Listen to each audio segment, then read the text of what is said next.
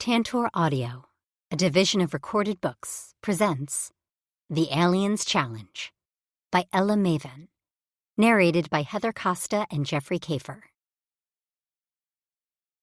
Chapter 1. Tabitha. He skated his fangs down the side of her neck, barely scratching the surface, and the pleasurable sting of the scrape throbbed in her clit. His fingers tangled in her hair to keep her throat bared to him, while he held her wrists in an iron grip with his other hand. She was trapped, unable to move, absolutely at his mercy, and it only made her wetter. "Please," she gasped. "That's it," he growled as he licked the sensitive skin below her ear. "Beg me," she gasped as his fingers released her hair only to travel to her aching breasts, where he toyed with a nipple while the cool gold of his rings raised goosebumps on her flesh. "No," I groaned and slammed down my planet-torn version of a pencil. "No rings, Tabitha, for fuck's sake." I licked my thumb and erased the words, but I could still see the faint ghosting of the letters on the pamphlet, taunting me. Only one Drixonian wore a full set of rings, like a freaking mob boss, and I hated how badass they looked on his blue skin. I glared at my paper and kept writing. Once he finished with the pink nipple, leaving it smarting and distended, his hand slipped around to her back, where it coasted over her round ass. He gave one cheek a firm slap, and she moaned against the wall he'd pressed her against. Continuing lower, he slid his hand between her cheeks before plunging two thick fingers into her pussy. She cried out as he slammed in her, up to his knuckle, pressing deep. He held her like that, not moving, with her wrists still pinned, and then viciously twisted his fingers. Her legs trembled with the need to come, but she wanted more, needed more. "Ready to beg yet?" he taunted her, and she gushed on his hand at the words. Any other time, any other male, and she would have smacked him, but not this one. Not the big male with the charming smile and the violet-purple eyes. "Beg for my cock." His thumb pressed at her back entrance, and she went wild, writhing against him like a wanton thing. "Beg me." "Please," she whimpered, so close but not quite there. Not without his thick, pierced cock. "Please, Zavy." "No." I wailed, and with a vicious thrust, snapped the pencil in half over my knee. I flopped onto my desk, flinging my head onto my folded arms. This was not working. I had a good streak of super sexy stories for the girls to read, but lately I couldn't get stupid Zavy out of my head. No matter what I wrote, I could no longer picture characters I made up, but only him and me in the throes of passion. I was tired of it. I didn't have my fun vibrating toys on this damn planet, so getting off wasn't as fun or easy as it used to be. So I walked around in a perpetual state of sexual frustration. Me, Tabitha Markle. On Earth, I'd had my pick of frat boys, nerd boys and jock boys on my college campus. Easy peasy to get a little something, and if no one caught my eye, I headed home to my vibrator. Now I had nothing but a Drixonian warrior I wanted to hump like a dog who charmed everyone but me. Ridiculously unfair. He had the best smile, fangs and all, and when he let that tongue out of his mouth during mealtimes, I swore I saw heaven. But that tongue wasn't mine. That thick cock I longed to see wasn't mine. His smiles weren't even for me. So I was reduced to writing fantasies about him like a creeper. Tabitha Markle was not a creeper. I was a go-getter. I got what I wanted. And I wanted Zavy. I didn't need forever or all the fated mate stuff and a baby. I just wanted a good dicking. Was that too much to ask? It didn't help all my friends were mostly mated except me and Justine, and all they talked about was how satisfied they were. Even Naomi, who arrived on an alien planet a virgin, snagged her a mate and was getting laid on the regular. A knock sounded at my door, and I shoved my paper and broken pencil into my desk drawer. "Come in," I called out.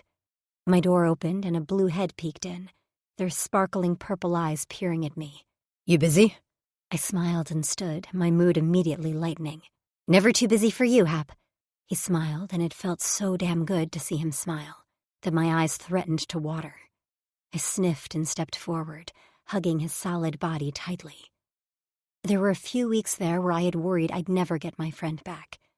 On top of the guilt he felt over not being able to defend us against an enemy Clavus, he'd been injured severely. Even now, he didn't have full use of his left arm. But under the care of Shep, the Drixonian's eldest healer, he'd regained his confidence, and he'd found love. Seriously, even Hap had gotten his happily ever after with Shep.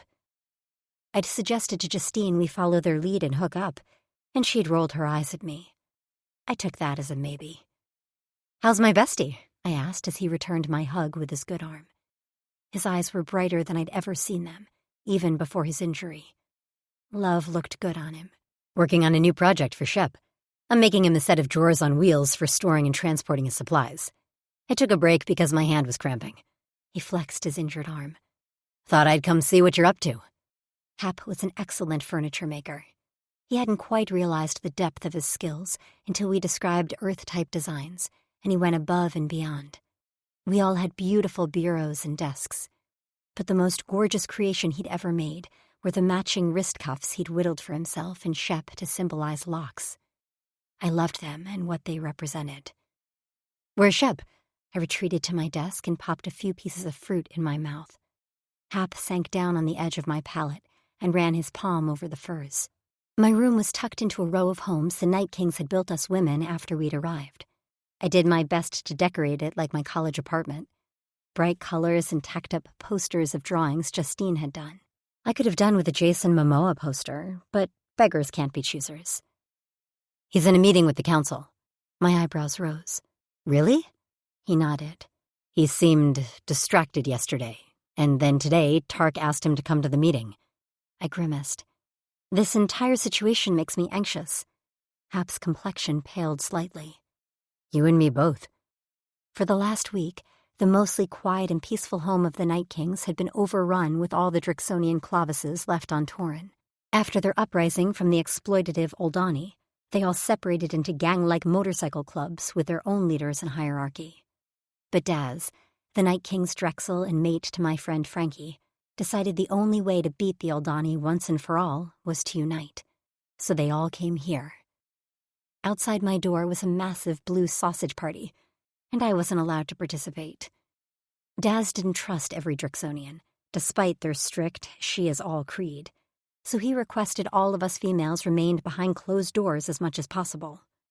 I hated it, and spent most of my time staring out my window, waving at random warriors until Daz or Ward growled at me. I really didn't want to think about what was coming, especially when I looked outside to see warriors training for war. "How's writing?" Hap asked. I welcomed the change of subject, but not to that topic. "Writer's block. I'll get over it." He squinted at me. "Are you writing about Xavier again?" "No," I blurted out, much too loud, much too fast. Hap hid a laugh behind his hand. I rushed over and hit him in the face with a pillow. "You jerk!" He fell back on the bed, not because I hit him so hard, but because he couldn't hold in his laughter anymore. He pulled me down with him, and we wrestled for a bit with me digging my blunt nails into his ribs and him tickling me until we both flopped onto the furs out of breath. Hap smiled and ran a finger down the bridge of my nose. "You know, Xavier's always been nice to me. He's nice to everyone. But once we started becoming friends, I could tell he wasn't happy with me. He wasn't rude, that's not his way, but he went out of his way to avoid me." "What?" This was brand new information. "No way." "Yep, and then I came back, made it to Shep, and now he's once again my best friend." "You're saying you think he was jealous of you?" "Jealous of how close we are, yes." I pressed my lips together, thinking. Hap and I had been fast friends, even before we could communicate. He reminded me of a young, cute Tom Holland in alien form. He was sweet and gentle, and didn't growl like the rest of them. As soon as the Drix installed my language implant, Hap and I had been attached at the hip. He got me, and I got him. When he was hurt, I'd been devastated, and I worried every minute he was gone with Shep. I'd never been more relieved to see him come back smiling, and the happiest he'd ever been. Shep doted on him, and Hap deserved it. "I don't get it," Hap said, rolling onto his back and staring at the ceiling. "Xavier does whatever he wants, makes his own spirits and goes on reckless rides with Sax. He blurts out whatever he thinks. But yet when it comes to you, he won't take what he wants. Hap turned his head to look at me. "Don't you think that's odd?" "I think you're reading too much into it." I rose to a sitting position. Hap's eyes followed my movements. He hesitated before saying softly, "Maybe I am." "I'm fine. I have my writing, my girls, and you." I spread my arms out to my sides. "That's all I need." Hap sat up and wrapped his good arm around me. "You'll always have me, Tab." "I know." I hugged him back, then shoved him to his feet.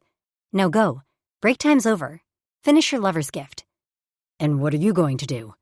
"I'm going to write some more. Freshen up before the big party tonight." Finally, we were being let out of our cages. As long as we each had a Night King's escort, we were allowed to spend the night around the fire, eating snacks and drinking Xavier's spirits. I intended to get a little toasted, which didn't take long with his homemade brew. Tonight was a celebration of the Clavises coming together, and I heard rumors it was also a reward to all the warriors for enduring their training before the war. That word sent shivers down my spine. "Who's your escort?" Hap asked. I shrugged. "Don't know yet. I'm supposed to be ready when the sun begins to set." "I'll see you out there.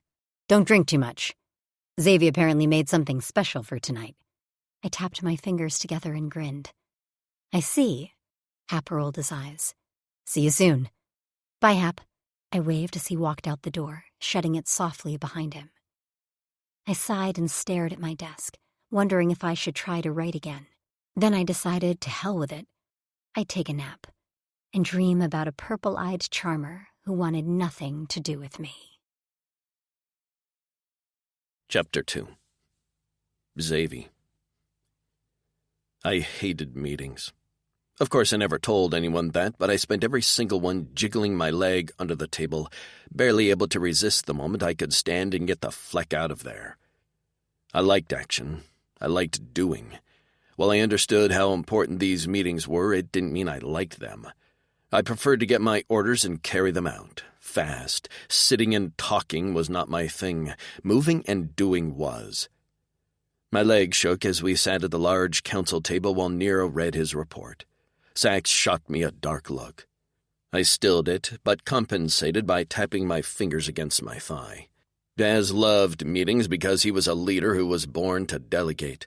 He'd managed to consolidate all the Clavises in record time and convince their Drexels he should remain at the head of the table.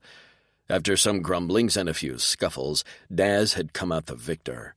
And really, with the information Nero continued to uncover, they hadn't needed much convincing. The Oldani had flecked us and would always fleck us unless we beat them once and for all. The agreement, as it made with the former Drexels, was that once we gained independence, they could once again separate and maintain control of their own Clavises. The unity would remain as long as the final war, and after that we could disband as we saw fit. As for Night Kings, we'd follow Daz to the ends of the galaxy. A knock sounded at the door just as Nero wrapped up his report. Ward opened it, and Tark stepped through, Shep at his back. "I brought Shep to talk about that information I mentioned." Tark moved out of the way to wave Shep ahead of him. Daz nodded. "Come in, take a seat." Shep moved so fluidly with his cane I often forgot he had it. He took a seat and propped it at his side, face flushed and eyes bright. Ever since he'd found his second mate in Hap, he walked with less weight on his shoulders. He seemed younger. I assumed that was what happiness did to a person. I wouldn't know. My fingers curled into a fist on my leg as I thought of bright eyes, soft curves, and laughter. I'd never get that happiness because I was messed up in the head. I wouldn't touch one purple hair on her head, ever. I cleared my dark thoughts. Now wasn't the time to mourn what I couldn't have. "Tark filled me in on your plans," Shep said. "I know there is a great concern for the Oldani's technology and long-range weapons. If we don't find a way to disable them, we'll be dead before we ever get close to Alazar." Ward pounded a fist on the table. "Right," Shep breathed. "Unless we could get close without detection." "How are we going to do that?" Gar snorted. "Turn ourselves invisible?" Shep turned his head closely and looked Gar square in the eye. "We won't, but I know who can." The room went still. I sucked in a breath and held it as Shep leaned back in his chair. He had everyone's attention now, and he knew it. We're not the only ones who would like to see the old Donnie fall. My fingers itched to get inside the cruiser, which now sat safely inside our walls. Gar and Naomi had recently uncovered one of our spacecrafts, which we had thought all along to be destroyed, in an underground Old Donnie hideout. Gar had blown his way out and managed to hide the cruiser until we could send a team to safely retrieve it. Nira and his team had since been working on it, so it would be in top condition when we would need it. Turned out we needed it sooner than we thought, as in tomorrow, and I was going to be the one to drive it. Just me, because we didn't dare waste one more body on what could likely be a suicide mission. I strode toward my hut, eager to break out the spirits for the bonfire feast tonight. At least the pre-planned party would see me off in style, even though no one but the inner circle knew. It had to stay that way. What I was about to do could blow up in our faces, and the rest of the Drixonians could always plead I was some rogue warrior if I failed spectacularly. I was eager to sit down in that cockpit, grip the wheel in my hands, and feel the steady hum of the powerful machine all around me. That was what I was born to do, what I'd been training for since I could walk. I never got the chance. Now I'd get a shot at my birthright. A flash of purple caught my eye, and I had to catch myself not to stop and stare. Tabitha. The one reason why the thought of leaving squeezed my lungs painfully until I couldn't catch my breath. I glanced over to see her talking to Naomi and Gar. I disliked the idea of the females outside at the feast tonight, but I also understood they'd been cooped up for a long time, and now I'd get a chance to watch Tabitha from afar one last night. I swallowed, my gaze roaming from the top of her hair down to her bare toes. When she'd first arrived, her hair had been a brighter purple, and I assumed it was her natural color until it began to fade. I'd grown concerned, thinking she was ill, but Daz had assured me Frankie promised him Tabitha was fine, and that humans often dyed their hair different colors. While the color wasn't the same vibrant purple it had been when she arrived, apparently her and Tark's mate experimented with dyes made from ground-up flowers. Her hair once again shone a shiny purple. Sometimes I fantasized like an idiot about how her locks matched my eyes. Stupid. I was insufferable. If only I was a normal Drixonian with honor, I would have sought to claim her the day we were safe. But the desires I'd ignored for years only returned with a vengeance whenever she was around, shaming me. So this would be it. I'd get one last night to take in her beauty before I left for the most dangerous and important mission of my life. I shook myself. I needed some spirits. I wanted to smile and laugh and enjoy my brothers. No more of these dark thoughts. Zave. I turned at the voice to see Sax jogging toward me. He came to a stop and immediately gripped the back of my neck, smashing our foreheads together so hard I winced from the pain. Sorry, he mumbled. I grinned at him. It's okay. I know you're always eager to touch me.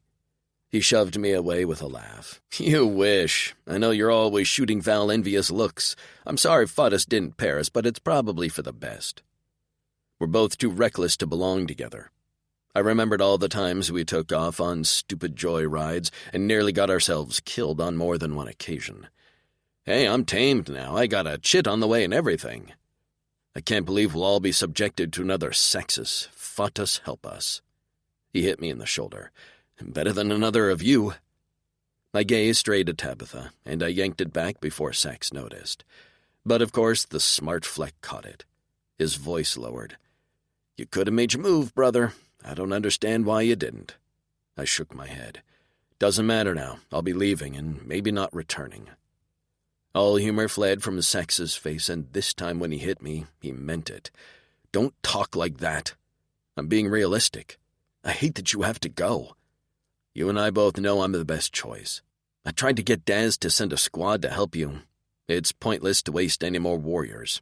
I held up one finger. I can fly. I held up another one. And I can talk, charm, negotiate, whatever I have to do. He gritted his teeth. Doesn't mean I'm happy about my best friend flying off to unknown land on this flecking planet. We all have our purpose, Sax. You had yours when you stole that data from the old Donnie, and now you'll be raising the next generation. I patted my chest. This is mine. You have to let me have it. His eyes dropped to his feet, and he braced his hands on his hips. I just wish it was different. I don't, I said. This is what I'm trained to do. I needed to remember who I was, a Drixonian warrior. She is all. It was best I get away from here, from Tabitha, before I did something that went against that creed. I'd never forgive myself.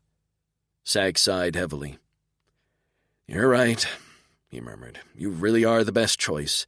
If anyone has a shot at success on this mission, it's you. His confidence inflated my chest. I felt like I could breathe again. Softer this time, I touched our foreheads. I appreciate your support. Always. I drew back. Now can you let me get the spirit so we can get this bonfire going? I'm in the mood to watch the females dance and laugh until I pass out. Dance and laugh, huh? Yes. I cupped my hands at my chest as I backed up toward my hut. I like watching their breasts shake. His face darkened. You better not be watching Val's. Never. I let out a booming laugh across the courtyard as I turned on a heel and ran the rest of the way to the sounds of Sax hollering good-natured insults at me. That night the spirits flowed freely. Even though only the council knew about my important mission, it seemed everyone within the walls was aware that something was coming on the horizon. Something big. Something like freedom. But before that, there would be war. We'd been there before. We could feel the change in the air. Their cheeks reddened from my spirits. The females huddled around the fire laughing. I enjoyed the way their skin flushed when they were feeling the effects of my brew. I especially enjoyed the way Tabitha grew louder, her movements more exaggerated. Right now she was telling a story and her arms waved wildly while Frankie laughed uproariously. Daz watched his mate from a short distance away. Her belly seemed to grow every day. Val and Reba, too. I figured it would only be a short time before Miranda and Naomi announced they were pregnant as well. The females weren't the only reason for the final upcoming battle for our freedom, but they were the push we needed. The purpose. I would do anything to keep Tabitha's smile that bright. Tonight she wore what the females called a dress. To me it was a large shirt with no pants, and the short material showed off her legs. A strong breeze could lift the loose fabric and show everyone her cunt, which made me grouchy. I didn't want anyone seeing Tabitha like that. The tops of her breasts spilled over the top and jiggled when she moved. I couldn't look away, and my mind played in vivid detail what I would do to that creamy skin if she was my mate. I'd press them together and stroke my cock through them while she knelt below me, pretty eyes watching me with lust. And then I'd cover her large breasts with my seed, rubbing it into her skin and refusing to let her use the cleanser until the next morning. She'd remain in my bed, smelling like me, while I cupped her cunt as we slept. I shook my head, cursing under my breath. That was why I couldn't get near her, because the things I wanted to do to her weren't fit for a warrior. I didn't trust my self-control around her, and she'd probably run screaming if she knew all the ways I wanted to make her filthy. She looked up at that moment, her eyes catching over the flickering flames of the fire. I usually looked away when she caught me staring at her, but tonight my brain was too thick with spirits and the anticipation of tomorrow.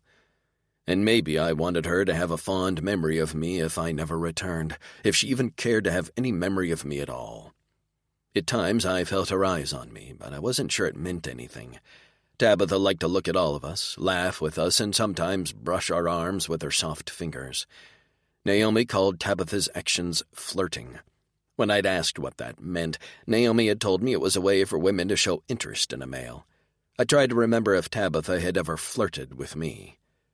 Someone sat down on the hollow leg next to me, and I turned to greet them. I stopped short when I realized Justine was my company. And she hadn't sat down here on a whim. She was watching me closely, her dark eyes searing into me below her fringe of black hair. "Hey, Zave." I took a gulp of spirit and let the liquid fire slide down my throat to spark in my belly. "Hey there, Joss." She propped her chin in her fist. "What you doing?" I raised my cup. "What's it look like? Pretending to stare into the fire when you're really watching Tabitha's every move?" Psh! I made a dismissive sound. "I'm watching Val, trying to find a way to steal her away from Sax." Justine laughed. "Yeah, I'd love to see how that works out. He dotes on her." "You think I can't dote?" I nudged her with my elbow. "I'm an excellent doter." She rolled her eyes. "Okay, Mr. Confident. Well, it's clear despite your typical avoidance that you would prefer to dote on Tabitha. I don't really get you two. There's nothing to get. My voice cracked, and I tried to hide it by clearing my throat. Her eyes narrowed slightly, and it made me uncomfortable. She was the only female who could make me squirm with one glare. If she ever chose a mate, he would have to possess the biggest balls in the clavas. Finally, she shook her head with a sigh. Whatever, I don't even know why I'm getting involved. Maybe it's because I'm tired of listening to her get herself off through our walls. My mouth went dry. She does... what? Justine shot me a knowing grin, and I realized I'd been had. You'll have to ask her. I swore I heard her say your name a few times during her climax. While I sat frozen, she clinked her cup with mine, stood up with a flourish, and pranced. I hadn't thought Justine capable of prancing, over to the rest of the females. She only stopped once when Nero stepped into her path. He said a few low words to her, which she seemed to toss back at him with a flick of her hair. She brushed past him, and he watched her go. I couldn't stop thinking of her words. Tabitha made herself climax? In a clavas full of available males she was servicing herself? I could barely suck in a breath as my chest tightened. My cock kicked in my pants, lengthening to half hard as I imagined Tabitha with her head thrown back, legs open, fingers moving along her slick folds. I had to leave. If I sat here any longer, I would make a fool of myself. I wasn't fit for company. I took one last look across the fire to catch a glimpse of Tabitha, but she wasn't there. I straightened, glancing among the blue bodies, but didn't see one hair of her purple head. That wasn't like her. She loved the bonfires and the feast. She was usually one of the last to leave, eager to remain talking and laughing with whoever would keep her company. What if she wasn't safe? What if one of the warriors from another clavas had her cornered? Sometimes the spirits made them forget their creed. I shot to my feet, my head muddled from the spirits as I drank more than I usually did. I shook it as clear as I could. Before tomorrow's mission, I had one more tonight. Find Tabitha and make sure she was safe. Then get the fleck away from her before I dishonored myself. But even as I took off into the darkness, I couldn't stop the images of Tabitha on her knees in my bed at my side. I should have stayed on my flecking log. Chapter 3. Tabitha. I smoothed my dress on the way back to the bonfire. I'd had to run to the bathroom to break the seal, even though I hadn't had that much to drink yet. Normally, I was the first to feel the effects, even with my higher tolerance.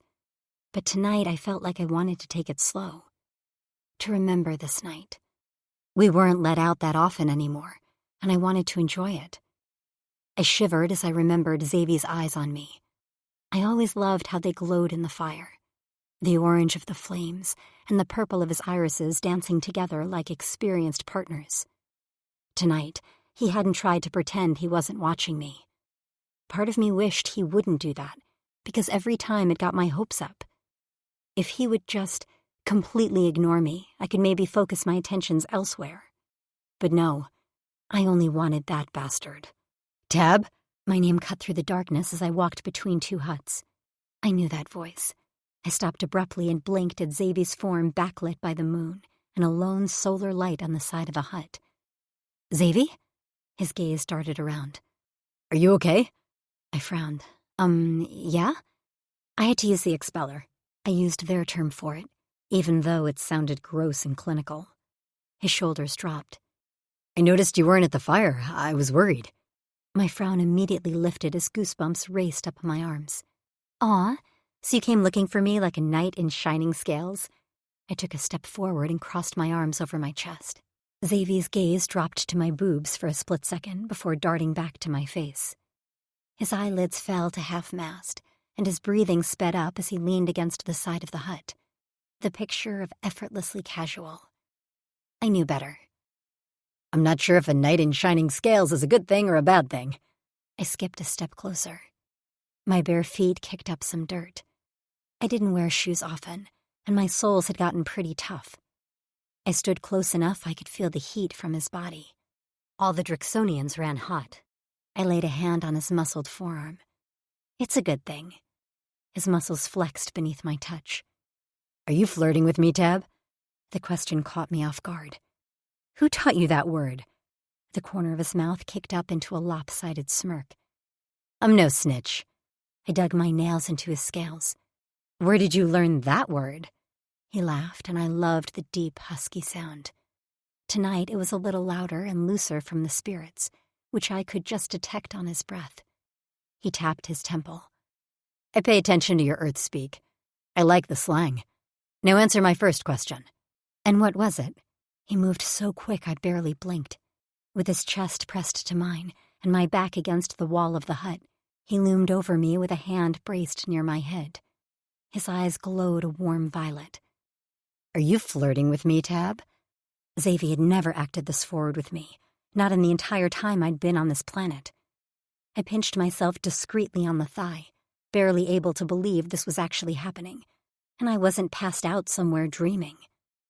He was just so big and masculine, his nipple rings begging to be tugged, and his hair calling out to me to grasp and pull. How had I thought I could find a mate in any other male here? It was only Xavier for me. A single claw on the side of my neck reminded me I still had a question to answer. I swallowed and peered up at him in the dark. "Yes, Xav, I'm flirting with you." He inhaled sharply, and his eyes closed briefly as that claw tip ran down over my clavicle before skating along the neckline of my dress, catching on the sensitive skin at the top of my breasts. "And on Earth, what is the purpose of flirting?" I couldn't think as he ran that sharp point over and over the skin, dipping just below the neckline to catch on the outer edge of my areola. "Purpose? What comes next?" He watched his finger move over my chest, which heaved as I sought not to pant out loud like a starving dog in front of a bowl of food. I was starving for a Drixonian-inspired orgasm. Kissing, fucking. A shudder ran through his big body as his eyes bored into mine. "Do you touch yourself and think of me?" "What?"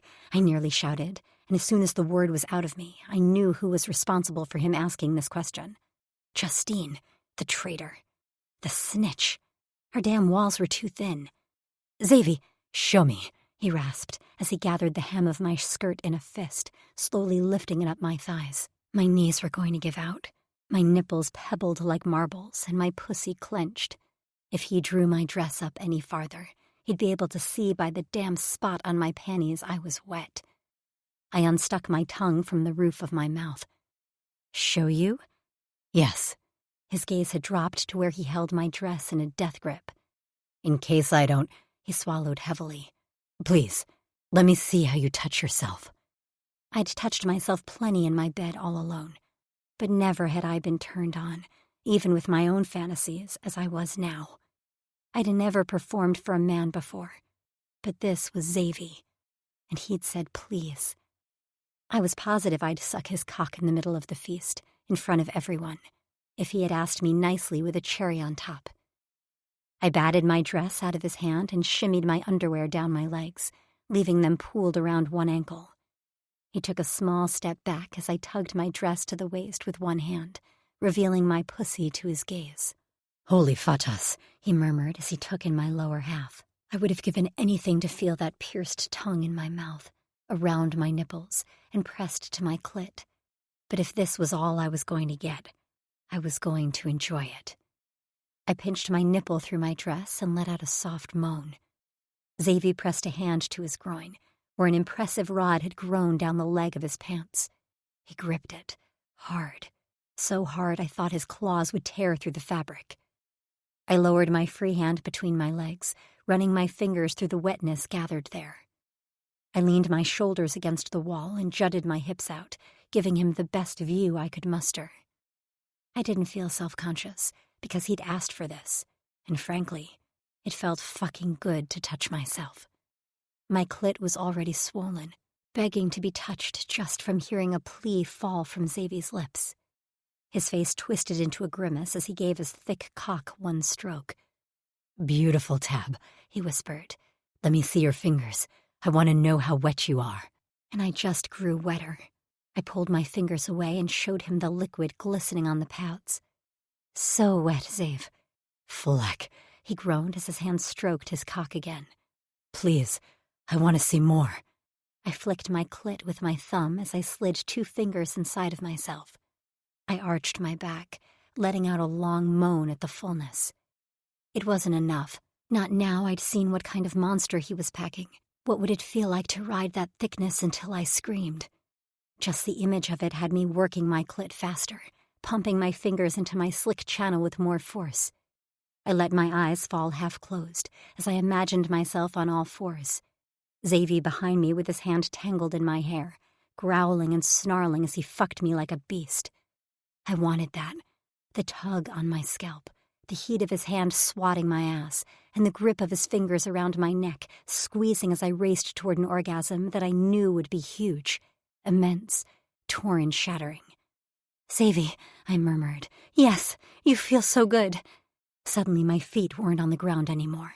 My fingers were pulled from my body and replaced by thicker ones. I widened my eyes as I tightened my thighs around Xavier's waist. He hauled me in the air, my back against the hut, as he rutted against me. His fingers speared my pussy, the thickness causing a pleasure-filled cry to leave my lips. "Yes," I cried out. "More!" 3 fingers entered me as his thumb swirled my clit. He tugged down the top of my dress, and one of my breasts popped out. He lowered his head and drew one beaded nipple into his mouth. With his tongue piercings, he circled the hard bud, and I bucked into him as my pussy clenched hard around his fingers. His other hand left my waist to close around my neck. His applied pressure and our gazes met, held. His violet eyes glowed like beacons as he dry-humped me like a man possessed. His fingers made obscene sounds, and I might have been embarrassed at how wet I was if Xavier was any other person. "When you come, you say my name, Tab," he growled. "You say my name." "Yes," I gasped, feeling heat pooling in my core. "So close." The edge of his tail slithered up my leg, and when I felt the very tip press against my back entrance, my eyes rolled back in my head and I came like a geyser. "Xavier!" I came so loud that he shoved a thick thumb into my mouth to muffle my cries. I bit down on it, hard. My body, impaled on his fingers and held by his palm at my throat, shook and trembled. Still shaking with the after-effects of the numbing orgasm, I whimpered slightly around Xavier's thumb, sucking on it like a lollipop. His gaze homed in on my lips. "Save," I mumbled around the digit. He panted, chest heaving, as he slowly let me down until my feet touched the ground. He withdrew his fingers from me slowly and unwrapped his hand from my neck. After that, he took a wobbly step back. "I'm sorry I touched you," he murmured, and it seemed as if his cheeks darkened in the moonlight. "I shouldn't have. I'm sorry." "I have 0 complaints." I was a little breathless, but I couldn't miss the bulge in his pants. "But I didn't ask." "I could have said no, and you would have stopped." He swallowed but didn't respond. I knew him, though. He would have stopped. Not that I would ever ask him to. I tugged my skirt down and stepped toward him. He took another step away from me and kept going until his back hit the side of the other hut. I reached for him. I'm pretty good at touching myself, but I'm much, much better at touching this. I squeezed his cock through his pants, and he jolted so hard I thought he'd come out of his skin. He watched me with flared nostrils, and his hands fisted at his sides while I reached around him and unbuckled the clasp of his pants above his tail. The waistband gaped in the front with enough room for me to stick my hand inside and pull out his cock. As predicted, it was perfect and massive. A row of piercings like a Jacob's ladder ran down the underside of his shaft, along with a pierced ring at the tip. My mouth watered. "Tab, no," he murmured, shoving my hands away. My stomach plummeted. "What?" He stuffed his cock back in his pants awkwardly since it was still way too hard to look like anything but a snake hidden in his crotch. "I can't do this. I touched you. That is all, and I shouldn't have done that." I started to feel the creep of embarrassment, and that pissed me off because Tabitha Markle did not get embarrassed. "Why not?" "Because you are not mine to touch." My eyes nearly bugged out. What?" "I decide who touches me, and I decided your touch was acceptable. No one else decides that." I swallowed and righted my dress the best I could, shoving my boob back inside the top. "If you don't want me touching you, you could have given me a heads up before I got your cock out." I had to get out of here before I cried. I could feel the beginning prick of tears. What was happening? How had this turned from the best night into the worst? Of course he could say no, but it didn't seem to make sense. He'd wanted me to so badly, and then I took a step and realized my underwear were still around my ankles. Great. I hopped on one foot and tugged them off just as I heard Xavier take a step toward me. Please don't be upset, Tab. I'm not upset because you stopped this, I sniffed, my voice going slightly shrill. I'm upset because I don't think you're being truthful with me about why. I turned and with a vicious overhead throw, whipped my panties at his head. They caught on the tip of one of his horns and stayed there. Xavier peered at them out of the corner of his eye. I made no move to retrieve them. He snatched them from his horn and gripped them tightly as he held out his other hand. I do want you touching me. I glared with my arms crossed over my chest. Don't patronize me. I'm not. But Tabitha, once we start, I don't think I can stop. And I don't know how far I'll take it. I was pissed, but I focused on processing his words. I cocked my head and lowered my brows. What do you mean by that? His jaw clenched. The things I want to do to you, Tabitha. They aren't right. I'm flecked in the head. He jabbed at his skull. I'd dishonor my creed and my brothers. I'd hurt you. And I'd die before I'd let that happen. My mouth dropped open, and a sliver of fear trickled down my spine. What kind of things? I'd been so sure I knew who Xavier was. Could I have been wrong? He shook his head. It doesn't matter. Look, tomorrow I won't be here. No one is supposed to know, but I needed to tell you before I left, in case I don't return. If there was anyone in the galaxy for me, it would be you, Tab. I'm sorry I can't be what you need. Trust me, I'm not for you. I'm not for anyone. His eyes softened. Take care of yourself. He lifted my panties to his nose and took a sniff. A small smile graced his lips. Thanks for the parting gift. With that, he turned on his heel and walked away. Chapter 4. Tabitha. I opened my eyes and a bright, searing light forced them to close again. I let out a small groan and rubbed my eyelids with the heels of my palms. Where was I? The sun was never that bright in my room. Speaking of my room, I wasn't in my furs. I was wrapped in a rough material that scratched my bare arms, and I lay on a floor that was most definitely solid. And kinda cold. More alarming than the cheap blanket and hard floor was said floor was also vibrating. It felt like I was in a car on some long stretch of flat highway. Wait a minute. I cracked my eyes open, slowly this time, and tried to get my bearings. I was huddled in some sort of alcove, and I couldn't have sat up if I tried. I'd managed to wedge myself, or someone else had wedged me, in a narrow space at the bottom of what looked like a metal wall. What the hell? I whispered to myself. How much did I drink last night? My head spun, and my stomach lurched at the reminder I'd had way, way too many spirits last night. My tongue felt like it was covered in moss, and I was dying for some qua. After that whole scene with the pierced Drix, who shall not be named, I'd drank, and danced, and did I throw up? I remember slumping against Miranda while asking for the nearest sheets, because I was hungry for a chili dog. And then, what happened after that? I remember stumbling away from the girls who were also feeling the effects of the booze and finding a ramp that had seemed interesting at the time. Shit. This was bad. Unbelievably bad.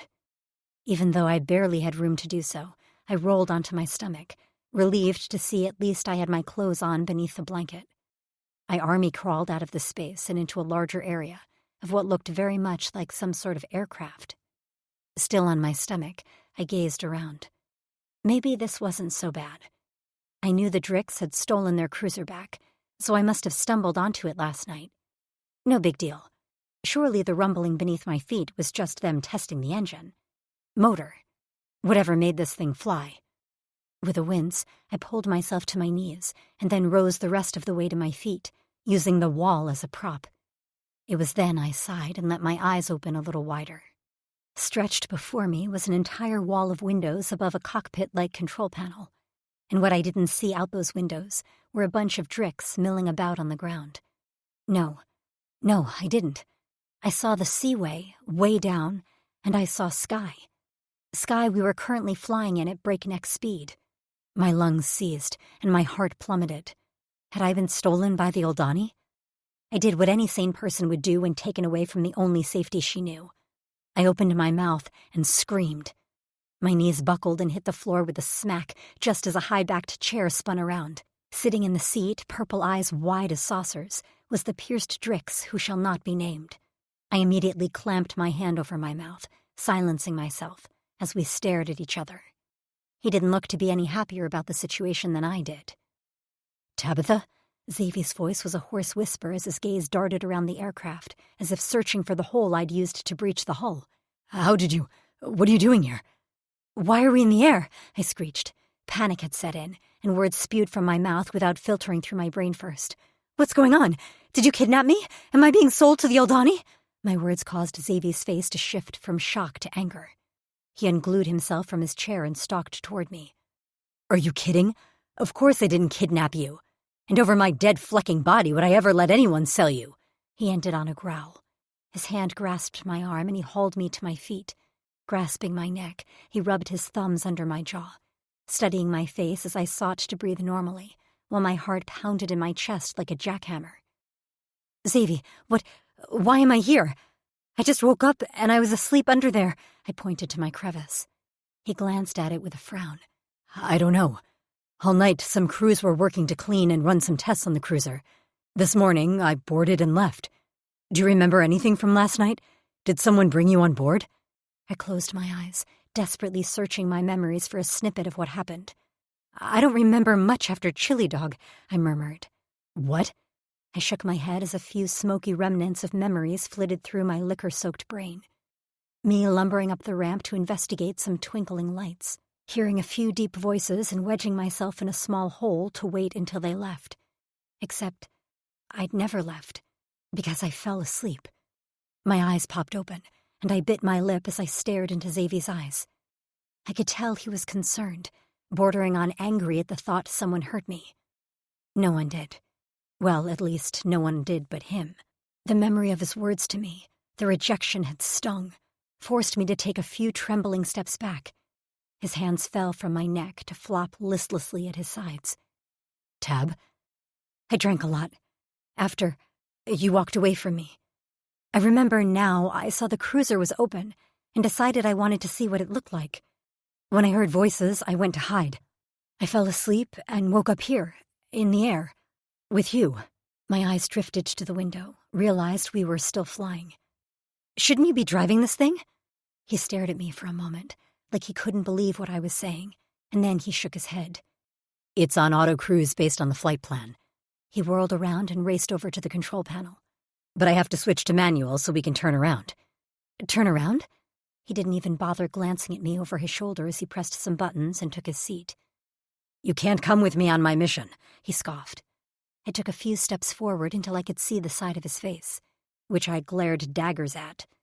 I crossed my arms over my chest. "Well, I don't want to come with you anyway."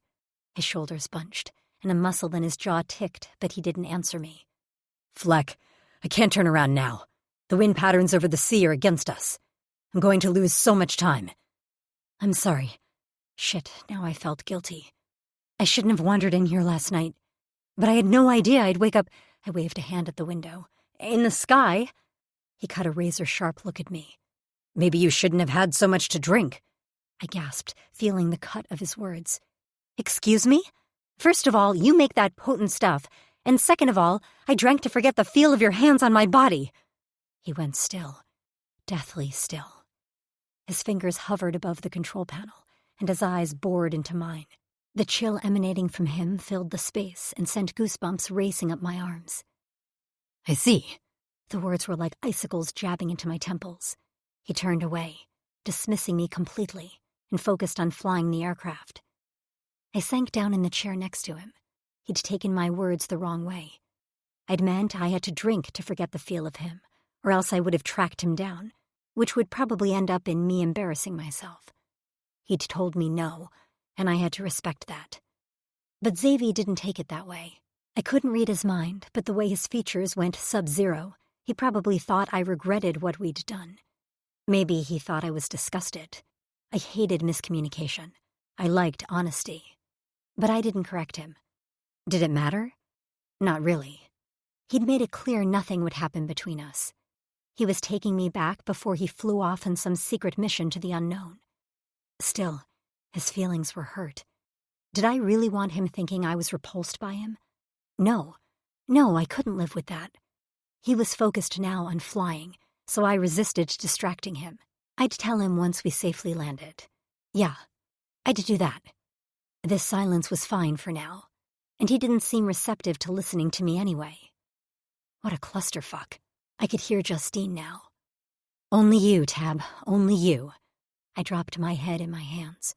No more spirits. No more blue dick. I was going to be a spinster.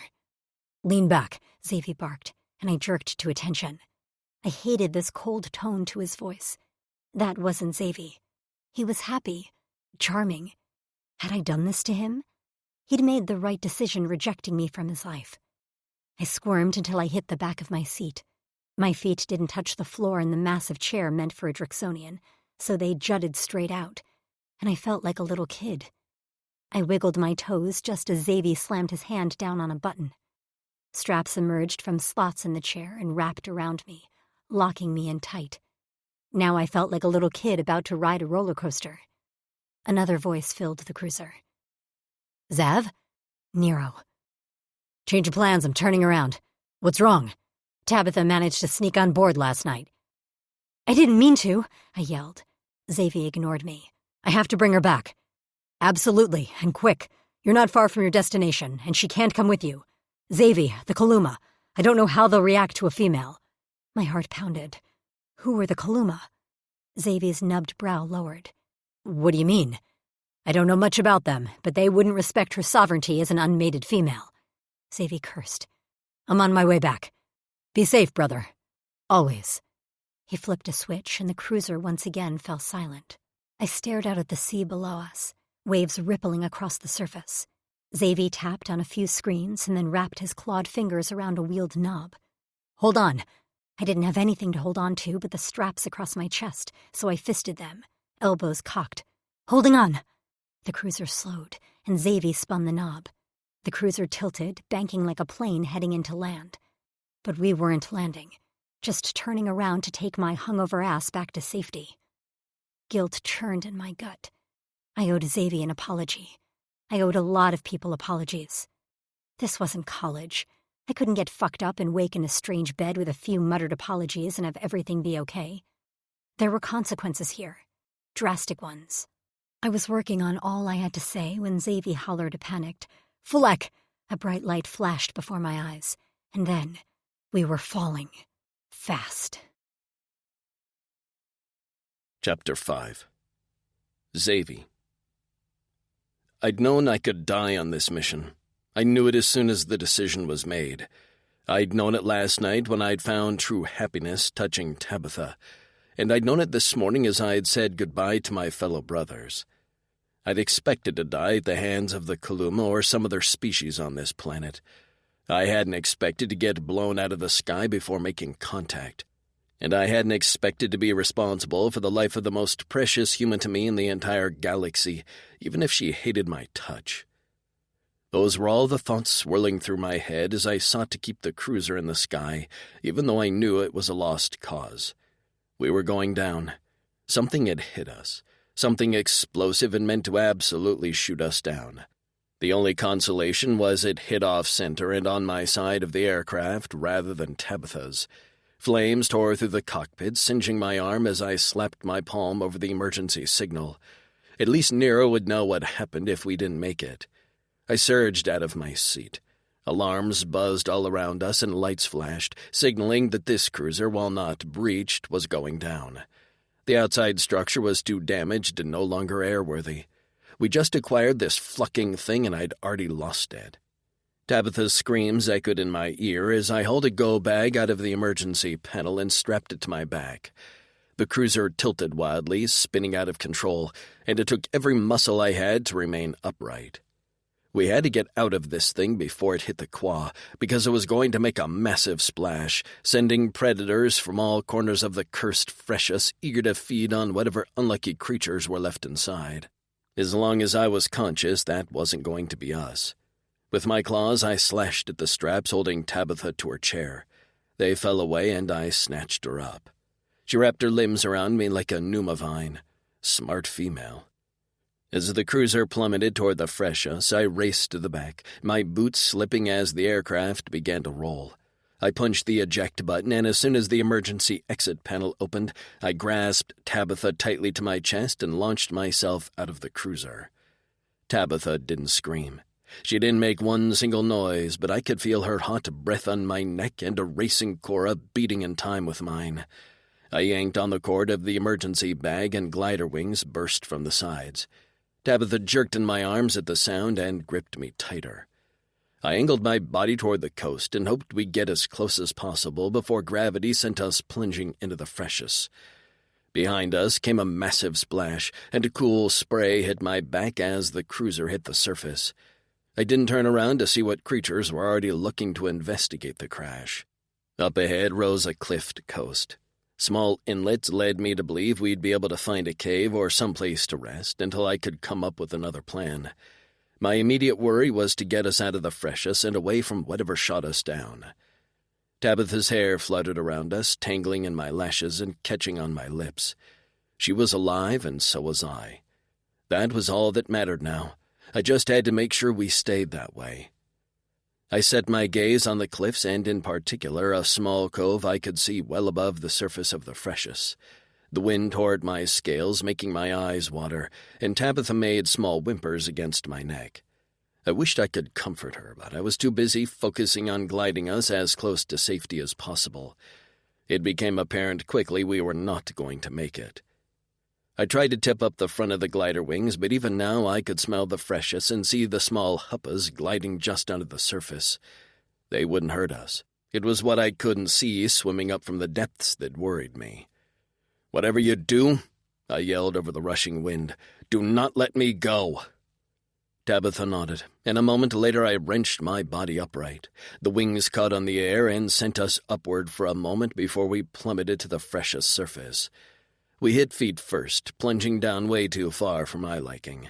Immediately, a grouping of huppas surrounded us, little mouths gaping and eyes bulging. As I gripped Tabitha with one hand and pushed toward the surface with the other, I took comfort in that. When they sensed a bigger predator, they'd leave. That was what I had to be worried about. The wings tumbled to the seafloor below us, breaking off from the emergency pack on my back on impact. My lungs screamed, and I worried for Tabitha. Her body bucked against mine, and when I glanced down at her face, her cheeks were bulged, bubbles leaving her lips while her eyes remained wide and panicked. When we breached the surface, she gasped gratefully. Her wet hair clung to her face as she spit out quah and gulped in air. I kept us at the surface while we both caught our breath. "Holy shit," she panted. "I can't believe that just happened. How are we alive?" I began to strike out toward the cliff with one arm while I held her with the other. "I'm not sure either, but we won't be for long if we don't get out of this quah." "Right," she murmured. "Can't swim forever." "Oh, I can swim for a long time. I'm not worried about that. Remember the creatures who took down Gall's boat?" Her face drained of color as she pushed away from me and began frantically searching the quah for any sign. "Wait, they're here? Where? Oh my God, that's just what we need, a giant squid." I didn't know what a squid was, but it was clearly a terrifying creature on Earth. "Tabitha, we don't need to be looking for it. We need to be moving out of this quah." She darted her gaze to me and then, with quick strokes, took off toward the cliff. "Let's go, then," she called over her shoulder. Her feet kicked behind her. In a moment, she had made it an impressive distance. My little female was a swimmer. I took off after her and slowed to her pace when I caught up. She didn't look at me, only kept those steady strokes, her arms slicing through the quah with efficiency. We were close, the cliff another dozen strokes away, when Tabitha made a garbled noise and disappeared below the surface. I dove down, and what I saw sent my core pounding and my blood heating despite the cool temperature. Her hair in a cloud around her face, she reached toward me. Eyes wide, bubbles erupting from her mouth as she shouted one word. I didn't have to hear it to know what it was. My name. Xavi. A tentacled arm gripped her ankle, pulling her down below. "Tab!" I yelled back, the bubbles clouding my vision for a brief moment before I batted them away and dove toward her. My machetes lifted from my skin and my lips curled back in a snarl. Porge crullers were vicious, territorial animals, and I'd hoped we were close enough to shore to avoid them. I could just detect two glowing eyes gleaming at me, taunting me. I reached Tabitha's side and immediately sliced into the tentacled arm. The suctions broke free as a rumbling growl reached my ears. Tab shot toward the surface, and I followed. More tentacled arms emerged from the depths on all sides of us, and I couldn't be sure if they belonged to one port cruller or many. I slashed at every one that came at us, and I thought I was in the clear when one arm closed around my thigh, while another latched on to Tabitha's waist. She thrashed as it dragged her back below the surface. I hacked at the tentacle holding me, but this one was thicker, and despite my sharp machetes, cutting through it wasn't easy. When I seemed close, two more enclosed my wrists, stretching my arms out to my sides. I arched my back and roared, bucking my hips and slashing with my tail, but my efforts were in vain. The port cruller was too strong. Meanwhile, Tabitha struggled and strained, pushing down on the tentacle wrapped around her. Her neck bulged, and I knew she wouldn't be able to remain underwater for much longer. My legs screamed at me for oxygen. How long could Tab hold her breath? Was this it? Had we survived the crash only to drown? Tab's struggles grew weaker, and her eyes bored into mine. She was out of time, and so was I. Her lips moved, and I couldn't tell what she was saying, only catching, "I'm sorry." My cora cracked, my head pounded, and I watched helplessly as her body slumped in the tentacled grip. Her arms floated limply around her. "Tab!" I hollered, renewing my struggles even though they were in vain. In a moment they drag us under, feast on our flesh with their teeth. Movement caught my eye as a dark figure emerged from the depths, moving fast. I braced for the port cruller's jaws to come into view, but in the next instant the tentacles holding me went lax. When I yanked my arms away, the sliced-clean ends of the tentacles appeared. Was there a bigger predator than the port cruller around? I struck out toward Tab just as the tentacled arm, which had been slowly dragging her further below the surface, fell away from her body. I grabbed her and without hesitation shot to the surface. She didn't open her eyes or move. The next few minutes were a blur. Once we broke the surface, I swam faster than I ever had in my life until I reached the rocky cliff. I pulled her onto a flat rock and immediately pumped her chest. Remembering some healer techniques Rokus had taught us, I breathed into her mouth, tasting the salty freshness on her lips. Her skin was pale, nearly blue, and her body limp. "Come on, Tab," I pleaded. Please breathe." I kept going, breathing and pumping her chest, refusing to give up. I wanted to scream and fight and draw blood to punish whoever was responsible for making my Tab suffer, but I couldn't do that. I had to concentrate on the repetitive movements. When she coughed, I rolled her onto her side, where she threw up qua and bile while her body shook and trembled. I rubbed her back and brushed her hair from her forehead. Only when I heard my name in a hoarse whisper did I scramble to face her. "Tab?" "What?" She blinked her eyes, open at me. "How did we get away?" I glanced back at the freshness, and my eyes caught something bobbing at the surface nearby. A shiny scaled fin and a set of glowing purple eyes. It vanished below the surface so fast, leaving not even a ripple behind, so I could have sworn I imagined it. "I don't know," I answered, Tab turning back to her. "I think something saved us, or maybe it just didn't like the port cruller. I have no idea. But we're here, alive." "How many times can we almost die in a day?" she murmured, a small smile on her lips. I shrugged with a grin. "I might have one more life-or-death experience left in me this rotation." She laughed weakly. "Well, seeing as my comfort zone is 0, I would say I'm at my limit." "Well, good thing I don't have anything planned until tomorrow." I swept one arm under her knees and the other around her back as I rose to my feet. I gestured toward a cave above us with my chin. "We're heading up there to get some rest." "Rest would be great." She let her head fall against me. I picked my way up the craggy cliff toward the cave, hoping I wasn't about to impose on some creature's home. The last thing we needed was some drick-sized brigger to peck out my eyeballs for getting near her nest. Not that I'd ever seen one, but I'd heard rumors of massive winged beasts around this continent. When I took a tentative step inside the cave, it seemed empty. Still, I placed Tabitha on the ground at the entrance while I grabbed a solar light from my bag and investigated the cave. I found nothing but a long abandoned nest, which would make great kindling for a fire. I needed to assess our injuries and give us time to eat and rest. Tomorrow I'd figure out our plan. I returned to Tabitha to find her much more alert, eyes finding me immediately when I emerged from the darkness of the inner cave. "Everything okay?" I nodded as I crouched next to her. Gripping her neck, I tilted her head to get a good look at her. She had a few scratches on her face, and her ankle was covered in welts from the suction teeth that had had a hold of her. The skin was broken in places, small rivulets of red blood leaking on the cave floor. I gritted my teeth as I contemplated diving back into the freshest to finish off the damn beast who had made my female bleed. Worse than that, she trembled, and I didn't like the blue tinge to her lips. I forgot how humans couldn't handle low temperatures. This area of the planet was cooler this time of the sun cycle. I picked her up again, seeking to warm her with my body heat. "Come, my female," I said in a dramatic voice. "Enter my palace I have decorated just for you. Enjoy the gritty floor and spiky walls. I had to barter many crops for it." Her small laugh echoed toward the back of the cave, and it was probably all in my head, but I swore the walls themselves brightened at the sound. Chapter 6. Tabitha. Xavier's backpack was like a magician's hat. First it had sprouted wings, and now he kept reaching inside, pulling out vacuum-sealed bags of all kinds of things. So many that a small pile sat next to the flickering fire. The first thing he'd produced from his magic bag was a thin blanket made of shiny material, which reminded me of those silver thermal blankets back on Earth. The seawater had been freezing, and the only clothing I had was my thin dress currently drying on a rock outside. I sat beneath the massive blanket naked, trying not to feel weird about it.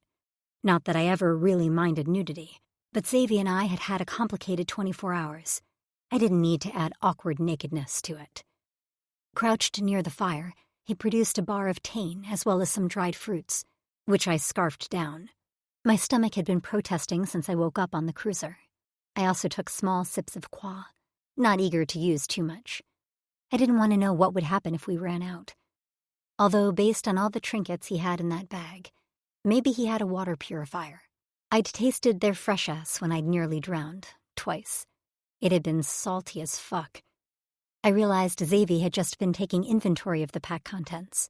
His fingers flitted over the food and qua jugs before carefully packing everything back inside the bag, save a few packages of food and another jug of qua. "You're going to eat too, right?" I asked him. He finally set the bag aside and took a seat next to me, his back against the cave wall. His answer was to shove a whole tane bar in his mouth and grin at me as crumbs dropped on his bare chest. "Hey, don't waste any crumbs." I picked up a large chunk that had plunked to the cave floor and glared at him. He snatched it from my hand and shoved it in his mouth. "Not wasted," he said with a full mouth. Sometimes he was so like the boys I knew back home, and other times he was every inch a 150-year-old warrior from another planet. I liked him both ways, but I might have liked him the most when he was at ease. Charming, all grins and dimples. I didn't want to think about last night, but I couldn't stop thinking about it. It was always there, lurking in the back of my mind like a shadow. At the time, I'd been angry at the rejection, but I'd had more time to ruminate on his words now. He didn't deny wanting me, but he said he didn't trust himself to stop and worried that the things he wanted to do to me were dishonorable. Maybe I was fucked up in the head too, because dishonorable things sounded right up my alley. Xavier said he didn't trust himself, but no matter how I spun it, I did trust him. Was my trust in him enough for both of us? I refused to pressure him to do anything he didn't want to do, or would later regret. I had to decide if I was going to let it go, or push Xavier a bit more to tell me what was going on inside his head. The first would keep us as friends. The second had the potential to blow up in my face, and I'd had enough explosions for the day. Beside me, Xavier picked up the next package, which I assumed was food. But when he opened the wrapping, I realized it was a small medical kit. Shifting to crouch in front of me on the balls of his feet, he beckoned with his fingers. "Let me see your legs, Tab." "Oh, right. My legs, which currently stung like I'd been whipped by an entire school of jellyfish. The salt water hadn't helped at all. Whatever that tentacled thing was, his little suckers had teeth. When I'd felt them bite into my skin, I was afraid to look down, terrified I'd no longer have my limbs at all. I stuck my bare feet out of the bottom of the blanket, doing my best to cover all my personal bits. One thing I really missed was nail polish. Maybe it was silly, but I always had my toenails painted on earth, and I changed the color often depending on my mood. We'd been able to replicate hair dye, but nail polish was a no-go. I wiggled my naked toes. Xavier's good nature fled as he took in my injuries. With his nostrils flared and his jaw ticking, he ran his fingers gently over the wounds. When he hit a particularly sensitive spot, I jerked away from him on a hiss. He darted his gaze to my face. "I'm sorry." "No, it's okay. It just stings." He nodded. "As it should. Why don't you have any of these? That damn thing had a hold of your thigh and both your wrists." He held up his hands and flexed them. I saw a few dings in the scales there, but other than that, he was unarmed. "Thicker covering than you." He poked around in the med kit. "Need to get you females some scale suits." He produced a wrap. "We only have one vial of Metis, and I don't need to save it for me, but I'm worried about any more injuries you could sustain. I don't want to waste it on something not life-threatening." I didn't like any of those words. Not about the Metis. I didn't care about that. All I needed was for the blood to clot and a decent wrap to prevent infection. Already the blood had slowed to a trickle. But thinking of us doing more dangerous things that could potentially kill me and require life-saving medicine was horrific. I swallowed around a thick ball in my throat. "Are we going to be risking our lives in the near future?" He held my gaze. "You know us Dricks don't like to lie." "I don't want you to lie." I grazed my fingers over the back of his hand. His tongue snaked out to wet his lips. "We don't have a choice. We can't stay here. We have no way of getting back without the cruiser as we're on a different landmass. Our only choice is to travel the rest of the way to the Kaluma on foot and hope they don't kill us for trespassing before we even get a chance to ask for help." My heart thudded. "Damn, Zave. I said don't lie, but maybe you could sugarcoat some things next time." "Sugarcoat?" "Soften your words. Be a little more optimistic about our life prognosis." I sighed heavily. "Damn." He looked adorably confused. It's fine." I waved a hand. "Thank you for being honest." He didn't seem to believe me, but he dropped it. Ducking his head, he began to gently wrap the wounds around my ankles. "We need to get some sleep tonight and work on our plan." I liked that, his talk of our plan. I'd never been that good at following orders. I wanted to be involved and have my voice heard. Well, at least out of bed. In bed was another story. I liked that he was communicating with me, rather than leaving me in the dark, or worse, lying to me. "So, can you start from the beginning? What is this mission, and who are the Kaluma?" His fingers stilled before he resumed bandaging my legs, but now his movements were stiffer, his expression tense. He didn't talk again until he was finished, and then he leaned back on his haunches with his wrists braced on his knees. "Shep told us about the Kaluma, an isolated race native to this planet who are extremely territorial. They have abilities that would be extremely useful in our final war with the Aldani.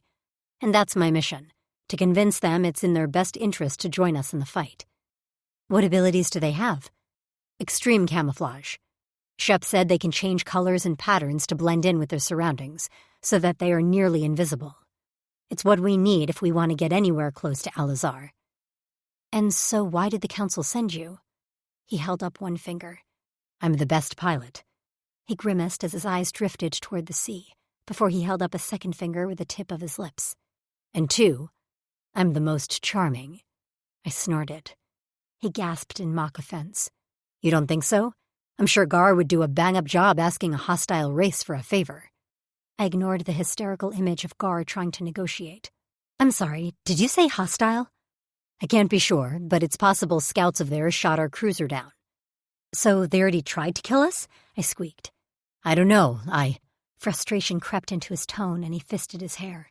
"I don't know, Tab. All I know is that the only way back home is across the Freshus.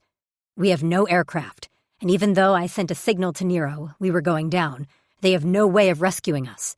We can't stay in this cave forever." "Can't we?" I grumbled. I could learn to live off the land or whatever.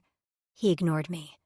I've turned it over and over in my head nonstop, but the only solution I can come up with is to continue to the Kaluma settlement and ask for their help, and possibly an escort home. Shep thinks they have air travel abilities. I slumped. I'm sorry. I feel like this is all my fault. He scoffed and rested his warm palm on my bandaged ankle. It's not. I would have gotten shot down with or without you. Taking you to the Kaluma poses a lot of problems, but, he shrugged, there's no point in thinking back. This is our situation now, and we have to face it head on. He sounded so capable when he spoke like that. If I was honest, it turned me on a little bit. I heard what Nero said about how they might treat females. I nibbled my lip. I don't want them to think I'm unmated. Xavier scratched the back of his neck. I thought about that too. We can tell them we're mated. They have to respect that. I don't know a species who doesn't honor that code. I winced. Some humans don't. He glanced sharply at me. They don't? There's good and bad of every species, Xav. I just hope we meet some of the good Kaluma, and not the bad. He stared at the wall behind my shoulder before he lowered his gaze to poke at the cave floor. Me too, Tab. Fatas has stayed with us this long. I hope she doesn't desert us now. Xavi. The breeze blowing the cool, freshest air into our cave felt good on my heated skin, but as I poked the fire I could tell Tabitha was shivering. Her lips trembled and she rubbed her hands over her shoulders under the blanket. She'd been able to dress again, but her clothing was thin. I knew I would have to lay with her and warm her with my body heat, but I was putting it off, like a coward. I didn't trust myself being that close to her. My cock was already hard just from being in this flecking cave with her. Her hair had dried and it framed her face in purple curls that blew in the soft winds. I longed to wrap it in my fist and tug. I wanted to hear the quickening of her breath, smell the gush of her arousal, and see the way her pulse beat rapidly in her neck. Fleck, this was why I avoided getting close to her. I'd controlled myself while bandaging her wounds because I'd been so enraged at the sight of her blood. I hadn't thought about how she was naked under that blanket, but now that was all I could think about. Xavi? Her soft voice drifted through the smoke. I'm here.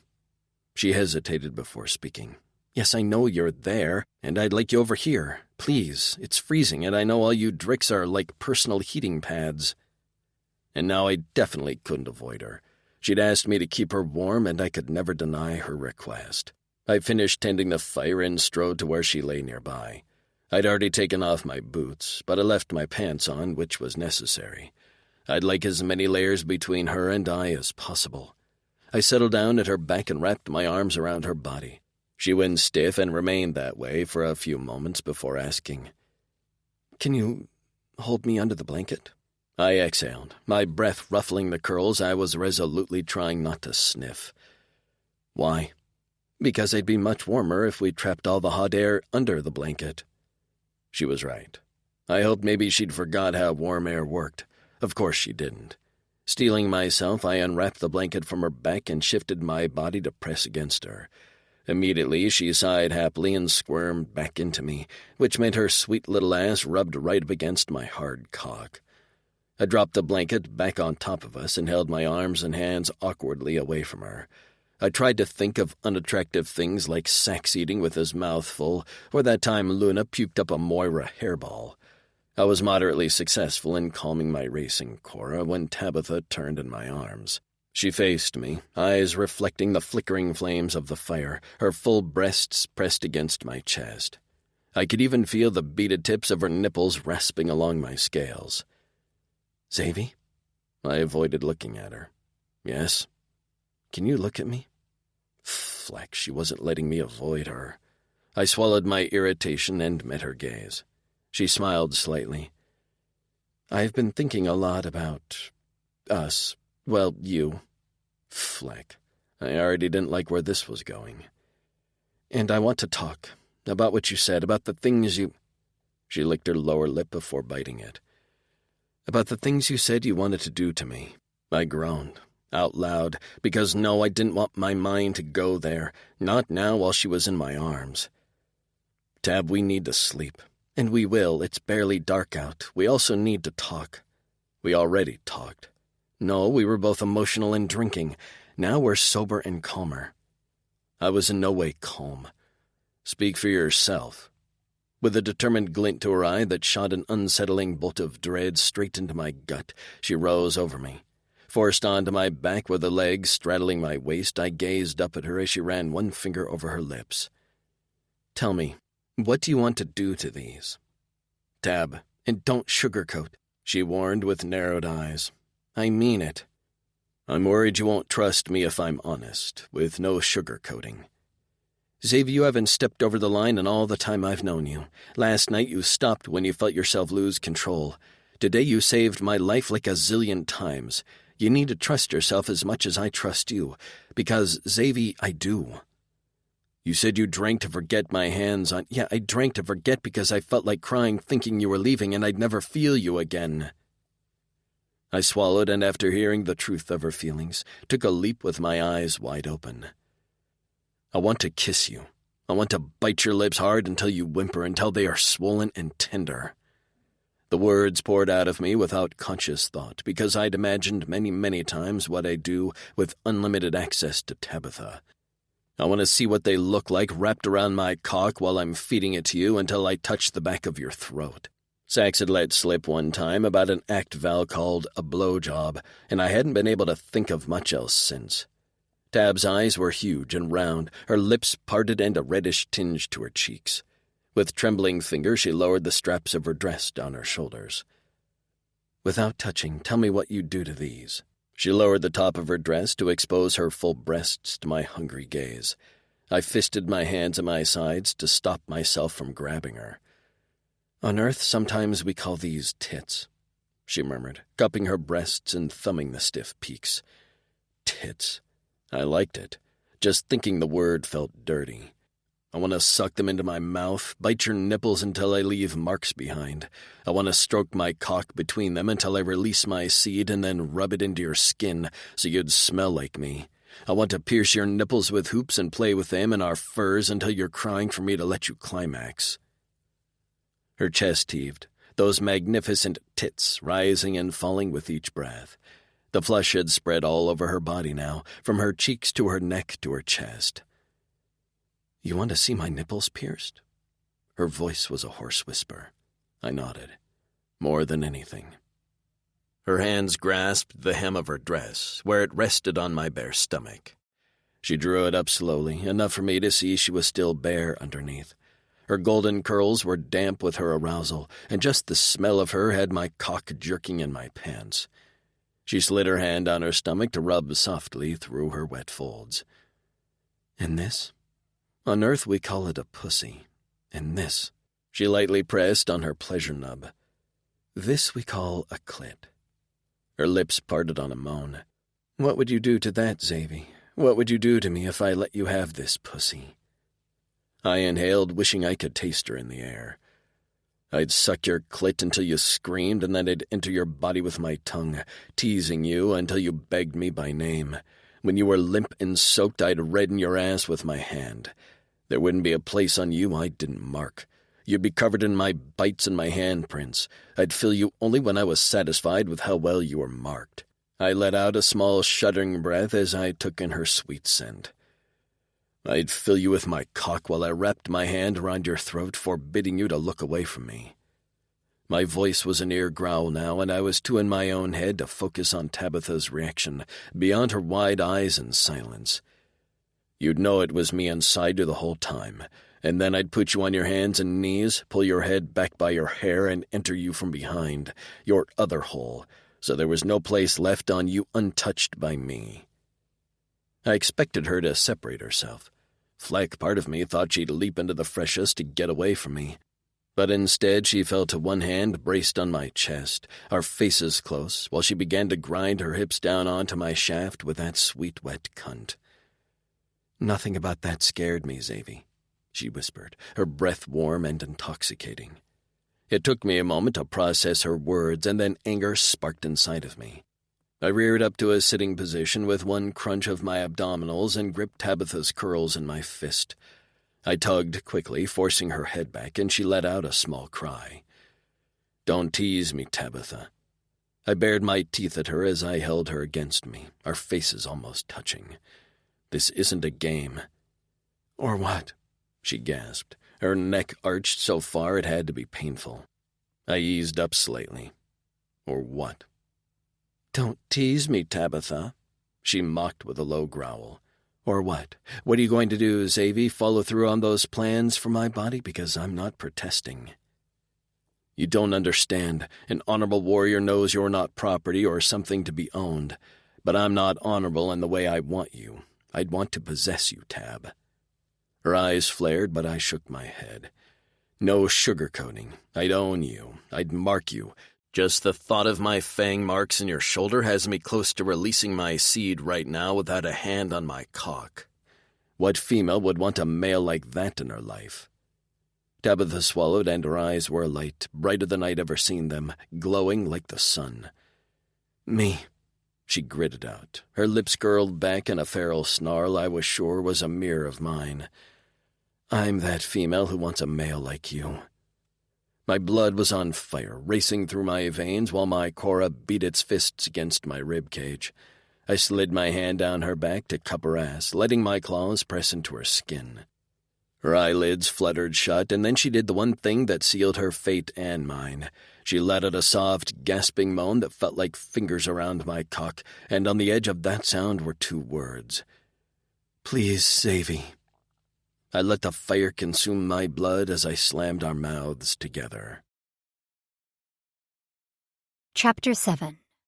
Tabitha. Good Lord, this alien could kiss. His tongue stroked into my mouth like it had a mind of its own. His ball piercings raked over my teeth before he bit into my bottom lip. I groaned, loving the sharp sting of his fangs and the way his claws dug into my ass. Another flex of pressure, and he'd break my skin. But he skirted the line with a controlled strength that turned me on like nothing else.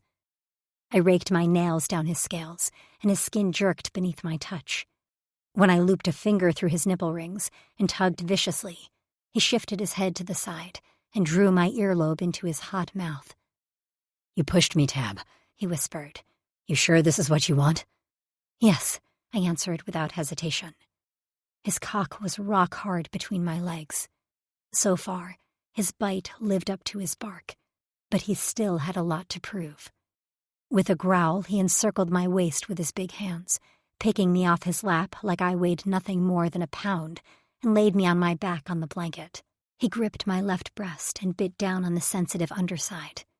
I cried out, arching my back as he licked at the mark before he moved to another patch of skin and sucked hard. Glowing purple eyes locked on my face while he ran the ball piercings over my nipple, torturing the hardened tip until it was red and wet. Satisfied, he moved on to the next. I gripped his horns as the torment went on, unsure if I wanted to push him away or bring him closer. He mixed pleasure with pain, just enough to throw my head into a tailspin. My dress was bunched around my waist, and he tore it down my legs as he moved lower on my body, biting and sucking as he went, until my body was littered with his marks. Before I could even process his plan, his head lowered between my legs, and he licked a long path through my wet folds. My thighs shook where they rested on his shoulders, and I moaned out a long, "Yes." "You like my tongue on your cunt, Tab," he rumbled as he ran the back of a claw over my clit. I bucked my hips, wanting his mouth. "What does it look like?" "Looks like you're dripping for me," he murmured, before sucking my clit into his mouth.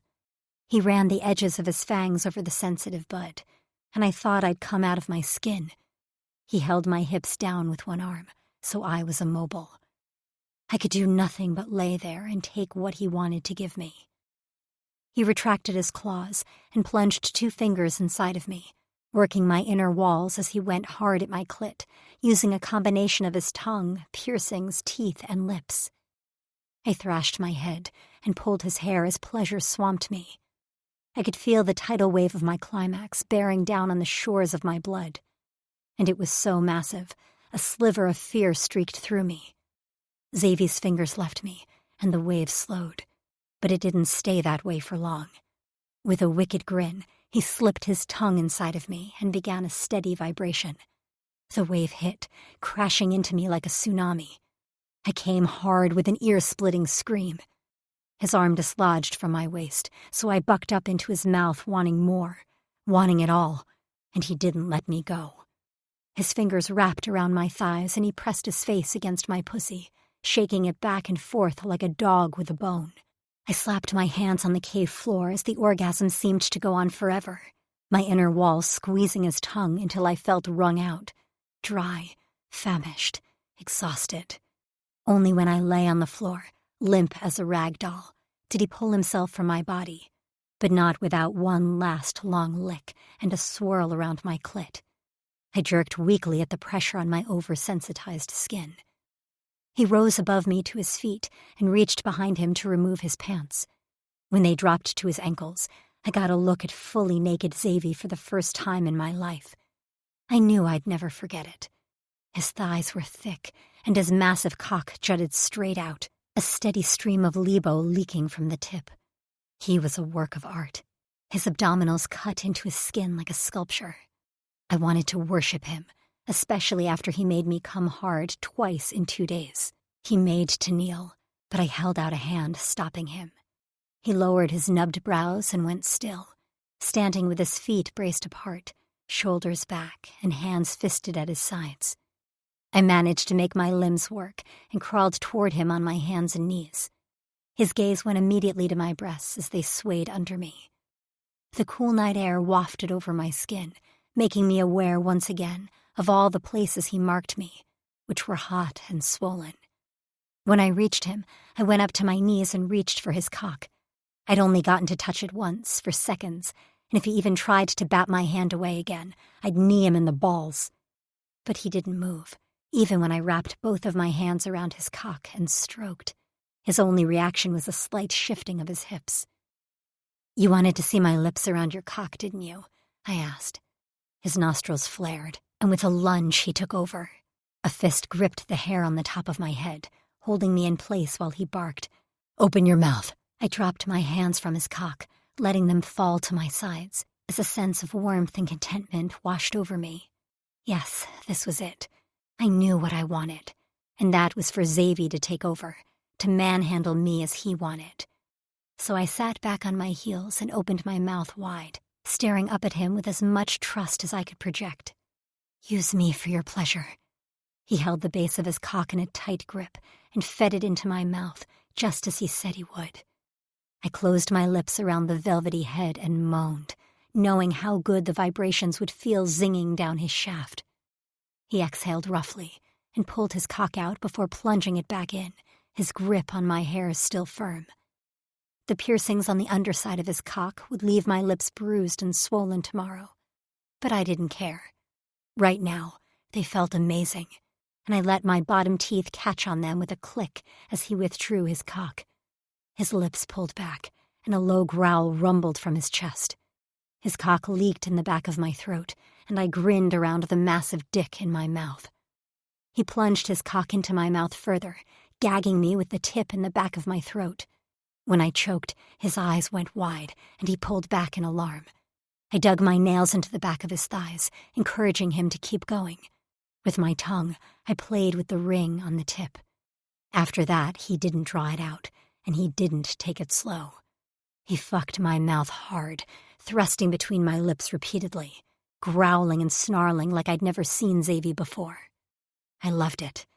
The taste of his libo was sweet, and watching Xavi lose himself in me was pure bliss. He was using me, but he knew it was me.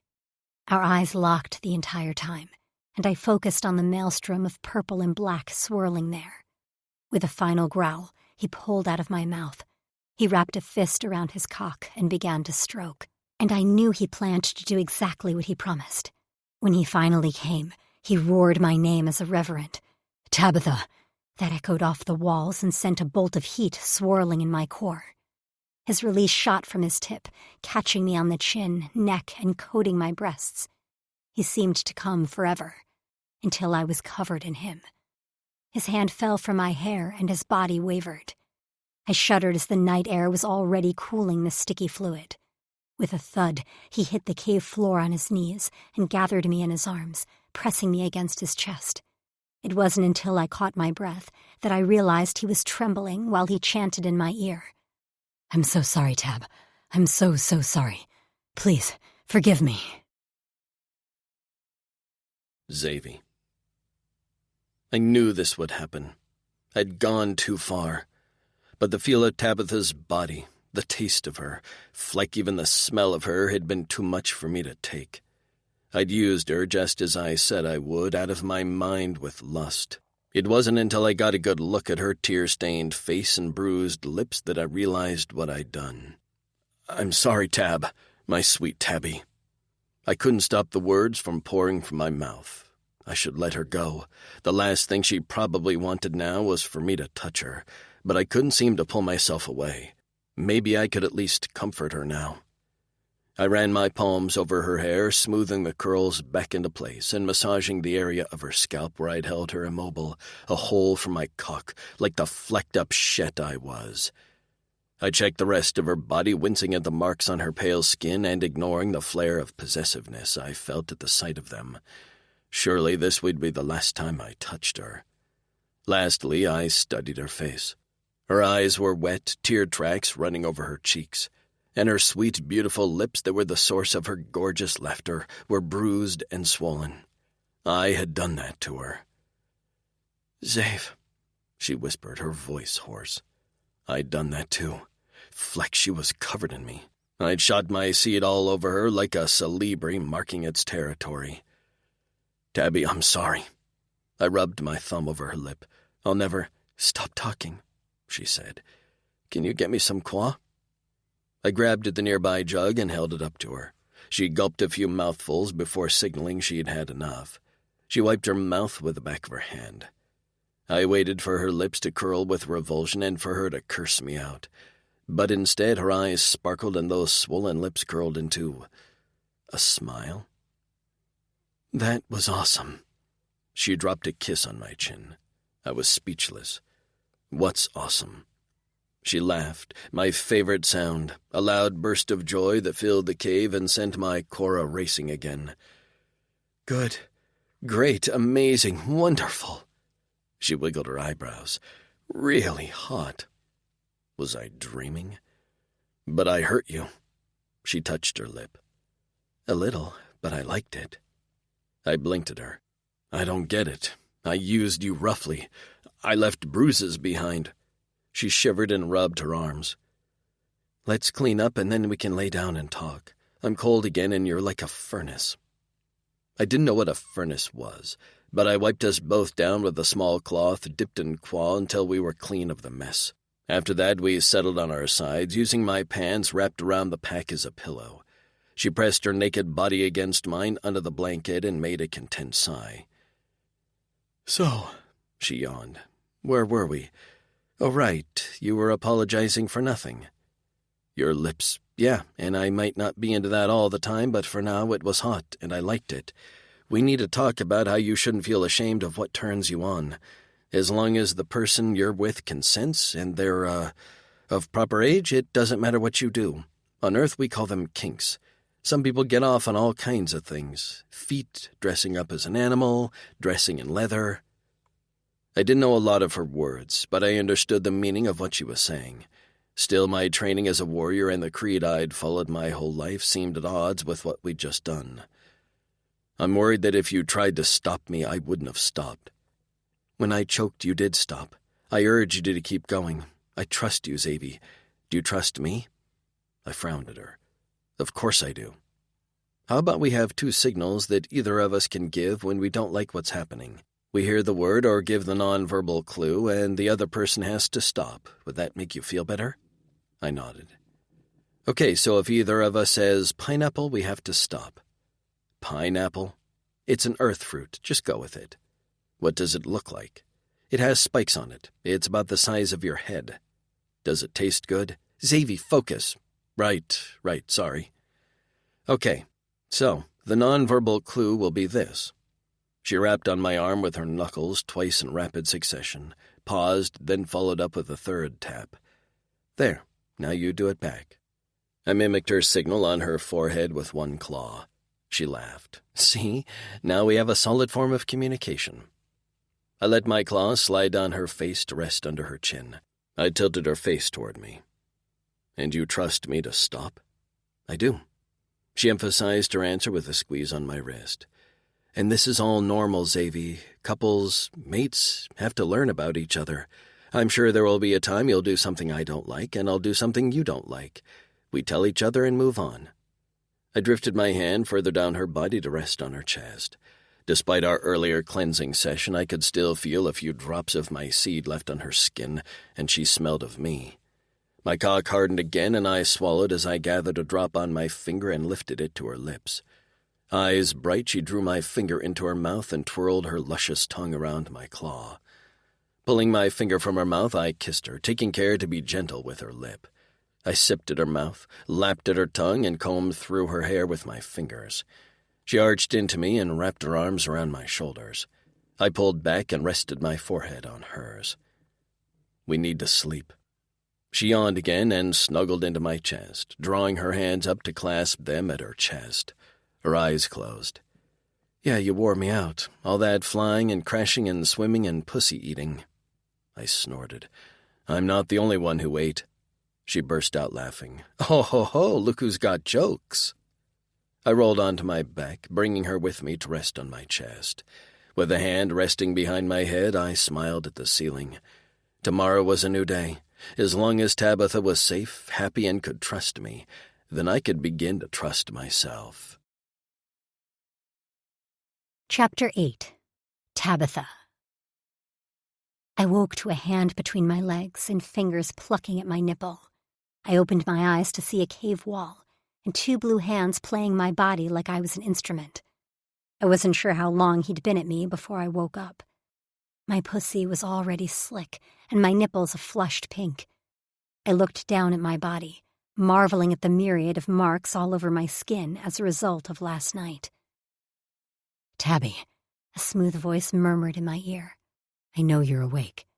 I reached behind me and sank my fingers into his hair. I am now.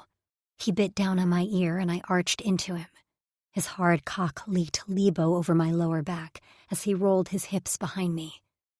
I want inside my Tabby this morning. You were last night. I want my cock inside you, making you scream this time. At his words, I felt myself grow even wetter. But I didn't want to make this easy on him. Maybe it was too early to test him. Maybe I should just play along and have lazy morning sex. But we'd had an important talk last night, and it was crucial he had paid attention.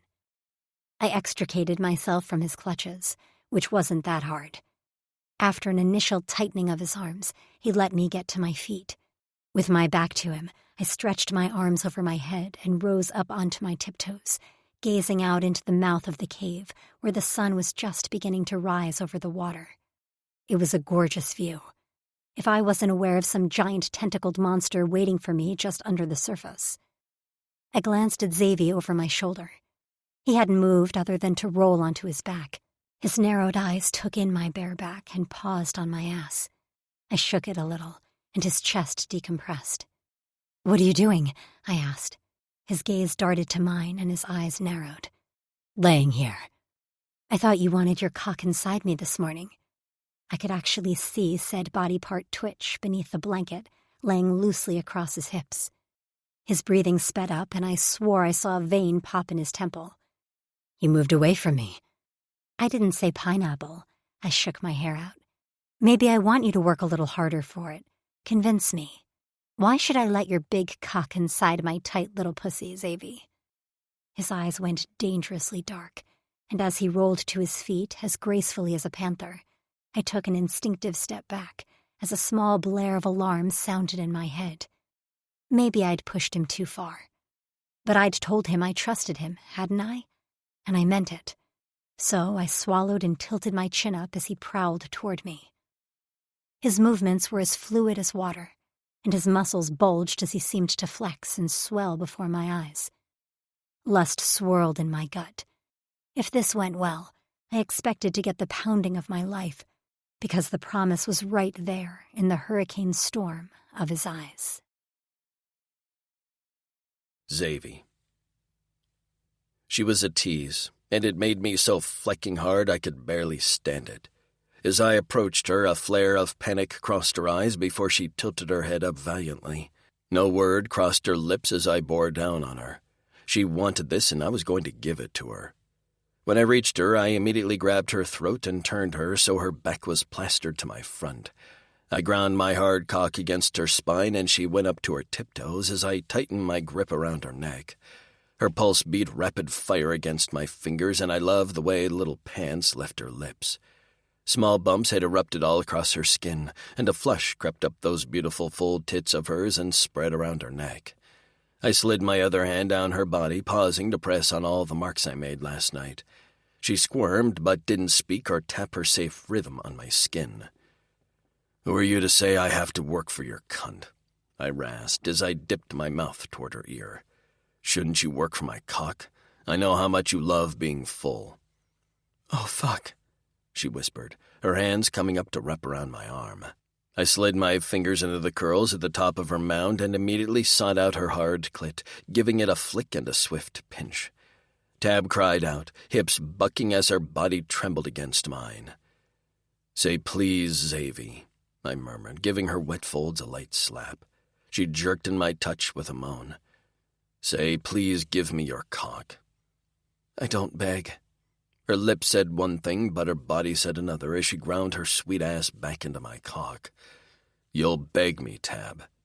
I pinched her clit and slapped her cunt again, harder this time, and she screamed, "You'll beg me until you're hoarse." She smelled like a flecking dream, so ripe and hot. My hand was already coated in her, and I hadn't even slid inside. I let go of her neck before giving her my command. "Get down on your knees. Spread your legs." She dropped immediately, as if she were relieved she no longer had to stand. With her knees spread, her cunt facing the freshest, I knelt behind her and fisted her hair. As soon as I yanked her head back, I kissed her. Her groan filled my mouth, and I continued to play with her body as I dueled with her tongue. There was nowhere I didn't touch, from rolling her nipples to caressing her cunt. Her hips rocked back and forth slightly, and I knew she was ready to be filled when I gave her lip another bite and her cunt another slap. When I pulled away, her eyes were glazed over and her mouth slack and wet. "Beg me," I murmured. "Please, Sammy." She swallowed and fisted her hands on her thighs. "Please give me your cock." I nearly came from just those words, which I felt over every inch of my scales like a battle cry. I hauled her into my lap, her back to my front, and as soon as her legs straddled my thighs, I lined up at her entrance and slammed her down on my cock. Her ass hit my groin with a slap, and she threw back her head, sending a cascade of curls across my chest while she shouted out my name. I didn't give her time to catch her breath because I was out of my mind. I drove her onto my cock as I thrust up into her. I needed to hear her scream with pleasure at the end of my cock. I dug my fingers into the soft flesh of her hips, already eager to get a look at the marks that would surely appear there later on her pale skin. In front of us, the sun rose over the freshest, and the orange rays on her glistening skin made her sparkle like a living image of Fatas. Her purple head turned, and she speared me with a wild gaze as she fell forward onto her hands. I followed her until she braced herself on all fours while I knelt behind her, pounding into her sweet cunt while she gushed and writhed beneath me. Did I earn it?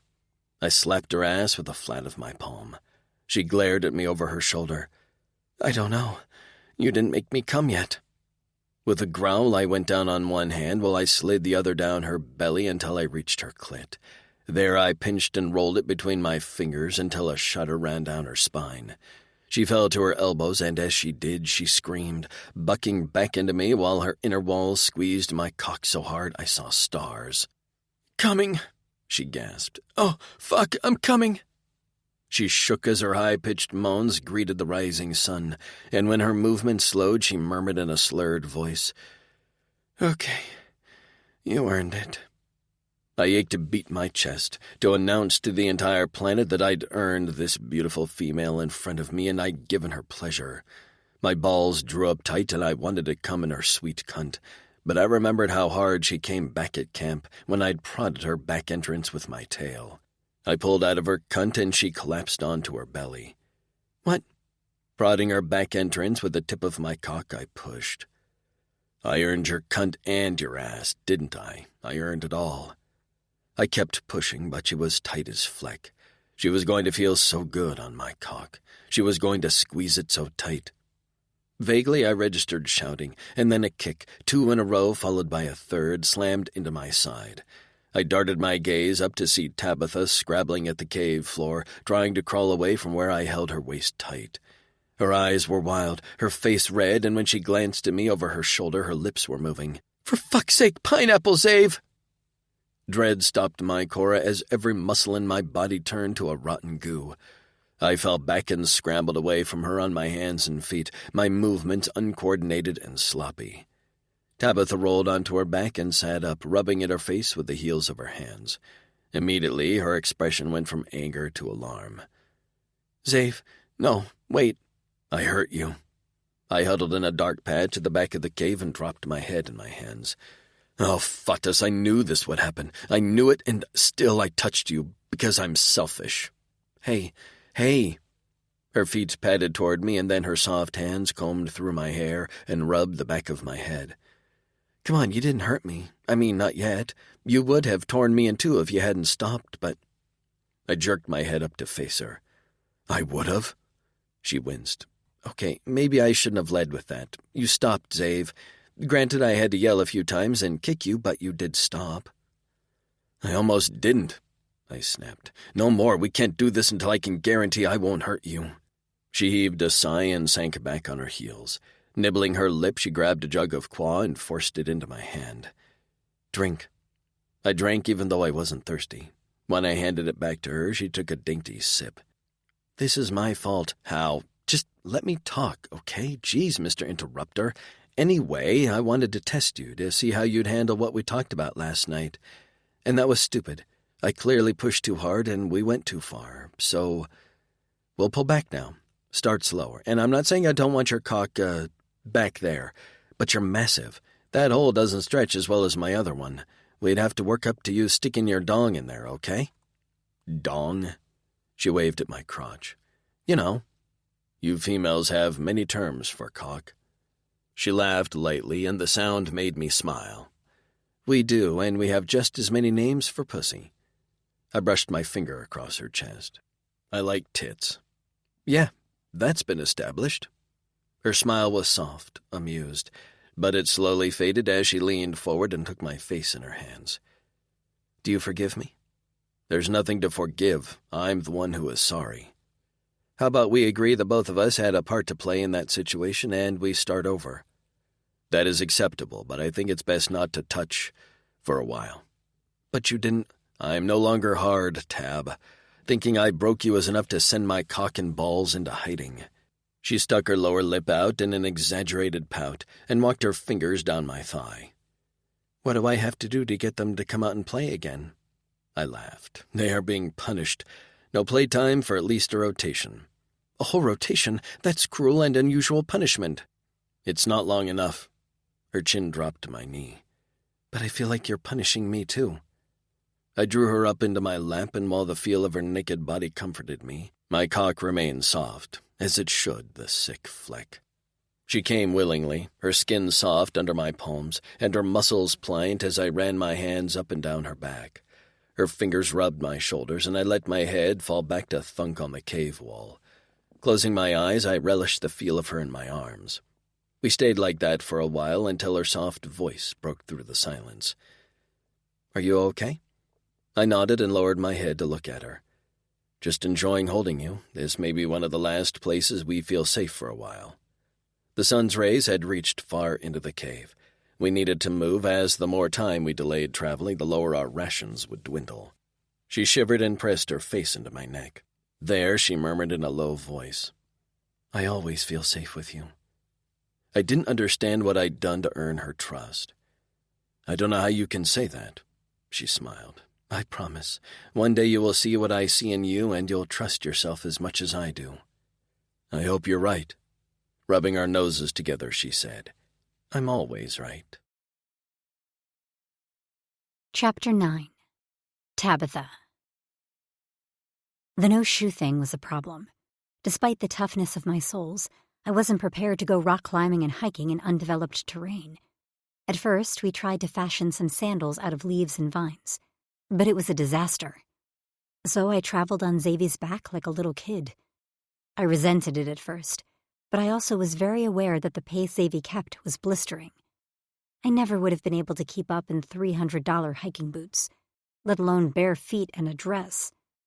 At least I'd gotten my panties back, which Xavier had sheepishly pulled from his pocket to hand to me. Leaving our cave was bittersweet. I'd come to like that little place in the few hours we'd been there. When we exited the cave, Xavier had to scale a steep cliff with me clinging to his back.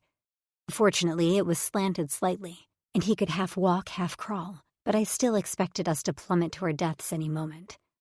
Xavier, being Xavier, seemed to enjoy the thrill, telling me excitedly about a time he hiked a cliff face with Sax while fighting a Rhizar pack. He spoke as if it was just another day, a fun little adventure, which had resulted in 12 Rhizar deaths and Sax with a spear sticking out of his thigh. Xavier laughed, recalling Sax's limp on their way back to camp. These Dricks had weird senses of humor. We reached the top, and I was able to study this continent's land for the first time. Jasper, the continent where the Dricks and Aldani made their home, was more of a deciduous forest with streams, lakes, and vines. Here, the humidity hung in the air like a thick blanket, making it hard for me to catch my breath. My dress and hair clung to my damp skin, and I would have given anything for a proper bath.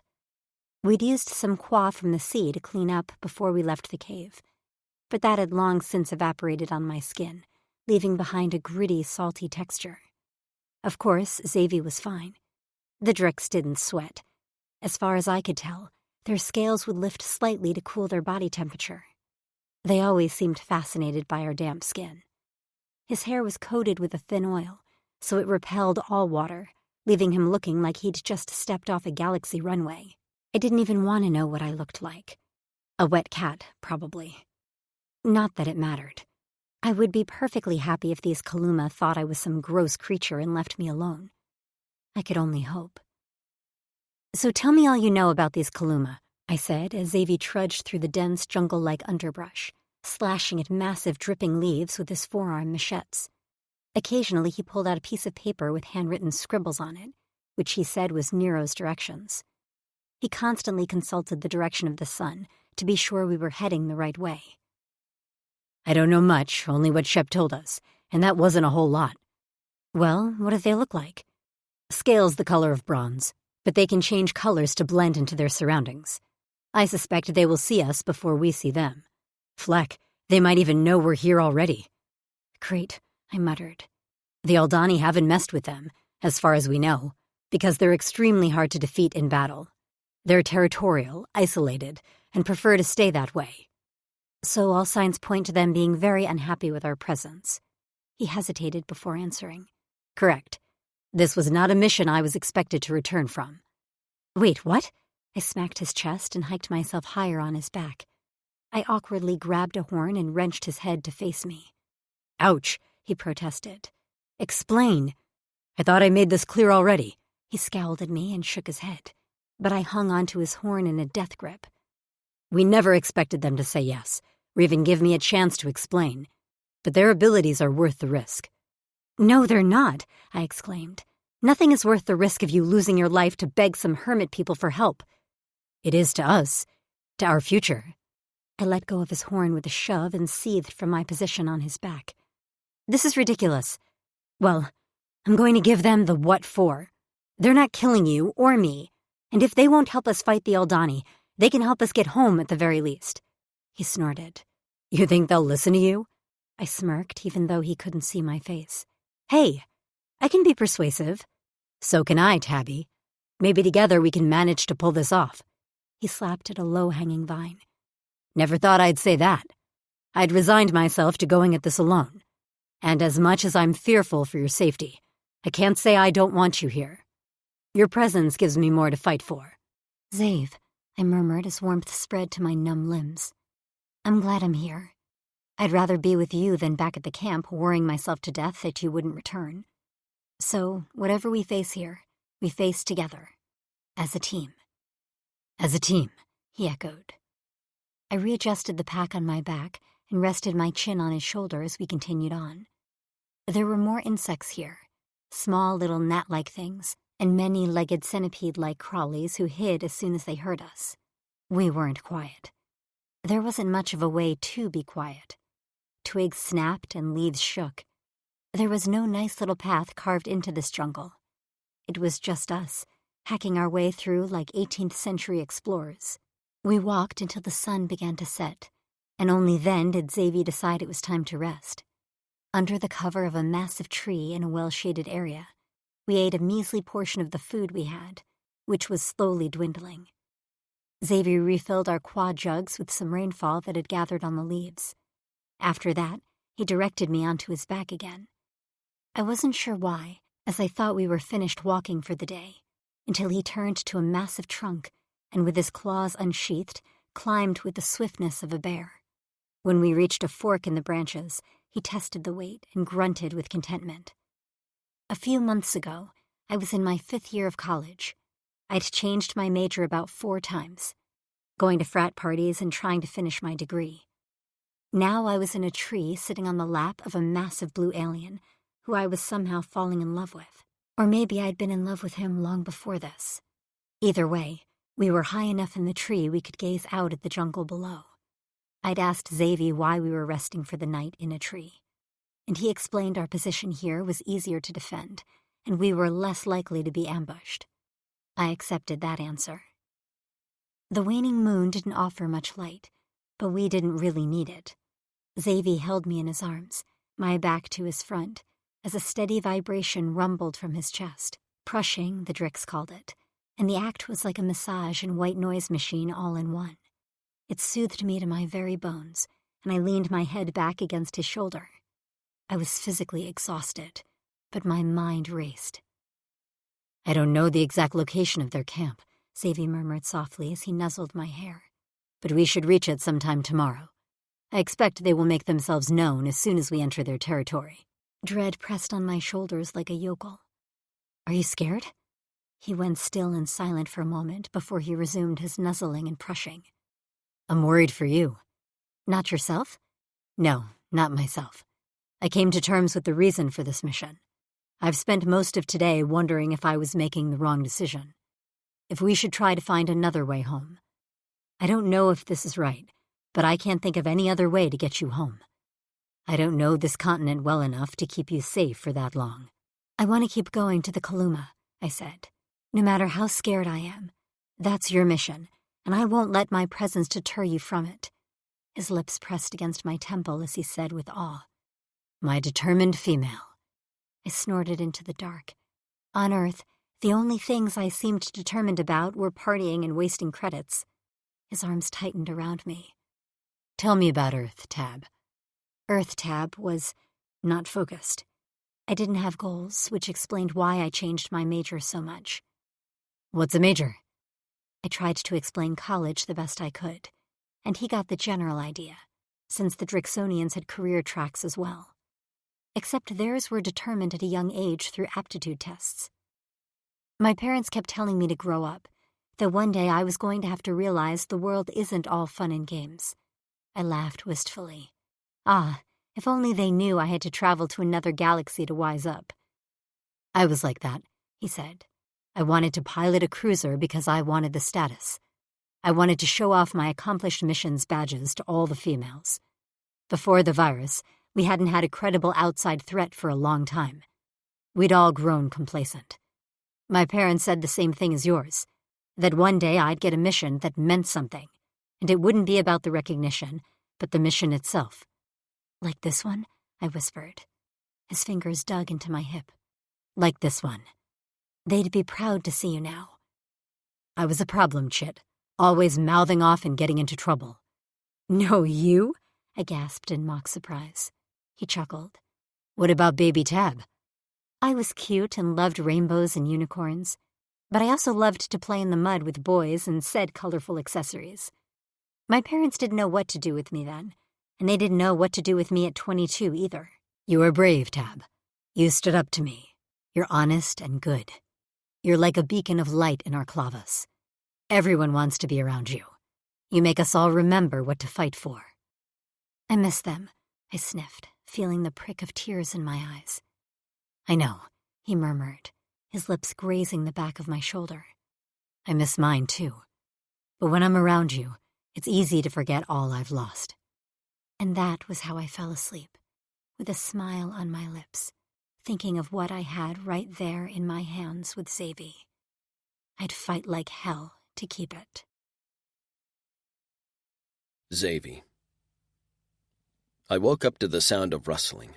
I opened my eyes to find Tabitha had turned in my arms in the middle of the night, and she now straddled me, her face smashed into my chest. I'd noticed in the cave she moved often in her sleep and often sprawled over me like a chit. It was one reason I'd locked my arms around her so we both didn't find ourselves falling out of the flecking tree. I stretched my toes and remembered about the rustling. I glanced up, expecting to feel a soft breeze wafting through my hair, only to come face to face with a massive feathered beast.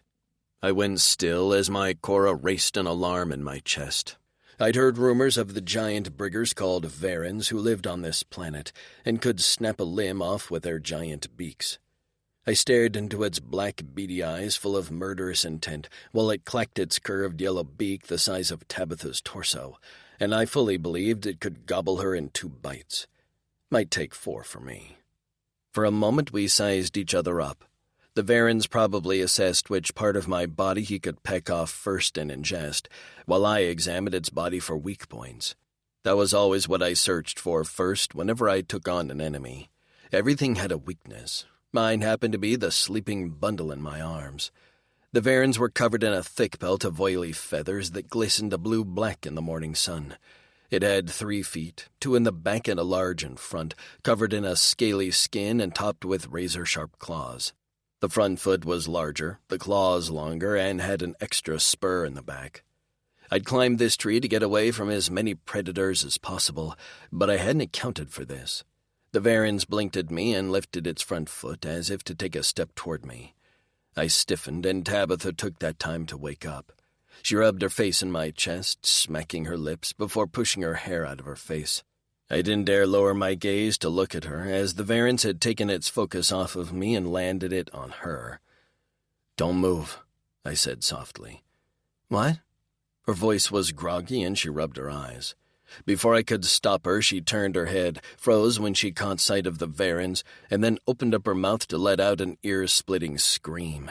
The jungle erupted at the sound. The Varens threw back its head and let out a series of whooping calls as it flapped its wings aggressively. Somewhere in the distance, other Varens answered. Animals in the underbrush below us skittered away, probably seeking to hide at the sound of what I could only assume was a Varen's hunting call. We were the prey. Tabitha shot her arms over her head and waved her hands at the massive animal. "Shoo!" she shouted. "Go away, fucking vulture!" I was already dragging her away as she taunted the animal that definitely wanted to eat us along with its friends. I didn't bother climbing down the tree. There wasn't time. With Tabitha in my arms, still screeching at the bird, I leapt from branch to branch. Crashing sounds from above us let me know the Varens was descending, slamming into leaves and tree parts with its giant wings. Dozens of whooping calls sounded around us, and I knew it was only a matter of time before a flock descended on us. I could fight one Varens, but a whole group? I'd be flagged. I risked a glance up the tree and found another Varens had joined our initial enemy, and they bore down on us, beaks open and snapping as they sought a fresh flesh breakfast. I'd climbed high on purpose, attempting to keep us safe from ground predators, so it was a long way down. My heel glanced off one of the last branches, and I knew in an instant when I couldn't grab purchase we were going to be going down. Fast. I wrapped my arms around Tabitha and curled into a ball around her huddled form. The sense of free falling was disorienting, especially as leaves smacked me on the way down. A nearby branch slashed into my arm and pain streaked up my shoulder. We hit the ground on a slope and tumbled until we came to a stop at the bottom of a ravine. Varens circled overhead, screaming out their frustrations at being unable to penetrate the dense jungle underbrush to get to us.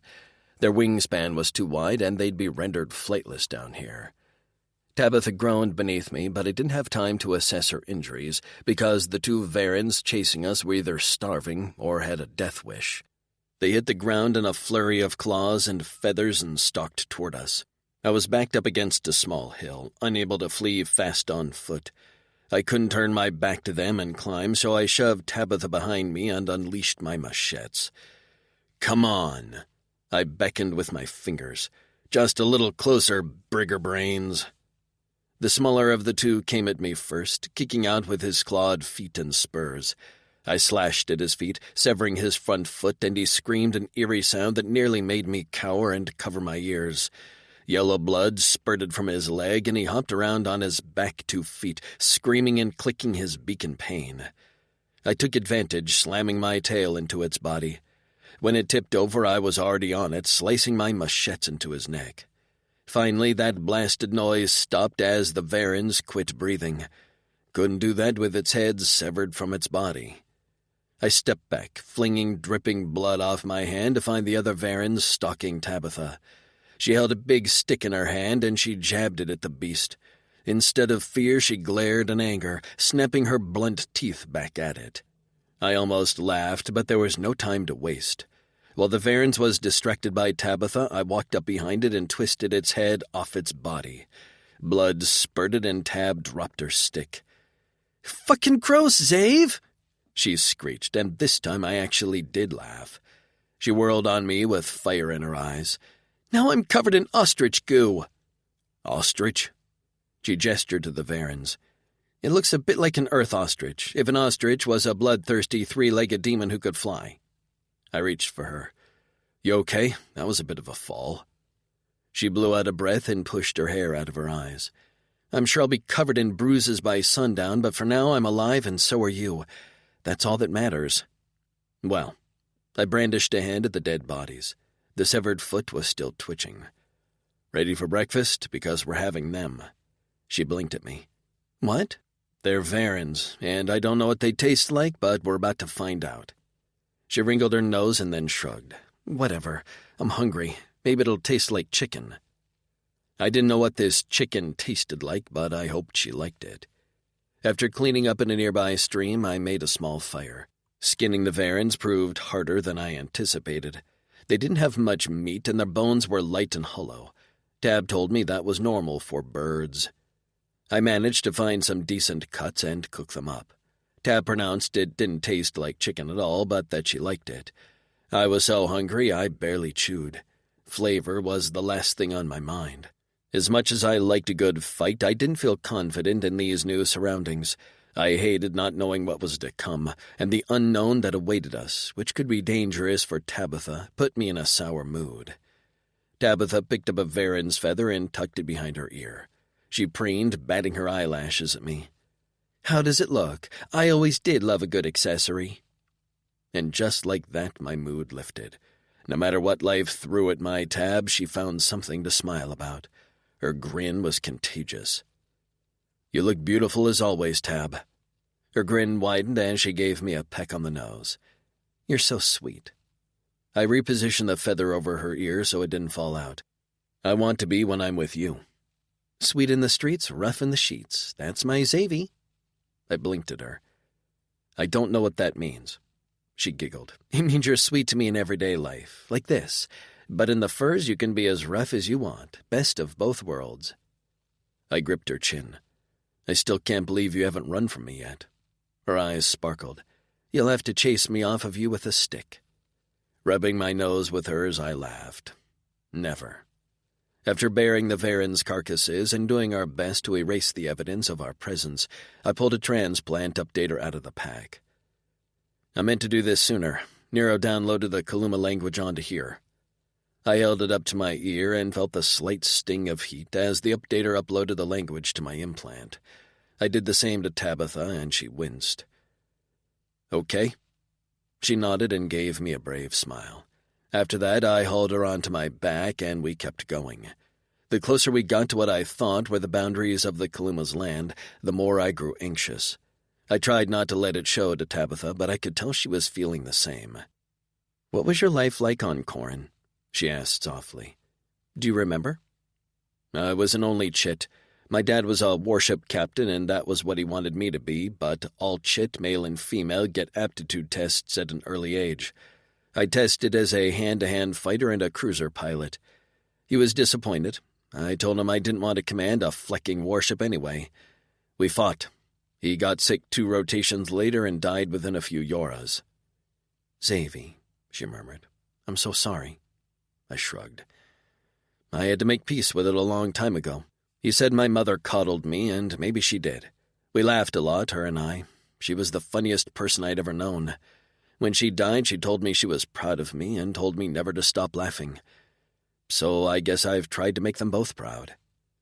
If they could see you now, Xav, they would absolutely be proud. You're respected. You took on this mission knowing the extreme risks. I carried a lot of guilt for my desires. Even at a young age, my fantasies had been different. I wondered if my father always saw that in me, and that was why he was so hard on me. "No," she answered quickly. "Don't make me repeat myself. There's nothing wrong with you. There's nothing wrong with me, and there's nothing wrong with us together." She gripped me tighter, and her arms seemed to ground me. "I'll prove it to you if it's the last thing I do." Her words cut off on a scream as she was wrenched off my back. "Tab!"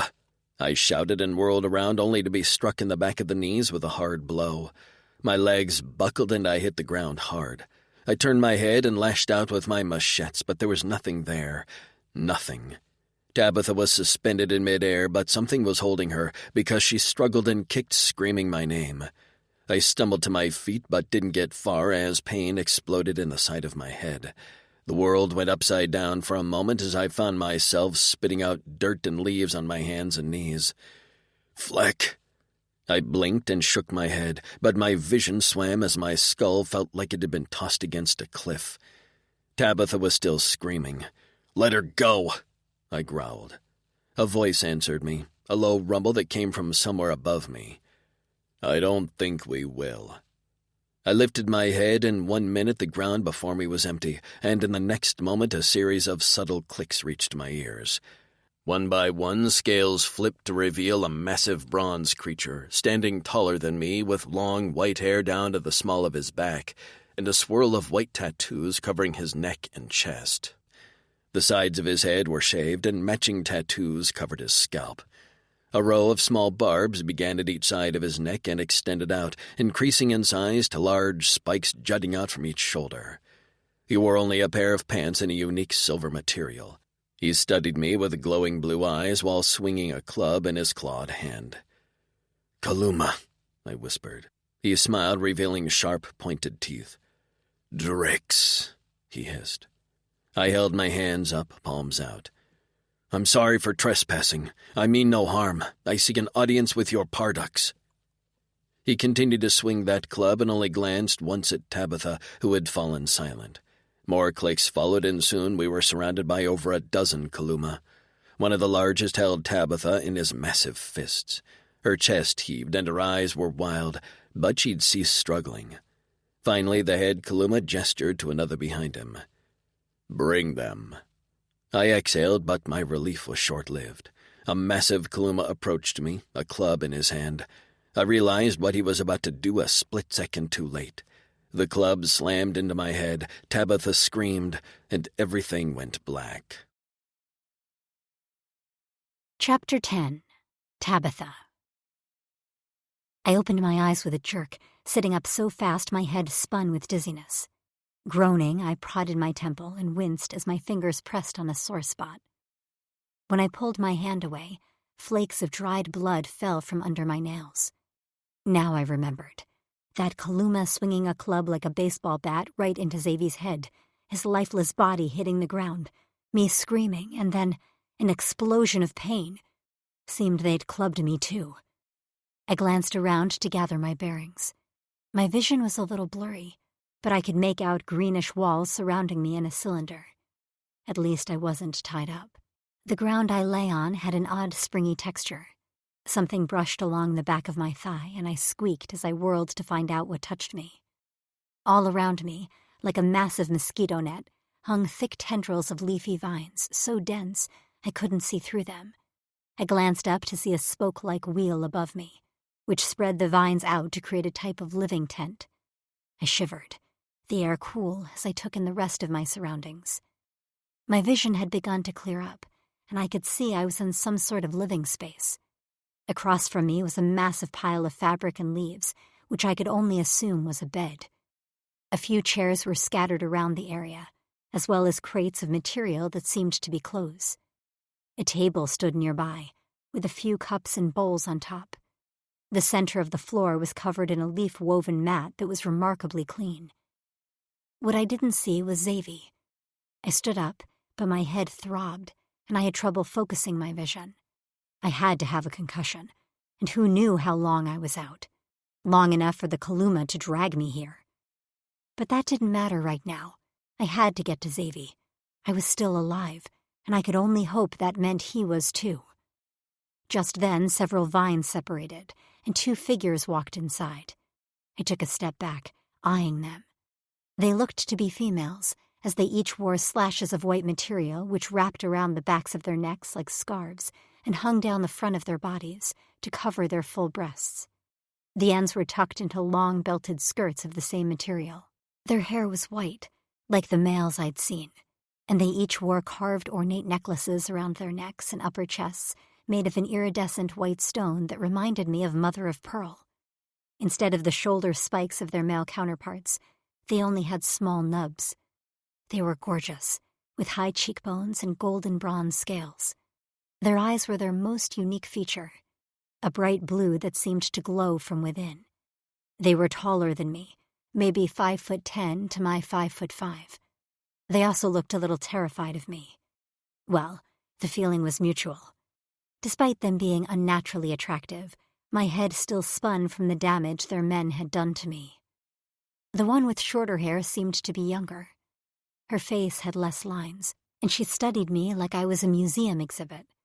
She held fabric draped across her two open palms, and she eyed me before turning to her companion. "Has Varnex seen her? She's pale and small. What could he want with this creature?" The other one sighed. "You know Varnex. He wants to collect anything unique." Hi," I waved. "I can understand you." Both stared at me, and then the one with the fabric dropped it and opened her lips. A split second of a scream got out before the older one clamped her hand over her mouth to muffle the sound. "Gerla, go get Sheriff." She took her hand away with a pointed look. Gerla's eyes took up nearly the entire top half of her face. "But Wensla, Bosa said—" "I know what he said, and I don't care. Go get Sheriff." Gerla nodded, and with one last look at me, took off like a shot, her skirt billowing behind her. Then it was just me and Wensla, facing off against each other. I had zero idea how to fight, but I readied myself in case I had to slap a bitch or pull some hair. Maybe she saw something in my eyes because she held up her hands. "I won't hurt you." I pointed at my head. "Well, I don't really trust anything any of you say. And how can you understand me?" She picked up the cloth Gerla had dropped and brushed off some debris with a sigh. "There isn't anything that happens on this planet that Varnex doesn't know about. He knew the moment the Ragul delivered you humans, and Varnex ensured we would be able to communicate." I eyed the opening directly behind her. "Well, that's great, but all I care about is Xavi." She cocked her head. "Xavi?" "The Drixonian I was with." I swallowed and remembered our plan. "My mate." It was her turn for her eyes to go wide. "Your mate?" Her gaze skittered over my body. "But where is your mating collar?" She brushed her fingers over her necklace. "Collar? What? No, I don't wear a collar. But he's my mate." "Varnex will not honor—" The vines opened again with a vicious whipping sound, and a large Kaluma male stepped into the tent. And by large, I meant massive. He was bigger than any of the other males we'd seen earlier, and older. Built like a world's strongest man competitor, his barreled chest expanded as he filled the room with a presence that was nearly suffocating. He wore a kilt-like skirt that fell to the top of his knees and no shoes. He was scarred all over with little nicks marring the bronze of his scales. He stared down his nose at me with a mixture of curiosity and desire. I instantly disliked the vibe and took note of Wensla's posture, which had turned from confident to submissive. And not willingly submissive. After making a small sound that sounded like a curse, she fisted her hands where she held them, clasped against her belly, and tightened her jaw. Based on her reaction, and seeing as Gerla was nowhere to be seen, I assumed this was not Sheriff. With dread, I had a feeling this was Varnex, the Pardux, and he was in charge. I took in that the tattoos on his chest and neck matched the pattern of Wensla's and Gerla's necklaces. That did not fill me with good thoughts. The blue of his eyes was less bright, covered in a thin, milky sheen, which sent an eerie shiver down my spine as he stepped into my space. There was nowhere for me to retreat, and even if there was, my body was frozen in terror. This male looked like he could crush my head like a grape, and I wasn't about to test that theory. He picked up a lock of my hair and rubbed it between two calloused fingers. "Fascinating," he murmured. I was no stranger to men looking at me with want, but the possessive lust in his eyes made the hair on the back of my neck stand on end. I swallowed, finding my voice. "Where's Avi? Where's the Drixonian?" "She has an updated translator implant, Varnex," Wensla said softly, "and she says this Drix is her mate." "Making friends," he sneered at her. She ducked her head like a kicked puppy, and a ball of dread tumbled down my throat, choking me. "I'm sorry, Leave us." No, I absolutely did not want to be alone with this guy. "Where's Avi?" I demanded, louder this time. "I need to see him. You can't keep me from my mate." He scoffed. "He's not your mate." "Is he alive?" I darted my gaze to Wensla, who had parted the vines with one hand to leave. At my question, she paused and glanced at me over her shoulder. The pitying look she gave me sent white-hot rage singing through my veins. "Is he alive?"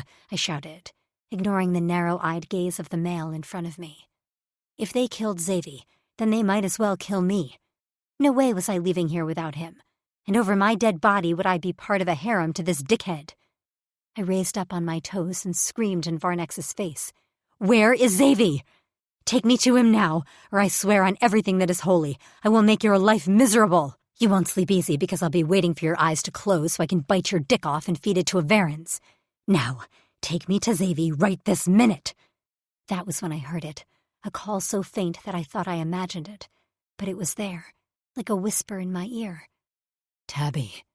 Varnex reached for me with a growl, but I was small and quick. I ducked under his arm and took off at a dead sprint, flying past Wensla and out of the vine room like the devil was on my heels. Except I didn't get far. I took a few steps on the spongy ground and stopped dead, pinwheeling my arms so I didn't fall to my death. I found myself maybe 6 stories above the ground, on a brown mossy platform which extended out from a massive redwood-sized tree, like a large mushroom out of some fantasy land. Below me was a network of mushrooms platforms, all with vine roofs and walls.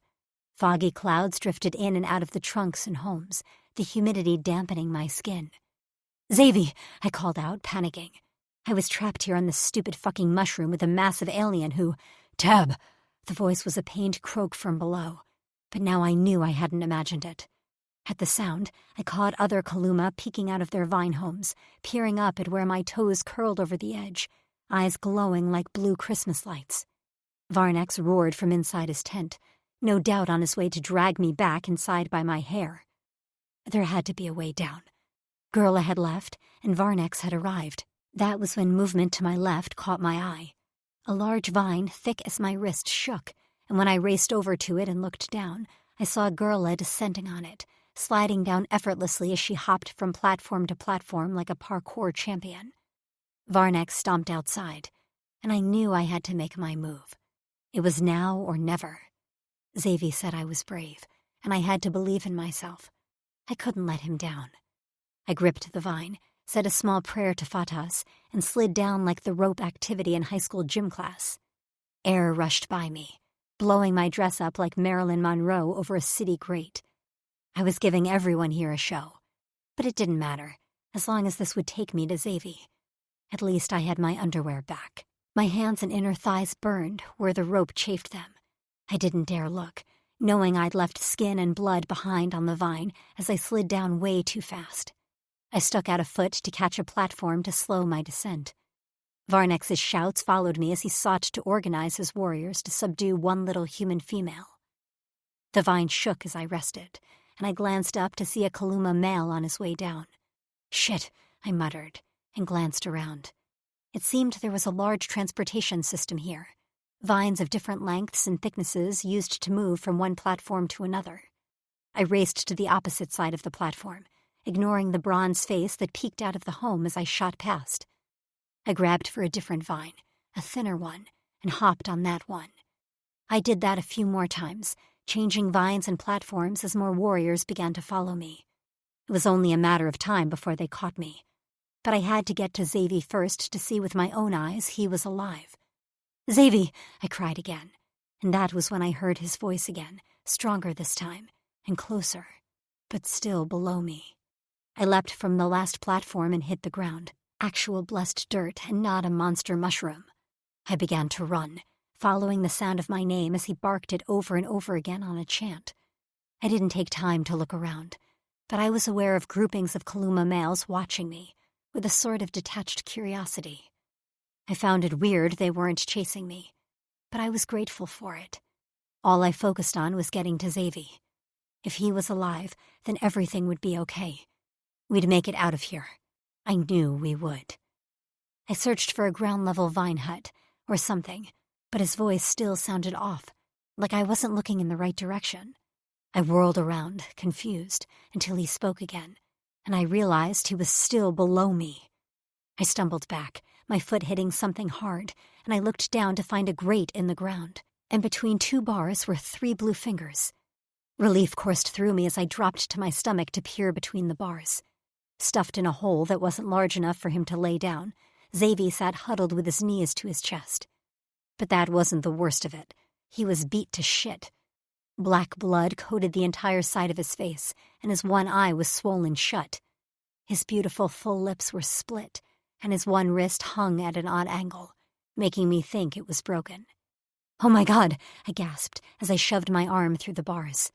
Our fingers met, locked, and he smiled, which only made his lips bleed more. "Xavi!" I couldn't stop the sobs from bursting from my mouth. "What did they do to you?" He shrugged, but the action was stiff.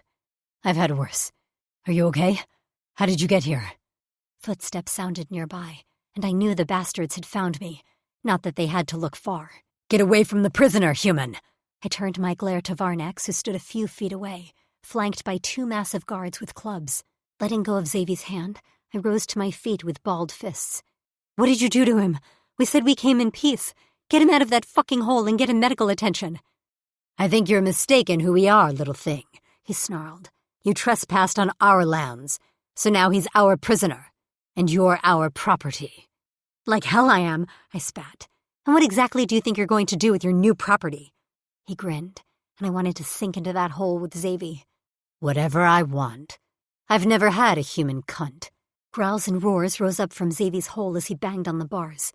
"Touch her and I'll strip your skin from your bones. She's mine, my mate." "She has no marks. She's unclaimed." Varnex cocked his head. "But not for long." He tipped his head to a Kaluma behind him. "Bring her back. She needs to get used to her new home." "No fucking way." I put up my fists, like that was going to do anything. Xavi roared and beat the bars of his prison, but that didn't do a damn thing as 2 Kalumas gripped my arms in their massive fists and began dragging me away. My bravado all but gone, I dug in my heels, pleading and crying. They'd managed to drag me a few feet away when a figure slid down a nearby vine and hit the ground on a thud. A deep voice boomed over the cacophony. "What's this about, Varnex?" A large Kaluma stepped into our path. He was alone, except I noticed a few Kaluma stood slightly behind him, but off to the side, as if ready to step in when needed. Gerla also stood in the shadows, huddled with Wensla and a few other females. I wondered if this was the sheriff she'd been sent to find. He wore a pair of pants, gray boots, and no shirt. His hair hung down to the middle of his back, a few braids scattered amongst the shining white locks. Like the women, he had high cheekbones and big round eyes. While Varnex had a massive overpowering presence, Sheriff possessed more of a quiet intensity. His white tattoos swirled across his chest and rose up his neck like flames. When he moved, they almost seemed to flicker. His clear, bright blue eyes were intelligent, assessing, although he always kept Varnex in his sights. I sensed tension between the two, and I tried to calm my racing heart to pay attention. "I'm not required to fill you in on my activities." Varnex crossed his arms over his massive chest. Sheriff didn't snap back. He only nodded in acknowledgement. I didn't say you were. I'm asking. These two were found within our borders. Hostile? Any Drixonian presence is hostile. That's not true, I shouted. He told your men we come in peace. We wanted to talk. Talk about what? Sheriff asked. I'm not interested in talking, Varnex spoke, but he was looking at Sheriff when he said it. Do you intend to claim her? Sheriff asked. She's my property. She's my mate, Xavier roared from his hole. I whirled around to see his head spikes sticking up through the bars of his cage as his tail slapped angrily on the edges. Varnex ignored the racket. She has no marks. Sheriff's eyes narrowed.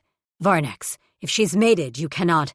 I can do what I want on my land, Varnex shouted, his voice booming so loudly the very ground seemed to shake. A few women whimpered, cowering against each other, and I got the sense that good things never followed Varnex's anger. I didn't know whether to weep or fight. Sheriff's jaw ticked, and that was the only emotion I'd seen him show so far. He did not cower in the crushing waves of Varnex's anger. We still have honor, father. I sucked in a breath. These two were father and son? There seemed to be no love lost between them. Varnex's eyes blazed. Watch yourself, son. He spat the last word into the dirt like poison. But Sheriff didn't back down. His face carefully blank, he said, Taking her as property when her mating situation is in dispute could bring down a whole army of Drixonians on your head. He came here, to us, which means his brothers know where he is. You want her? You challenge him for her. Challenge? I whispered. I accept, Xavier shouted on a growl. It's not first blood, Sheriff said. Challenge is to the death. My legs buckled. I still accept. Xavier banged his fists on the bars. I'll challenge any of you for her. I'll challenge you all, and I'll flecking win. His voice rumbled down my body, and while I was grateful he would fight for me, I didn't want this. Fight to the death? He'd give it his all, but in the shape he was in, how could he win against these invisible motherfuckers and this Varnex who was almost twice his size? Challenge, Varnex scoffed. Unbelievable. Why would I do that? Why wouldn't you? Something wicked gleamed in the Sheriff's eyes for a split second. You can beat one Drix. He isn't even the largest I've seen. I heard a grumble from Xavier, but I couldn't make out his words. Challenge him, beat him, and then no one can ever dispute your claim on the female. For a long time, Varnex only stared at his son, and then an evil smile stole over his face. He held his arms out to his sides. Why not? It's been too long since I spilled blood. He reached over and gripped my chin with his clawed hand before sneering in my face. And it'll make claiming my prize even sweeter. He'll have to heal first, of course, Sheriff added. No honor in fighting a wounded opponent. Varnex's head swiveled to his son. Of course. Varnex kept that eerie grin, but his teeth were clenched. His grip tightened on my chin until I whimpered. At the sound, he shoved me away. I only remained upright because of the Kaluma holding my arms. Pain sliced across my cheek, and I felt a trickle fall down my chin. When I glanced at my chest, a spot of blood bloomed on the neckline of my dress. Tab, Xavier called weakly. Are you okay? How did he know? Just a scratch, I shouted back. Sheriff motioned to two warriors who'd stepped closer behind him. Get him out of the hole. Tie him to a harka tree and give him some water and a meal. He said all this with his eyes on his father, daring him to deny Xavier a chance to heal. The warriors moved immediately, not waiting for Varnex's confirmation. I saw his nostrils flare at that, and a vein in his neck bulge in anger. Varnex turned to me. Let her stay with her mate another night or two. Let's see how long she lasts sleeping out here with her beloved before she's begging to join me. I'd rather be eaten alive by fire ants and have my eyeballs pecked out by ravens than let you touch me. I lunged at him, but arms held me back. He gave me a curious look before huffing a derisive laugh. I'll enjoy breaking that spirit of yours, human. He stalked off, knocking his shoulder into Sheriff's as he passed. His son didn't even stumble as he planted his feet, crossed his arms, and waited for his orders to be carried out. Chapter 11. Xavier. I was surprised I still lived. Two things kept me alive while I'd been beaten near to death: Tab and my mission. Two bronze hands unlocked the barred lid over my head and hauled me out of a stone-walled box. They weren't gentle, not that I expected them to be, and they dumped me on the ground unceremoniously. Unable to catch myself properly with my flecked-up wrist, I hit face first and got a mouthful of dirt. "Hey!" Tabitha cried from somewhere behind me. A scuffling sound followed. "It wouldn't kill you to be gentle with him, assholes." I liked her insults. I didn't understand them all, but she spit them with venom. I imagined she could be calling them something mundane like finger, and it would still sound like she wanted to slice their heads off. The thought made me smile, and my lips were still stretched in place when a Kaluma hauled me to my feet. He eyed me warily. "What do you have to smile about?" I blinked at him with my one good eye. "You'd smile too if you were lucky enough to have a mate like her." Surprise flickered in his eyes as he glanced at Tabitha. When he turned back to me, his expression was guarded. "I imagine I would," he said under his breath. His touch gentled as he marched me over to a large tree. I stumbled along after him. "There are females here." I'd seen a few while they were clubbing the life out of me in the middle of their settlement. "None interested in your ugly face?" His expression turned stormy, and he shoved me roughly to the ground so that my head slammed into the trunk of the tree with a thud. "You talk too much," he growled. I would have shrugged if I had the energy. "Not the first person to tell me that." I rolled to a sitting position, my back against the trunk, as hands tugged at my body, rearranging me. Bare feet and legs entered my limited vision, and I tried to reach for her, only to find my one hand already bound to the tree with a shackle. I tugged on it, but the metal links were strong. Maybe at my full strength I could break them, but not with my ribs screaming like this. My brave, beautiful Tabby collapsed at my side, her hands immediately gripping my face. I couldn't hold back the groan as she rubbed her thumb over a sore spot on my jaw. I was sure there were a few cracked bones in my face. "Zafe," she murmured, tears streaming down her dirty face. "Oh God, I'm so sorry." I shook my head, trying to reassure her. "Not your fault. I knew this would happen." "That they'd nearly kill you?" "For trespassing? Yeah. My only hope was they wouldn't kill me, and since I'm not dead yet, I consider that a win." "Crazy Drix," she muttered. She looked over her shoulder, and I only just now realized that Sheriff stood behind us with two of his warriors. He still wore that weird, blank expression of his. "Can I have something to clean his wounds with?" she asked him. "Wensla is bringing them." His gaze stuck on where Tab held my face in her hands. I ran my hand up her arm, and his eyes darted there. Held. His chest expanded before he exhaled with a rough breath. There was something weird going on here, and I was going to find out what it was right after I ripped the flecking head from that Pardux's body. I knew I had to observe, be alert, but my head swam and my body ached. I needed to rest first, eat and drink, and then I'd plot how the fleck I was going to beat an opponent who could turn invisible. A group of about 5 Kaluma females approached us, each carrying supplies. I didn't trust them because I didn't trust anyone in this place. The one leading the pack, who looked to be the oldest, placed a bin of cloudy qua and a rag near Tabitha's feet. My mate immediately dipped the rag in the qua before hesitating. "Why isn't it clear?" The female glanced behind her where Sheriff stood. He gave her a brief nod before she answered, "It's a cleaning solution, but Varnex wouldn't approve, so please dump it when you're finished. Don't drink it either." She beckoned another female closer, who nearly tripped over her own feet in a rush to place several jugs of qua nearby. "Drink those." More females came forward with food, a few furs, and some stacks of fabric. Tabitha placed her hand on the older female's arm and squeezed. "Thank you, Wensla." She nodded, and her gaze drifted to me to study my injuries. "Varnex said you have 2 sundowns to heal, no more. The fight will occur at sundown on the 3rd day." I nodded. "That's enough time." "Enough time?" Tabitha squeaked. "Your wrist looks broken." I grabbed a strip of fabric and began to wrap it around said wrist. "It'll heal, Tab."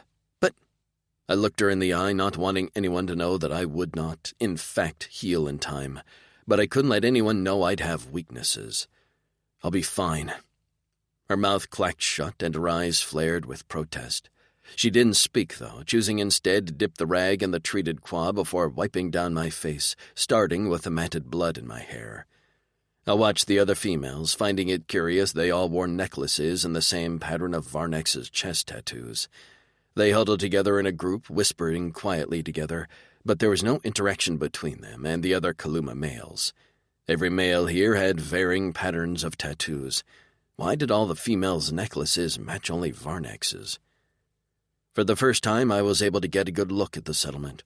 A group of harka trees rose high into the sky, and vine domiciles rested on fungus platforms.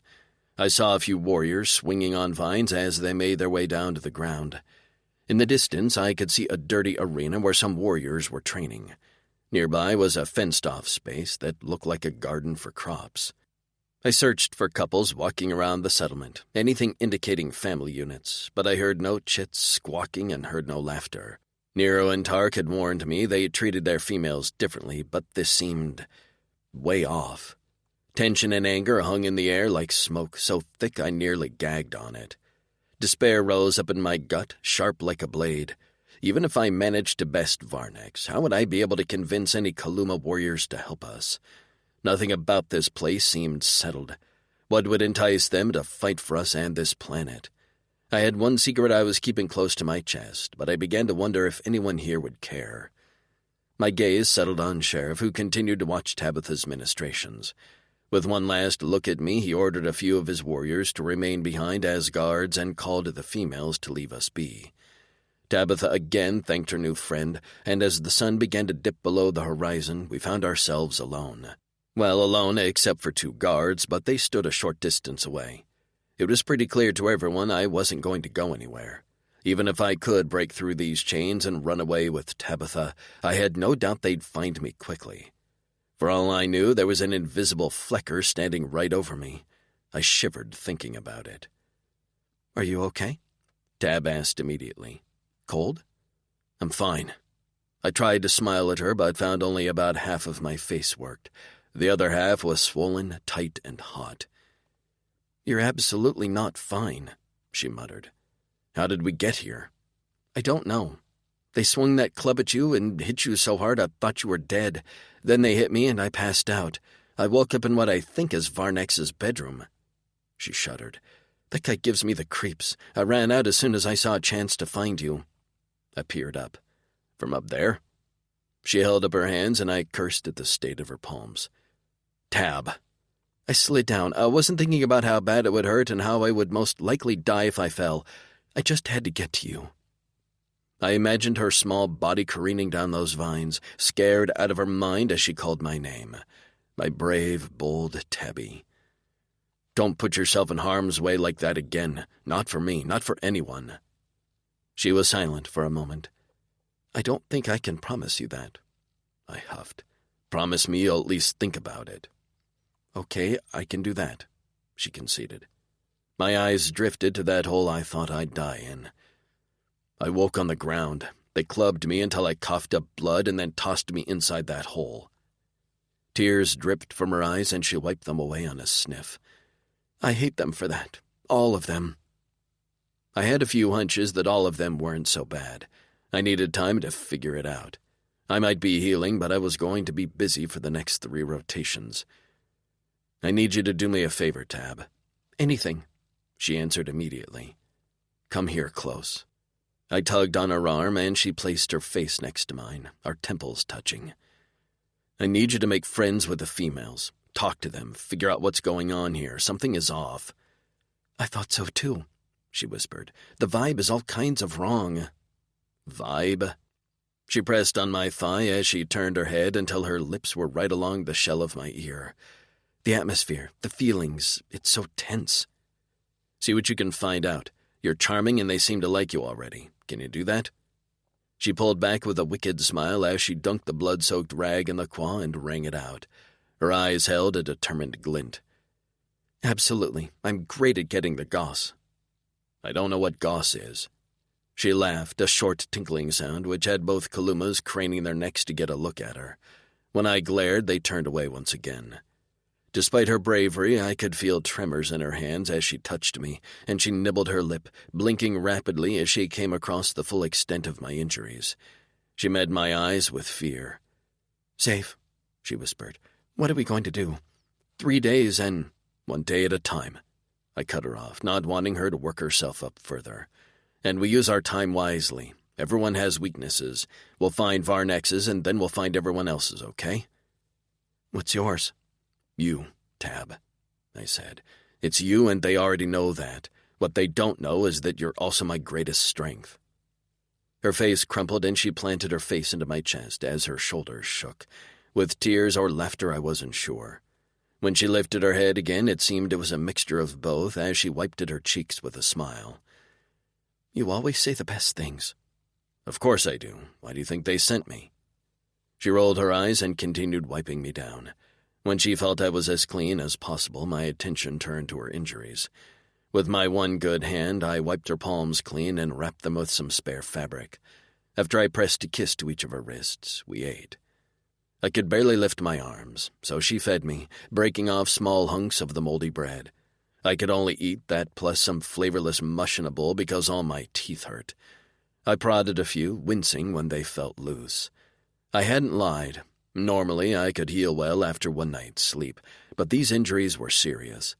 Thinking of fighting anyone right now had my entire body breaking out into full-blown tremors. Tab noticed and panicked until I got her to lay her head in my lap and cover herself with a fur. I prushed for her, the sound a little crackly and broken, but it was enough for her to fall into a fitful sleep. I followed soon after, begging Fatas to give us a little hope with the next sunrise. Tabitha. When I woke the next morning, Xavier was still asleep. We'd shifted in the night, so now he lay spooning me, his one bound arm bent behind him at an awkward angle. The other lay under my head, offering me his biceps as a pillow. Even in his sleep, he sought to give me comfort. A tray of fresh food sat beside us, and I wondered who placed it there. The porridge was still steaming, and I took a few bites along with a gulp of qua. I finished that with a handful of berries and left the rest for Xavier. I didn't need food like he did. I wasn't trying to nourish a healing body. After pulling on a pair of tattered sandals that Wensla had generously given me, I left him still sleeping and went in search of the Kaluma women.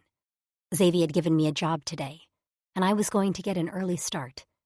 I needed as much time as I could to charm the females.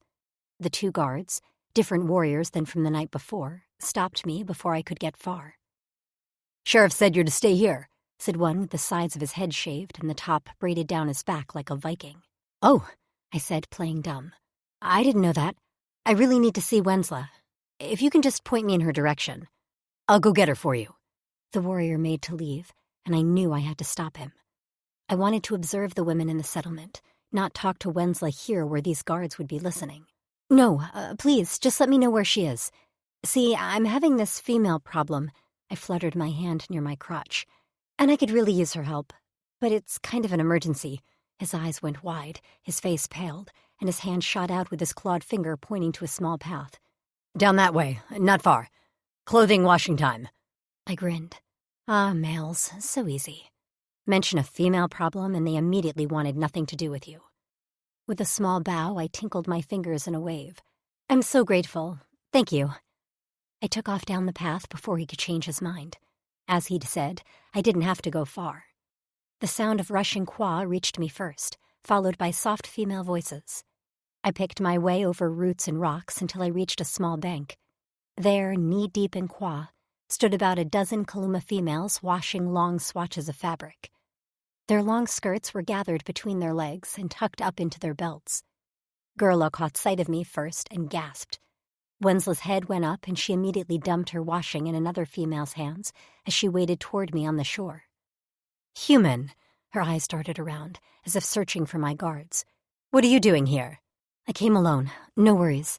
I told them I had a female emergency, which I do not, but they were more than happy to show me where you all were." Wensla's lips pursed, but I heard her mutter under her breath. "Too clever for your own good." I ignored that. "So, can I help? I've learned pretty quick on this planet how to wash by hand." I made a fist and flexed my biceps. This is from washing my furs, and only mine. I don't wash the other girls' stuff because I'm not touching all those fluids they produce with their Drix hunks. The Kaluma women stared at me like I'd gone mad. I hadn't realized Gerla had stepped up beside her until she spoke. You said change was coming when? A purple storm. Hush, Wensla said to Gerla, her gaze on me. Her hand came up and she brushed the front of her necklace before her shoulders hitched with a sharp inhale. Then she reached out a hand for me and gave me a stiff smile. Come, Tab. If you'd like, you can wash with us. I would like, I answered her with a smile and stepped into the swiftly running stream. The Kaluma females were taller than me, so the kwa swirled around my thighs by the time I reached them.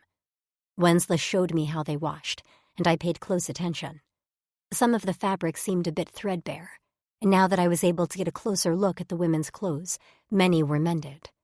Not that anything was wrong with that, but the women didn't seem happy. They didn't gossip or tease or make jokes. There was no laughter here. One of them caught the end of a shirt on a rock while she washed it and tore it. There was much consternation and tension after that, as they all huddled around the garment talking of ways to repair it. I wanted to get Wensla alone, and I finally found my chance a little while later. She'd retreated to a lone rock on the bank, eating a juicy fruit while staring thoughtfully at the water. Mind if I sit with you? I asked when I reached her side. She jerked and frowned, seemingly surprised that I'd caught her off guard. If you'd like. I slid onto the rock next to her and wrung out the wet ends of my dress. I'd have to ask for some clothes. This thing had seen better days. You don't trust me, do you? I propped my chin in my hand. She gave a short burst of laughter. I barely trust anyone. Don't take it personally.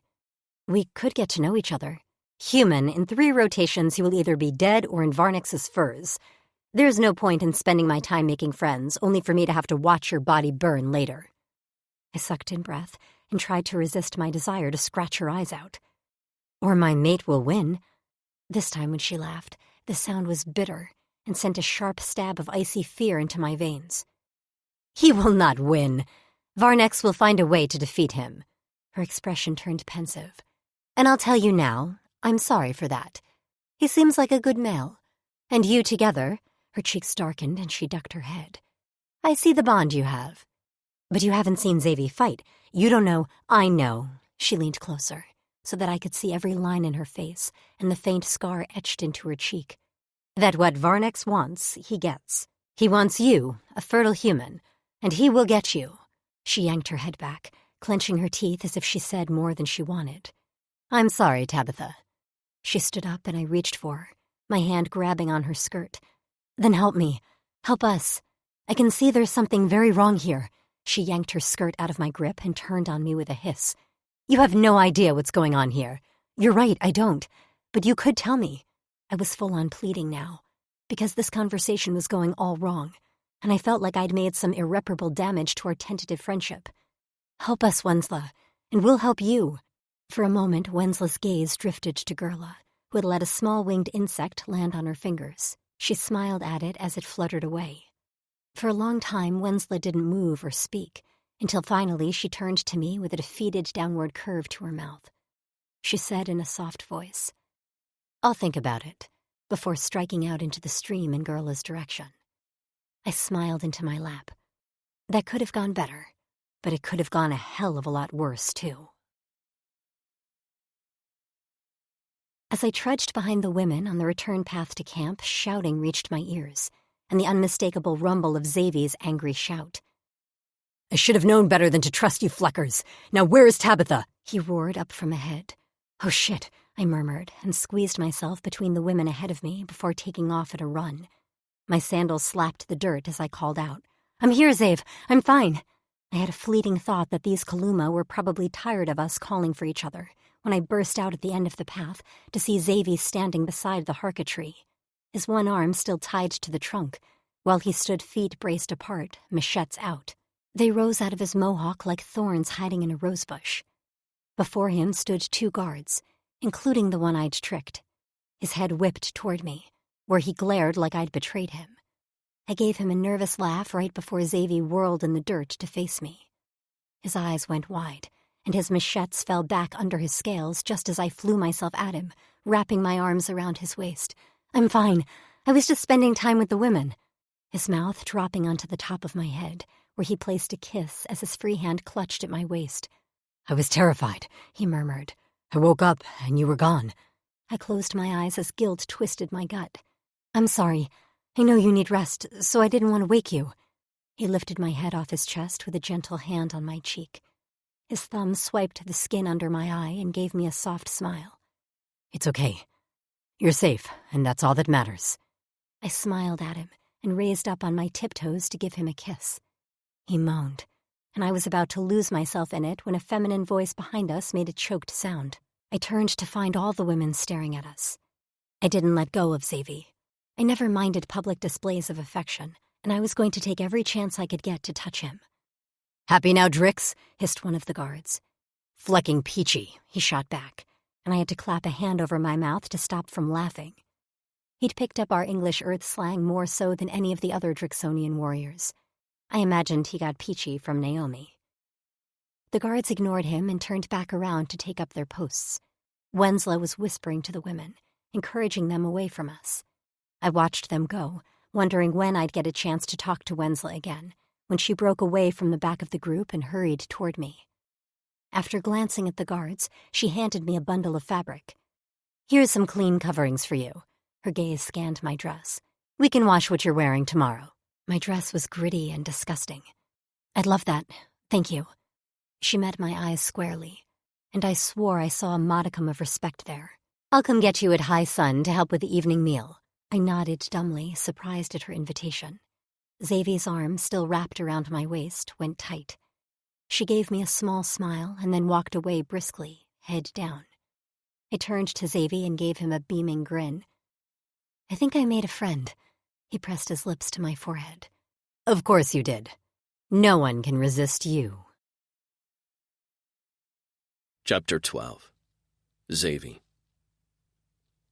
The guards let me off my chain only so I could take a piss and do my other business. I was tempted to aim my stream at them, but I resisted. I didn't need another beatdown. Most of the swelling in my face had gone down overnight, but my ribs creaked with each breath, and my wrist wouldn't be fully healed in 3 rotations. While Tabitha ate, I exercised as much as I could with my one arm tied to the tree. They let out some length in the chain so that I could do some push-ups and run in place. I even did some pull-ups on a low-hanging branch with my one good arm. I would use the trunk as a sparring post later when I could test my wrist in privacy. I didn't want anyone knowing where my weak points were. I didn't trust a single flecker in this place not to run and tell Varnex every report of my condition. I sat down on a fur and drew Tabitha into my lap. She came with a happy sigh, and I combed her hair with my fingers, fascinated with the way the curls sprang back. When I'd woken up and she'd been gone, I panicked. I had been convinced they'd taken her from me and was a moment away from tearing the tree apart to get myself loose. Then I'd seen her running toward me, hair flying. I should have known she had started early working on getting to know the females. "How do you feel about this afternoon?" I asked her. "I'm nervous, but excited." She picked at the fabric of the new dress she wore. "I think I made progress with Wensla. She's not happy, Xav. She looks beaten down, but there's a fire in her too, a bit of resistance left. Whatever Varnex and his place has done to her, it hasn't broken her, not yet. If anyone can get her to stick her neck out to help, it's you." "I hope." She nibbled her lip. At midday, a nervous Gurla arrived with lunch. She also came to retrieve Tab. I let her go with a kiss. She followed the Kaluma female to a large wooden structure at the far end of the settlement. Steam rose from a hole in the roof, and I assumed that was where the kitchens were. My stomach rumbled. All this healing made me hungry. I drank some qua and ate the lunch Gurla had provided, strips of cured meat and some mushy vegetables. My head no longer throbbed, and even though I could have taken a nice long rest, I forced myself to sit at attention at the base of the harka tree and study the settlement. Working the crops in the garden were a few females I'd never seen before. From this distance it was hard to tell, but they looked older, stooped backs, and a few walked with canes. They were the first females I had seen that wore necklaces with different patterns. None matched Varnex. A few older males worked with them too, and I could make out a few matching tattoos. So that was where the elder couples were. So where were the younger ones, the chits? A hunting party returned, marching through the settlement with a large, shaggy animal tied to a stake by its hooved feet. Some younger warriors brought up the rear of the group, not chits, but not full-grown males either. Thin and dirty, they were not much else but loincloths. A deep voice boomed from the training arena. A group of warriors trained with spears and clubs, hitting stuffed fabric bags propped up on sticks. The thwacking sound made me shiver because I remembered vividly what those clubs felt like as they hit my flesh and bone. They were all nude, and I realized why when they one by one camouflaged themselves as a trainer called out instructions. I realized they were practicing their ability on command, which led me to believe that it took a massive amount of control. A vine shimmied near the colony, and a moment later Varnex hit the ground, his boots kicking up dust. He wore a skirt-like covering of a thick, shiny material that fell to his knees. Other than that, he was bare, and his long hair was pulled back into a braid. He glanced over at me and met my eyes. His gaze held mine as he made his way toward a smaller arena, closer to me, flanked by a few of his warriors. I didn't look away, wondering what his game was. When he began to fight one of the warriors, his body shifting from visible to invisible with ease, I snorted to myself. I knew what kind of leader and warrior Varnex was. He ruled on intimidation and fear. No Drix would ever let an enemy see them train. It gave away too much. Even now I could see that he favored his left hip, and he left himself vulnerable at the back of his neck when he lowered a shoulder to ram his training partner with his shoulder spikes. Varnex wanted to scare me, intimidate me, make me afraid and nervous. But I was a Drixonian, and I was one of the best hand-to-hand fighters in the Night Kings. I wasn't intimidated. In fact, confidence pounded with every beat of my cora. I studied his every move. I watched as his camouflage flickered when he was struck. Stupid, stupid Pardux. He underestimated me. Most did. Of course, it still wouldn't be easy. If I couldn't see him, I couldn't take advantage of his weaknesses. My mind chewed on that problem, wondering how I would handle him when I could only fight blind. The hair on the back of my neck rose, and I whirled around. The air shimmered for just a moment, a slight blur in the shape of a male. I narrowed my eyes. Someone was there. Before I could say a word, a series of clicks reached my ears. Sheriff appeared behind me, crouched on the balls of his feet. He wore a pair of pants in that same shiny material as his father. His gaze was on Varnex training, and I returned to my own study, ignoring the Kaluma behind me. I wasn't about to tell him to leave, and I wasn't going to miss an opportunity to watch my opponent fight. When he lowers his shoulder on a charge, he does so at an angle. He leaves his left side open. Sheriff spoke in a deep, low rumble. Exposes his stomach. My shoulder tensed. Why was he telling me this? I noticed. And his left hip is weak, I finished for him. He favors it. I glanced back at Sheriff, who inclined his head in agreement. Old injury. Blanking takes energy. Blanking? I asked. When our scales flip to match our surroundings. When you go invisible. It has to be learned. It's not instinctive. If we're hurt badly enough or too tired, we can't blink. Was he going to tell Varnex I knew his weaknesses? Why are you telling me this? It won't be easy to defeat Varnex. He's Pardux for a reason. I eyed him, searching his glowing eyes, but they were expressionless. His face was hard.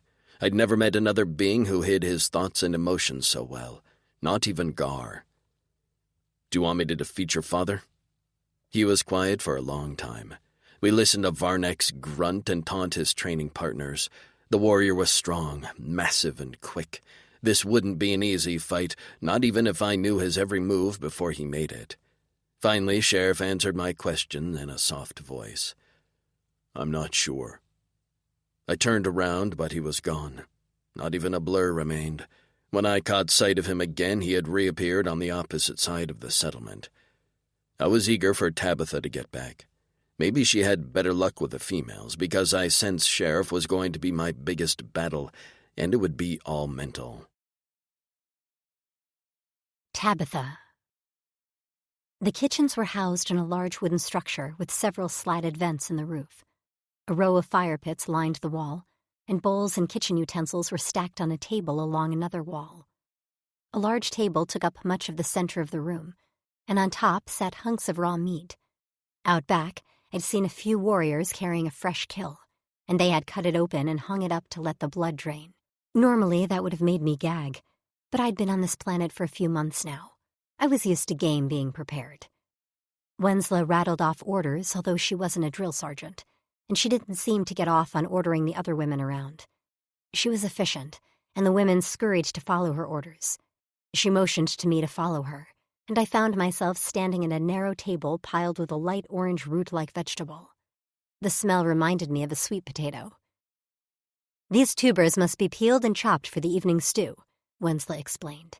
She handed me a crude knife, the handle wrapped in a scrap of leather. "Like this." She ran the blade over the skin, scraping off a thin layer before slicing it up in 1-inch cubes. When she was finished, she dropped the pieces in a large bowl between us. I immediately reached for one and copied her movements. I wasn't as adept with scraping. I would have killed for a vegetable peeler, but I got the job done. She watched me carefully before resuming her work. Conversation was limited. Several women worked behind us preparing the meat by hammering it into thinner strips and then slicing it. They seasoned it with what looked like a salt mix before handing it off to another set of women who threw it into a large iron pot to sear. Smoke filled the room, and since the only openings were the vents above us, it wasn't long before I was sweating through my new clothes. I pushed back my hair with the back of my knife hand, wishing I had some sort of hair tie. I never worked this hard peeling potatoes for mashed taters at Thanksgiving. I grinned at Wensla. She glanced at me with a raised brow. "It's a holiday in America, on Earth.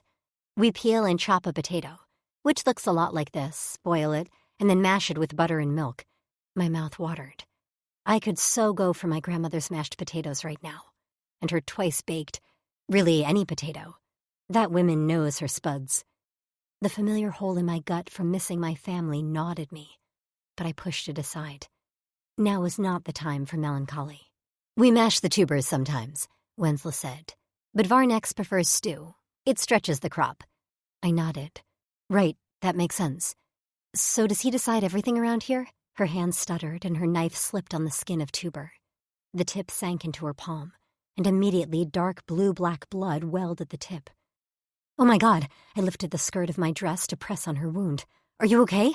She still hadn't made a sound, and when she met my eyes, hers were round and wet. Her throat worked as she swallowed thickly. "Yes, I'm fine. We should wrap this or something. I don't think anyone wants bloody stew." I said the last 2 words with an exaggerated British accent. But of course she didn't get the joke. I cleared my throat. "Do you have a healer area? Medicine? First aid supplies?" "Gerla," Wensla called, and the girl rushed over, her hands coming up to cover her mouth when she saw Wensla's injury.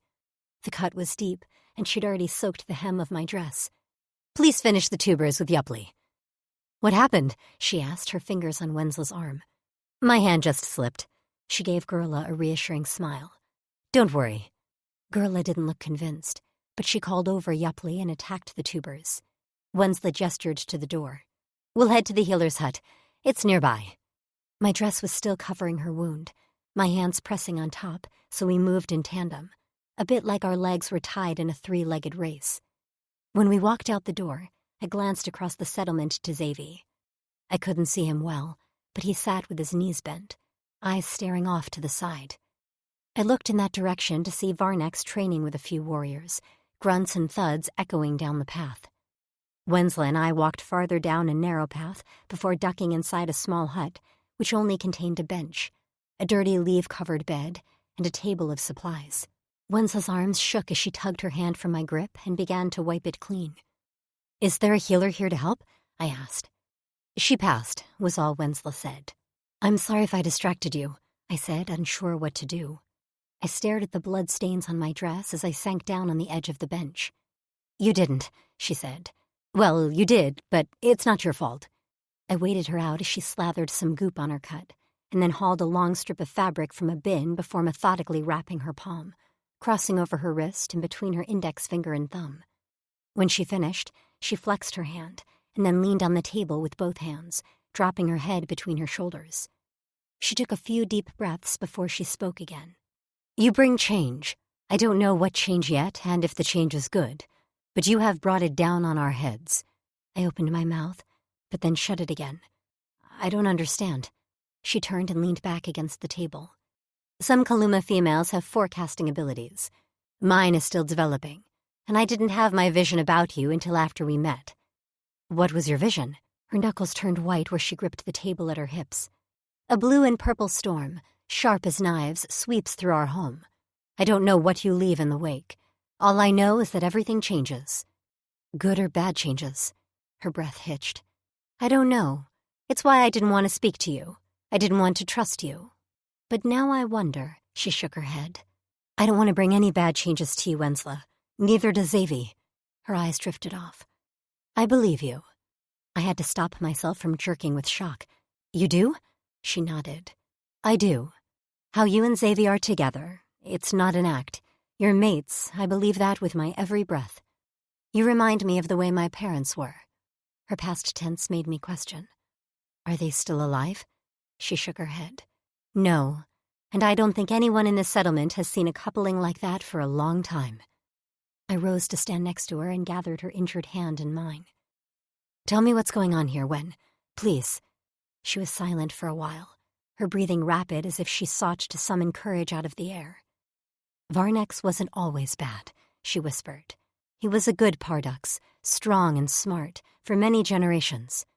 His devoted mate extended his life, and we prospered. Couples found mates, had offspring. Our crops flourished, and the hunting was plentiful. Sheriff's older brother was born, and we rejoiced in the birth of the future Pardux. Sheriff was born, and the two brothers grew up together. Then Kazel disappeared during a hunting party. Just like that. She snapped her fingers. No trace. That was 20 sun cycles ago. Varnex's mate, our Pardua. Wensla shook her head. She couldn't handle the loss of her oldest, her favorite, which she never denied. She took her own life. Oh no, I gasped. Sheriff was not yet a mature Kaluma, and Varnex went mad. He couldn't handle the loss of his oldest son and his mate. Went mad how? Wensla's eyes went unfocused, and she stared at a spot over my shoulder. When? Finally her gaze met mine, and her fingers brushed over her necklace before yanking on it with a vicious tug. He took all the fertile females in the settlement for himself. I blinked at her. Suddenly the pieces began to fall into place in my mind. The necklaces of all the females that matched his own. The lack of children here. The tenseness of every male. But how? Why would the warriors let him do that? For a while, we'd been birthing less females, which was a growing concern. Varnex insisted his genes must be used to repopulate. He would provide daughters for the next generation.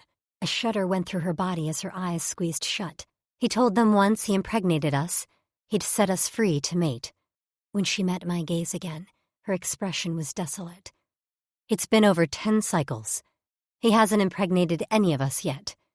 I shook with rage and had to grind my teeth together so I didn't scream. He sleeps with all of you? She nodded. On a rotation. Gerla avoided his attentions because she was too young. But she recently matured, and I can't. She let out a short sob and bit down on the back of her hand. I can't let her go through it. I'd let him grunt over me every night if it would save her from it. But it won't. She inhaled sharply. I'm willing to risk the storm. We can't go on like this. We will die out. And no one sees this? No one will challenge him.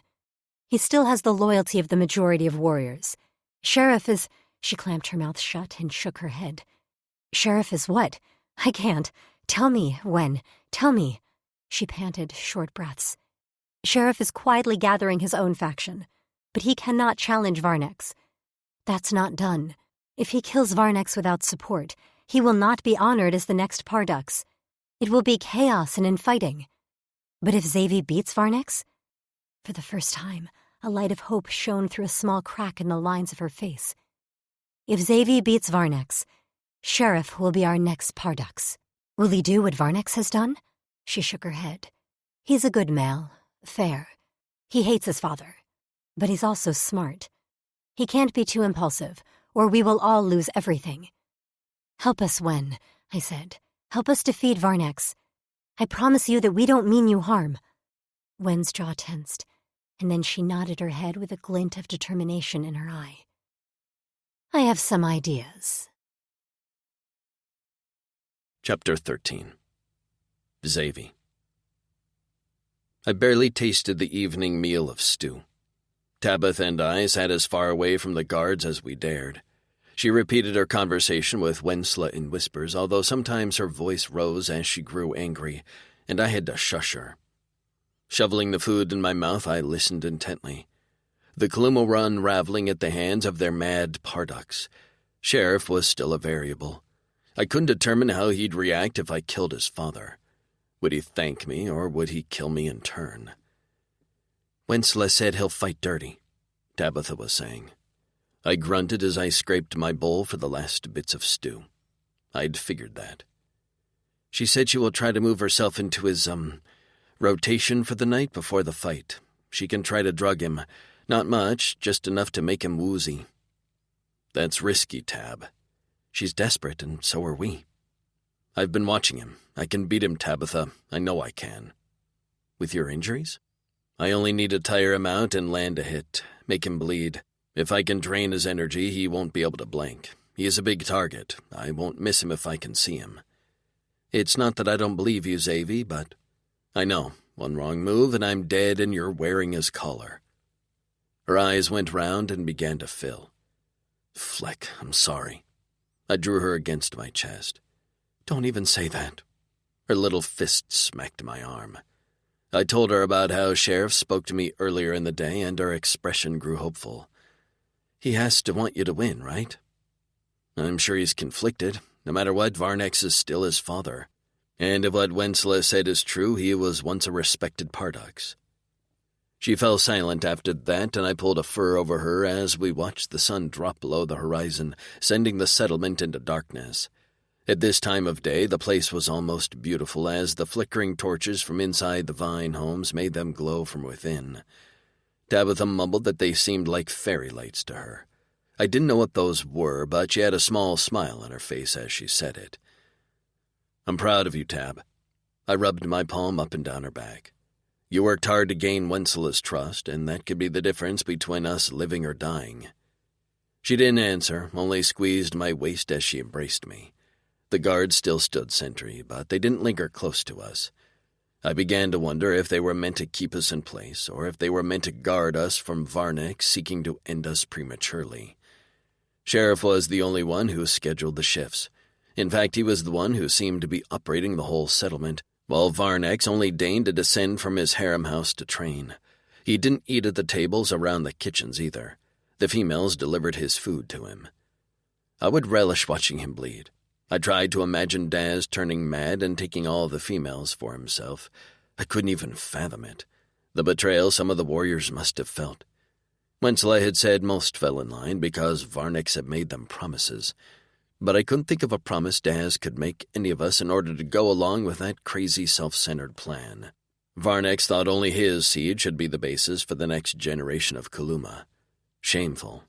The very idea of it made my skin itch and my blood hot. He gave his females no choice. He hadn't honored them. He'd collared them like property and forced them to lay in his furs, to take his cock. If I got the chance, I'd cut it from his body and shove it down his throat. A sick roiling began in my gut as I began to wonder if I was anything like him. Tabitha must have sensed my anger because she turned my arms and cupped my face. Hey, your heart is racing a mile a minute. Are you okay? I didn't know what a mile a minute was, but I assumed it was fast. I'm angry at how he's treated his females. Wensla said there are only about 12 fertile females left, and he takes them all for himself, not giving them a choice. I felt my nostrils flare. I think of the words I said to you in that cave and my desires, and I feel shame. Am I like Varnex? Tabitha straddled my waist and gripped my face hard. Her eyes shone in the dark. You listen to me. Wensla said seeing us together is what made her want to help us, because she sees the devotion and respect we have for each other. She shook her head. You're nothing like Varnex. Nothing. You don't want to own my whole life and tell me what to do. You treat me like a partner or a teammate. You saw how they cowered when he spoke to them. He makes them wear those necklaces because he's a narcissist, not because he's proud to call them his. She was right. I wanted Tabitha to wear my mark because I wanted everyone to know this brave, purple-haired beauty was mine. I craved her laughter. I wanted her to desire me with her every breath, not fear me. "Do you see the difference, Zave?" she asked softly. I did. Thinking of how Varnex treated his females and how they feared him showed me how I treated Tabitha was nothing like that. It wasn't as dishonorable as I'd made it out to be in my head. The truth and rightness of what we shared together clicked into place. "You belong to me, Tab," I whispered, my lips skimming her jaw. "And I belong to you." "Yes." She ran her hands through my hair. "Give and take." "I want to very much give you my cock right now and watch you take it." She huffed a laugh before sobering quickly. "Please, just in case." She let her words fade. She didn't have to say them. I knew what she meant. "In case tomorrow you die." "I can't spread you out as much as I'd like." I nibbled her lips. "The guards nearby. I don't want them seeing any of you. I'll take you properly after I crush Varnex's head beneath my fists." She moaned and her hips rolled against me. "Ugh, why is that hot?" I chuckled as I pressed my lips to hers. When her breath hitched and her mouth opened on a gasp, I delved inside, tasting every area of my tabby I could reach with my tongue. "Let me make you come, my tabby," I whispered. "Like I'm going to say no," she breathed. Beneath the furs, I hiked up her dress and pressed against her center, finding her slick already. My cock jerked in my pants, seeking her heat, but it would have to wait. I refused to come inside her for the first time while chained to a tree. I plunged my fingers inside of her, and she moaned as her hips jerked. Her breasts bounced against me, and I freed a nipple to tug into my mouth. "Oh," she breathed, her hair tickling the base of my horns and the sides of my head. "Love the way you touch me, Zave." The guards had to have known what we were doing, despite our effort to keep quiet. Tabby was a noisy thing, and I didn't want to miss out on hearing the pleasured sounds roll off her tongue. When she came, her inner walls rippled around my fingers, and her little teeth latched onto my shoulder. I tugged my cock from my pants, and on a long, low groan, I came in my fist. The scent of us filled my nose, and I was still hard despite coming. She stared into my eyes, her soft hands stroking my face. With my cum-covered hand, I rubbed my release all over her cunt. I should have asked her first, but other than an initial jolt when I touched her, she remained in my lap, her eyes half closed. When I felt she was sufficiently coated with me and I'd marked her enough, I withdrew my hand. With a wicked smile, she grabbed my wrist and licked my palm. I nearly came again. "I like knowing you'll smell like me tomorrow." Her cheeks reddened in the dark. "Me too." She didn't leave my lap, and I was reluctant to separate from her. Eventually, she slid down my chest to curl up in my lap like a whelp pup. As tired as I was, my mind wouldn't calm as I thought about what the next rotation held. My eyes had finally closed when I felt the hair on the back of my neck prickle, and I didn't have to turn around to know who was there. "Hello, Sheriff." Leaves rustled behind me, and Tabitha made a little snort in her sleep, but didn't wake. He crouched beside me, and I turned my head to see him signal to the guards to leave us. They ambled away quickly. "I would not have chosen to take your cruiser down." I didn't expect him to admit that was the work of the Kaluma. "What's done is done. Waste of resources," he muttered. "How did you come to possess a long-range weapon?" "We bought it off-world back when we used to travel." We fell silent, and I ran my fingers through Tabitha's hair. Sheriff's gaze strayed to my sleeping mate. He swallowed and clenched his jaw in a rare sign of emotion. "Did you decide whether you want me to win or your father?" I asked. "Who he is now is not my father." He tapped a stick on the ground. "If you win tomorrow, I will give you an audience to hear why you sought us out, but I make no promises we will honor your request." I inclined my head. "Fair? Varnex will insist on a spiked club for a weapon. You'll have your machetes." Again, I nodded. He finally met my gaze, the glowing orbs studying me in a way that made me want to squirm. I resisted. "He has fought Drix before. He will go for your eyes and your neck first, then your gut." He didn't want to tell me this. Despite his cold eyes, the set of his lips told me every word pained him. No matter if he believed his father was no longer himself, telling an enemy how to beat him still must have felt like the ultimate betrayal. He will act fast before he wears out. Stay the course. It'll be long and bloody." Without another word or my acknowledgement, he blanked out before my eyes. I could barely detect a slight shimmer in the air as he walked away. Still, I called after his retreating form. "You're doing the right thing." Silence met my words, and I figured he didn't hear me, until I heard the words drifting through the night air. "We'll see you tomorrow at sundown." "Yes, we will," I whispered into the dark. I fell asleep holding my tabby close. Tabitha. The flickering lights from the torches cast eerie shadows over the arena.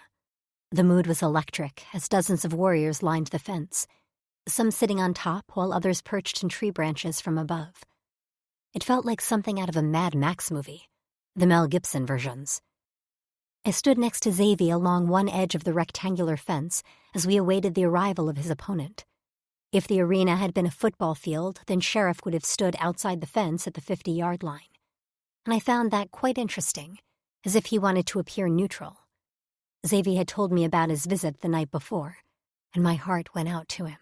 He looked anything but vulnerable now. He stood with his feet braced apart, arms crossed over his chest. Only a few other warriors were larger than him. His hair hung down to his back, small braids interspersed in the long locks. His scales glowed in the flames, making him appear like a golden god. If I didn't already have a mate, I would definitely be writing some sexy fantasies about Sheriff. I'd been struck by his presence from the beginning, and it made me mourn for what Varnex had become. If he'd been anything like Sheriff in his prime, then he must have been a well-respected leader. Now he was nothing but a madman bully, lost to his grief. Of course, I couldn't imagine what it had been like to lose a mate and son, but he had another son right here, who clearly loved him despite his insanity. This was a beautiful settlement, rich in crops, and he was throwing it away. Standing to the side of Sheriff was Bosa, who Wenza told me was in charge of the settlement's defenses and close friends with Sheriff. I remembered him as the one who'd appeared before us in the jungle, right before one of his warriors clubbed Xavier in the head. Wenzel said he wasn't fond of Varnex, but that he'd never been great with authority. Above all, he detested outsiders, and that made me nervous. I worried that even when, I refused to think if, Xavier beat Varnex, would we still be able to plead our case? Would we be able to leave without harm? Bloodlust hung in the air like a vapor, and I could nearly taste the iron tang in my mouth. A shout arose from the other side of the fence, followed by a steady drumbeat and chanting. The crowd there parted to reveal Varnex, leading a pack of warriors. One flew a tattered golden flag over his head, while another pounded the heels of his palms on a small bongo-like drum. Varnex strode forward with a big dick energy swagger that made me gag. The entire thing was like a UFC entrance, and it was so over the top. I rolled my eyes. Who does this guy think he is, Conor McGregor? I muttered under my breath. But even I had to admit the sound was a bit intimidating. Varnex had been oiled down, his feet bare, and besides the shiny kilt covering his man-bits, he wore an elaborate fur vest with various golden adornments. The pelt belonged to what looked like a Celebri relative. Since its head was still intact, the open jaws and false eyes low over Varnex's forehead. I shivered at the awesome effect. His braid hung over one shoulder. Bringing up the rear of his pack were his women, his harem. Wensla was in front, and she'd clearly been told to look the part, as her eyes were lined in black. They all wore jewelry in the same color as their necklaces. I met Wensla's gaze, and she gave me a sharp shake of her head. That meant she'd been unable to drug Varnex. My heart sank. I didn't really get this display. Who was it for, Xavier? I glanced at him, but his expression held nothing. He'd been like that all day. Gone was the charming Xavier full of jokes. He worked out all day as best as he could, tied to that damn tree. He ate and was kind to me, but I could tell his mind was on the fight the entire day. And now he watched Varnex, though he didn't seem to be focused on the pomp and circumstance of it all. He watched his opponent curiously, like I would watch a strange dog, cautiously to see if it were friendly, or if it would bite my head off. Varnex entered the arena through a small opening, 2 guards flanking him, which was another show of power. The guards weren't going to fight for him, but he intended to intimidate. I wanted to throw up my hands and assure him we were all thoroughly intimidated, and it would be nice if we could just get this fight moving. I, Varnex Haka, Pardux of the Kaluma 4 settlement, challenge the Strixonian invader to the death for property rights to the human breeder. My stomach flipped over, and every hair on my body stood on end. Human breeder. I had no name. I was only a womb to him that he would own. I could have wept right there, and I almost did, until Xavier's fingers found mine in the dark. He clasped our hands together and squeezed tightly. Our eyes met. His purple irises swam with love and confidence, 2 things that made me want to go to my knees and worship him. What had I done in this life to deserve him? Nothing, but I refused to believe his Fatas would give us our perfect match and then rip it away. I believe in you, I mouthed. He inhaled deeply, as if he wanted to suck the oxygen from my words. Then he gave me a brief nod before turning to Varnex. I accept. I glanced at Sheriff, who watched his father with unveiled contempt. I shivered at the orange blaze reflected in his cloudy blue eyes. Varnex took his time removing his fur vest and handing it to a guard behind him. The drums continued to beat. A Pardux, Pardux, Pardux chant remained at a lower volume. Once Varnex was divested of all his ridiculous accessories, the guards left the fence, and the Pardux lifted his hands. The drum beats and chants fell silent. I turned to leave, but Xavier gripped me around the back of my neck. I squeaked right before he planted a solid kiss on my lips. Stay near Sheriff, he whispered. I nodded and blurted out the first 3 words that came to mind. I love you. His eyes warmed for a split second, before Varnex made a grunting sound. Xavier's pupils went dark. Go! I didn't waste time. I ran to the side of the fence where Sheriff stood and slid under the lowest rung. He didn't touch me, but gave me a chin lift in acknowledgement. Bosa shot me a caustic look, but another large warrior, I remembered him as the one who had grabbed me in the jungle, stepped up at my back to cage me against the fence. I glanced back, worried for a moment, but his expression was kind as he gave me a brief nod. I gripped the top bar of the fence and faced the arena. There was no announcer yelling, "Let's get ready to rumble," or a referee. Just 2 warriors standing on either side of the arena, facing off against one another. The ground was packed solid with dirt and had been cleared of debris. Xavier hadn't let on that he was still hurting from his beating, but when he didn't know I was looking, I'd been able to tell he favored his ribs and wrist. However, now he stood tall and strong, his tail merely twitching as he held it off the ground by a few inches. When are we doing this, Varnex? He called. I'm ready to take my mate on a proper bed. I heard yours would be nice after a decent cleaning. I groaned quietly. Of freaking course Xavier couldn't help himself and had to trash talk. Without warning, Varnex blanked. Just gone. Xavier tensed immediately, dropped to a crouch, his machetes out and his wrists crossed in front of his neck. His chin was lowered, only his eyes visible above his fists. His tail swept the ground all around him, as if feeling for something. He went still a split second before his body was yanked to the side, and he went sailing through the air. Sailing through the air. Xavier was probably 6'5", 240 pounds, and Varnex had tossed him like he weighed nothing. I couldn't breathe as he crashed into the fence with a wooden creak before landing on the ground with a thud. Shouts and cheers went up from the spectators. They viewed this entire fight as entertainment, while I saw it as what could possibly be the end of my life. With a slight shake of his head, Xavier was back on his feet, arms crossed at his neck. He peered into the darkness, but I could tell he had no idea where Varnex was as his eyes darted from place to place. With a grunt, his body folded, and he fell onto his back before completing a backward roll onto his feet. The fight was fully engaged now, and the hits kept coming as Xavier sought to invade his invisible enemy. I could see when the blows connected, as his head rocked to the side or his leg was swept out from under him. It was like the scene in Fight Club when Ed Norton was punching himself, and it was the most surreal thing I'd ever witnessed. The noise was deafening around me, warriors jeering the weak Drix. Each time Xavier got up, I grew more and more anxious. He hadn't gotten a hit in, not one. In fact, he'd been doing nothing but defending himself. "How is this fair?" I whispered. "How much more can he take?" Xavier spat on the ground, and the black liquid coloring the dirt made me nauseous. When he gritted his teeth, his fangs were stained with blood. He had a cut on his cheekbone, and the skin of one of his forehead nubs was split open, leaking blood into his eye. He was limping now, and his tail had all but fallen still. His crossed arms at his neck continually slipped lower, like he couldn't hold them up, and I met Wenslow's eyes from across the arena. She didn't even hide the trickle of tears leaking from her eyes. Gerla clung to her, weeping softly. Sheriff hadn't moved an inch. He stood watching carefully, his arms crossed over his chest.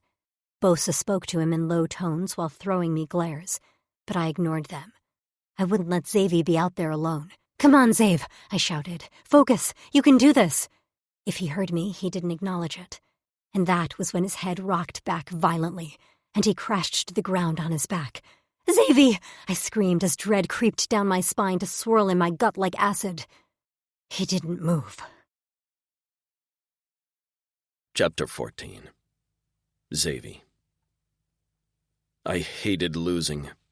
Not because of the pain. I liked to fight, so pain always came with it. The taste of blood in my mouth was familiar, and I prodded at the cut on the inside of my cheek where my fangs had sliced into the thin flesh. But losing pissed me off. I had a lot of pride, maybe too much, but tonight I had to lose, at least for a little bit. Varnex was tired. He might be invisible, but he was not silent. His breathing was fast and hot. I'd worked hard to tire him out. Every time I rose from one of his blows, I'd make him chase me. I had him doing laps around this arena without him even realizing it. I hadn't told Tabitha my plan. I needed her emotions to be genuine. She had to believe I was hurt, but still the sound of her screaming my name in absolute terror was torture. This was all necessary and part of my plan, even down to the blood in my eye and coating my tongue. By now I could just barely detect a slight shimmering and blurring of the background to clue me into Varnex's body. I'd been studying this entire fight, gauging how close he had to be before I heard his breathing, when exactly I could see a brief outline of his form, which was when he was moving fast to strike. So that was when I knew he was coming to finish me off. I could just barely hear his labored breathing and feel the whoosh of air as he swiped his claws, aiming for my throat. I grinned. Rolling to the side, I heard the thud of his fist hitting the packed dirt, as well as the crunch of his knuckles. He roared in pain as I swiped my tail where I knew his legs were. When he hit the ground, I slashed my machete across his belly. A foot hit me in the thigh, and I stumbled back, but not before his body flickered before me. Dark blood puddled on the ground, and I swiped at my bloody eyes. His scales clicked, and he rose before me as a visible warrior, panting hard with one hand wrapped around a massive gash across his stomach. Blood seeped out from between his fingers. He growled at me, and his scales flickered, but only a few clicked, and I saw the first glimmer of fear on his face. He couldn't blink. I'd worn him out and injured him. Now the fight really begins. I spat at him and crouched in a fighting stance, my wrists crossed in front of my neck. "Pick!" he shouted, and someone outside the fence tossed him a spiked club. I cracked my neck. I'd expected this.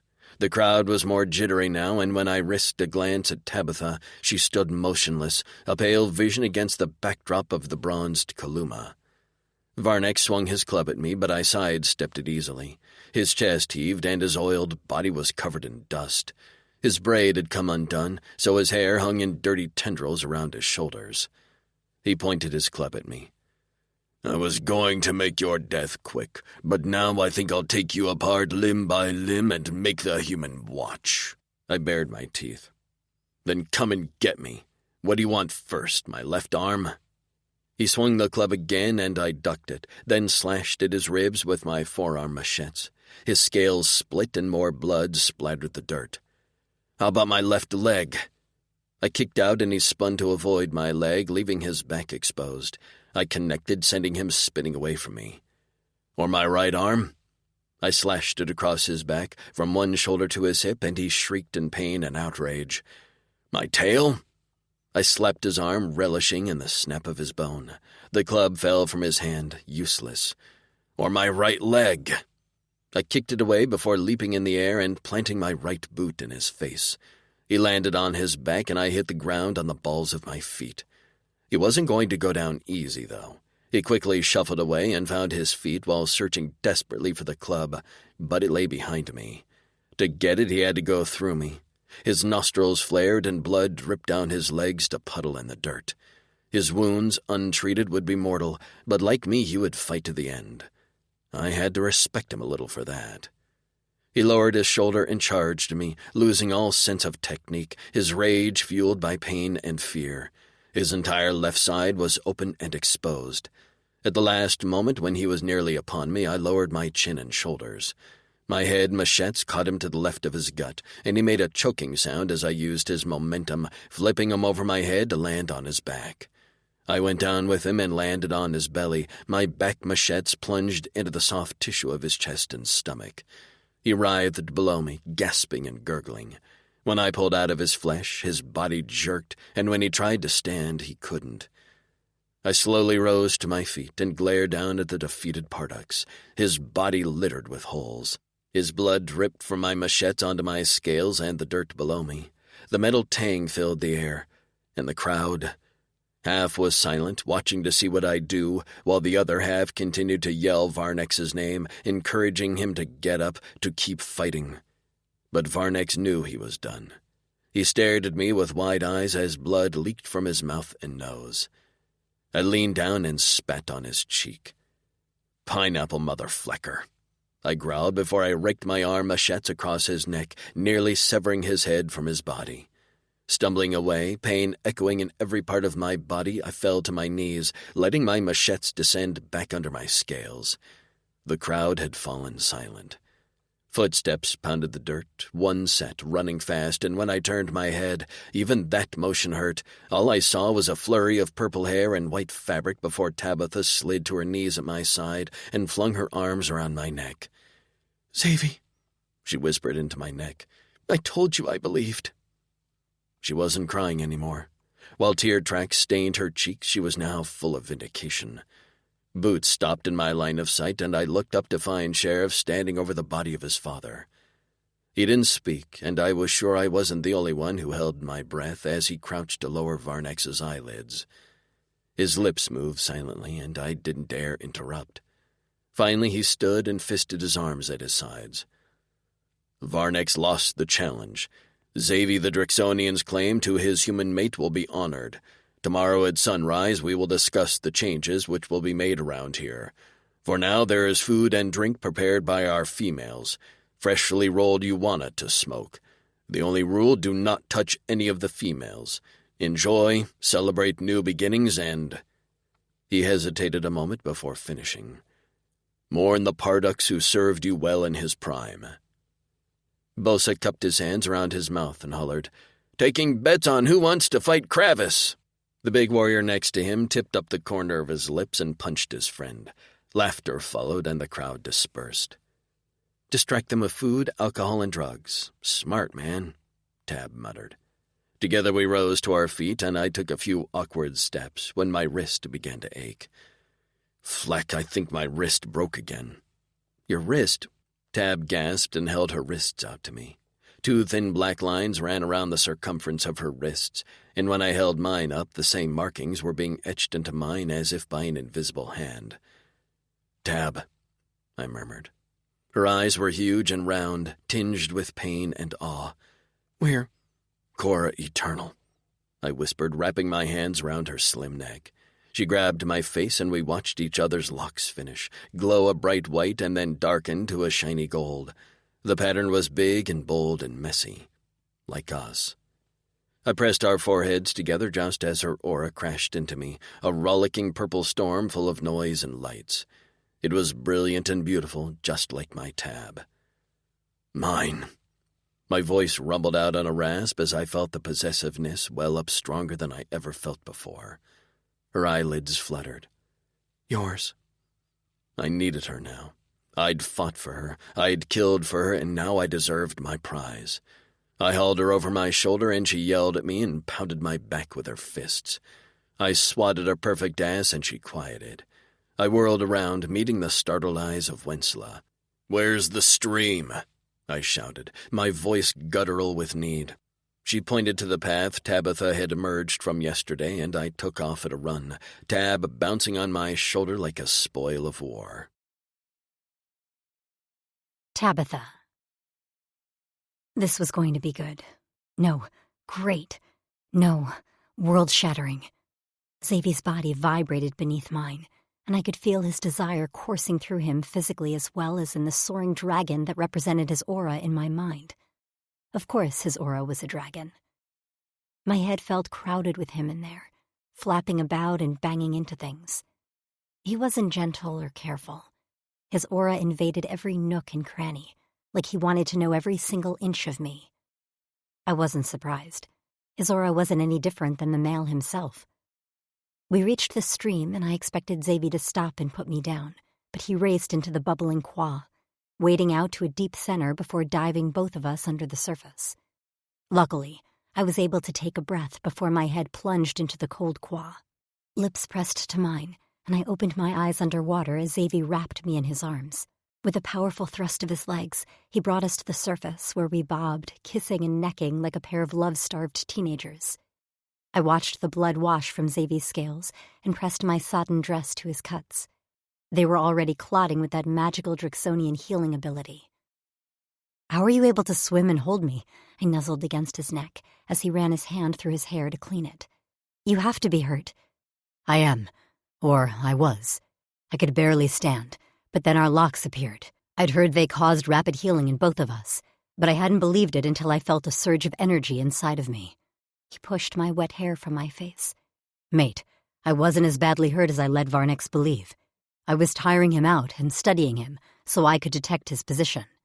They might look invisible, but they are still there, still able to be struck and hurt." "I believed in you, Xavier, I did. But when you fell, I thought my heart would stop beating." "I'm glad it didn't, or I would have had to restart it, Cora Eternal." I always loved when Daz called Frankie that, but it had never filled me with lust. When Xavier said it, I swore I could have come right there.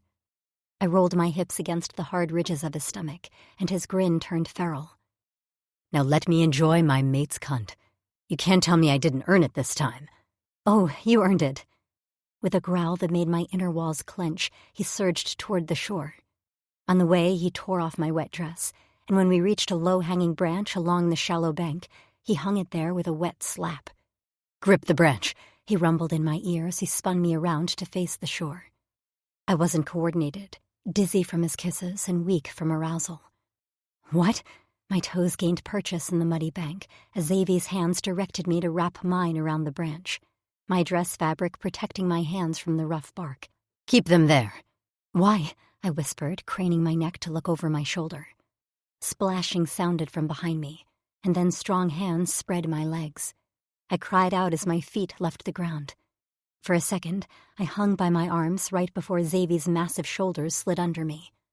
Purple eyes bore into mine, just as he placed my weight on his face and sucked my clit into his mouth. I screamed, and the only reason I kept hold of the branch was because all my muscles locked with the pleasure swirling through my core. He brushed below me, the Kwa's surface vibrating with the sound as he speared his tongue inside of me. "Xavier!" I cried, unable to stop the bucking of my hips as I ground down, chasing the orgasm I could feel building. A wet finger, slicked with my juices, pressed at my back entrance, and this time I was ready. I relaxed the muscles and he slid in up to the knuckle, and that was all it took. My body locked around him in my ass and pussy as I threw my head back and came with a wordless cry. Shudders racked my body as I came for what seemed like forever, the orgasm affecting every muscle from my cheeks to my little toe. I registered I was falling, but I shouldn't have worried, because Xavier caught me in his arms.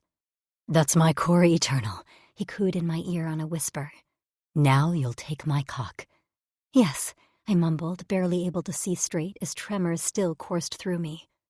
We left the water behind, and I held him tight as he took a few steps into the jungle area before laying me down on the soft, sponge-like ground. I ran my fingers over it to find it was one of those mushroom platforms the Kaluma built their homes on. This one rested on the ground, like it had fallen from its place on the tree. Either way, it was soft, and I smiled dopily at Xavier as he wedged his hips between my thighs. His hand closed around my throat, and I immediately arched into his touch. His hand cupped me as his fingers pressed urgently at my entrance. Place your hands around my wrist, Tab. I blinked at him, unsure what he was asking until my brain kicked in. I wrapped my fingers around the wrist at my throat, and his response was a grin that was all fang. I want to see our matching locks while I take you, my mate. You're mine, body and Cora, understand? And you are mine, I whispered. He slammed inside of me on a growl, and my eyes rolled back into my head. He ground into me, his balls tickling my ass as I wrapped my legs around his waist to hold on for the ride. He reared his hips back and slammed forward before starting a punishing pace that was all hard cock and powerful thighs. Flesh slapped, and my entire body vibrated with his prushing and growls. That's it. Perfect, Tabby, he rasped, his fingers digging into my neck so hard I knew I'd bruise. And I fucking loved it, gushing around his cock with every squeeze. Take me in that tight cunt of yours. Get used to it. I won't have my fill of you for a good long time. You'll fall asleep with my cock inside you, and wake with my tongue between your legs, and you'll beg me for it each time. Yes, mate, I gasped, unable to take a full breath. My lungs burned, and that only caused the fiery embers of my next orgasm to catch fire, like a dry piece of kindling. His subcock, that glorious piece of Drixonian anatomy I'd heard so much about, latched onto my clit and sucked. I exploded. Nothing but orange and red bursts behind my eyes as Xavier's fire-breathing dragons spewed flames. I screamed as my inner walls clenched around him, and on triumphant roar he came, his cock pulsing inside of me as he filled me to bursting. He pumped into me over and over again, extending my orgasm until I was one giant ball of nerves, every inch of me singed by his fire. I welcomed the flames with open arms.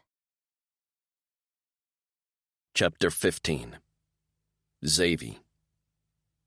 By the time I carried Tabitha back to the settlement with the remains of her dress draped over her nude body, she was nearly comatose, a small smile on her lips while she snuggled into my chest. I couldn't stop staring at our locks. I wanted to beat my chest with pride and then fall down on my knees, thanking Fatas for blessing me with such a perfect mate. She was everything I could have wanted, full of life and laughter and a perfect fit for me, in and out of the furs. 2 warriors barred my entrance into the settlement, and I stopped short, peering at their faces in the flickering torchlight. Sheriff stood beside the large warrior I'd come to know as Kravis, a massive Kaluma who was mostly silent, but whose keen eyes seemed to miss nothing. Tabitha didn't stir in my arms. I held my chin up, ready to take on whatever they threw at me, but cautious of Tab in my arms. Drix, Sheriff nodded. Pardix, I answered, granting him his new title. He inclined his head. For now. Is there a reason for this? I shifted my weight. I'd like to find a place for my mate and I to sleep that's not on the ground chained to a tree. I admit I doubted you. He crossed his arms over his chest. Some warriors are calling for your head even though you won the challenge fairly. And are you going to make them step in line? I cocked my head. He huffed a short laugh. You let me worry about that. I'm going to be a little anxious when it's my head on the line. He sobered quickly. As long as I'm alive, you won't be harmed here again. Your earlier beating wasn't my call either. Figured that. He jerked his head behind him. Wensla prepared a vinous for you. I lifted my brow. Is there anything that female doesn't do around here? Sheriff's lips tightened. Her role, as well as the rest of the females, will change around here. Sure hope so. He turned to walk toward the harka tree, and I fell in line behind him.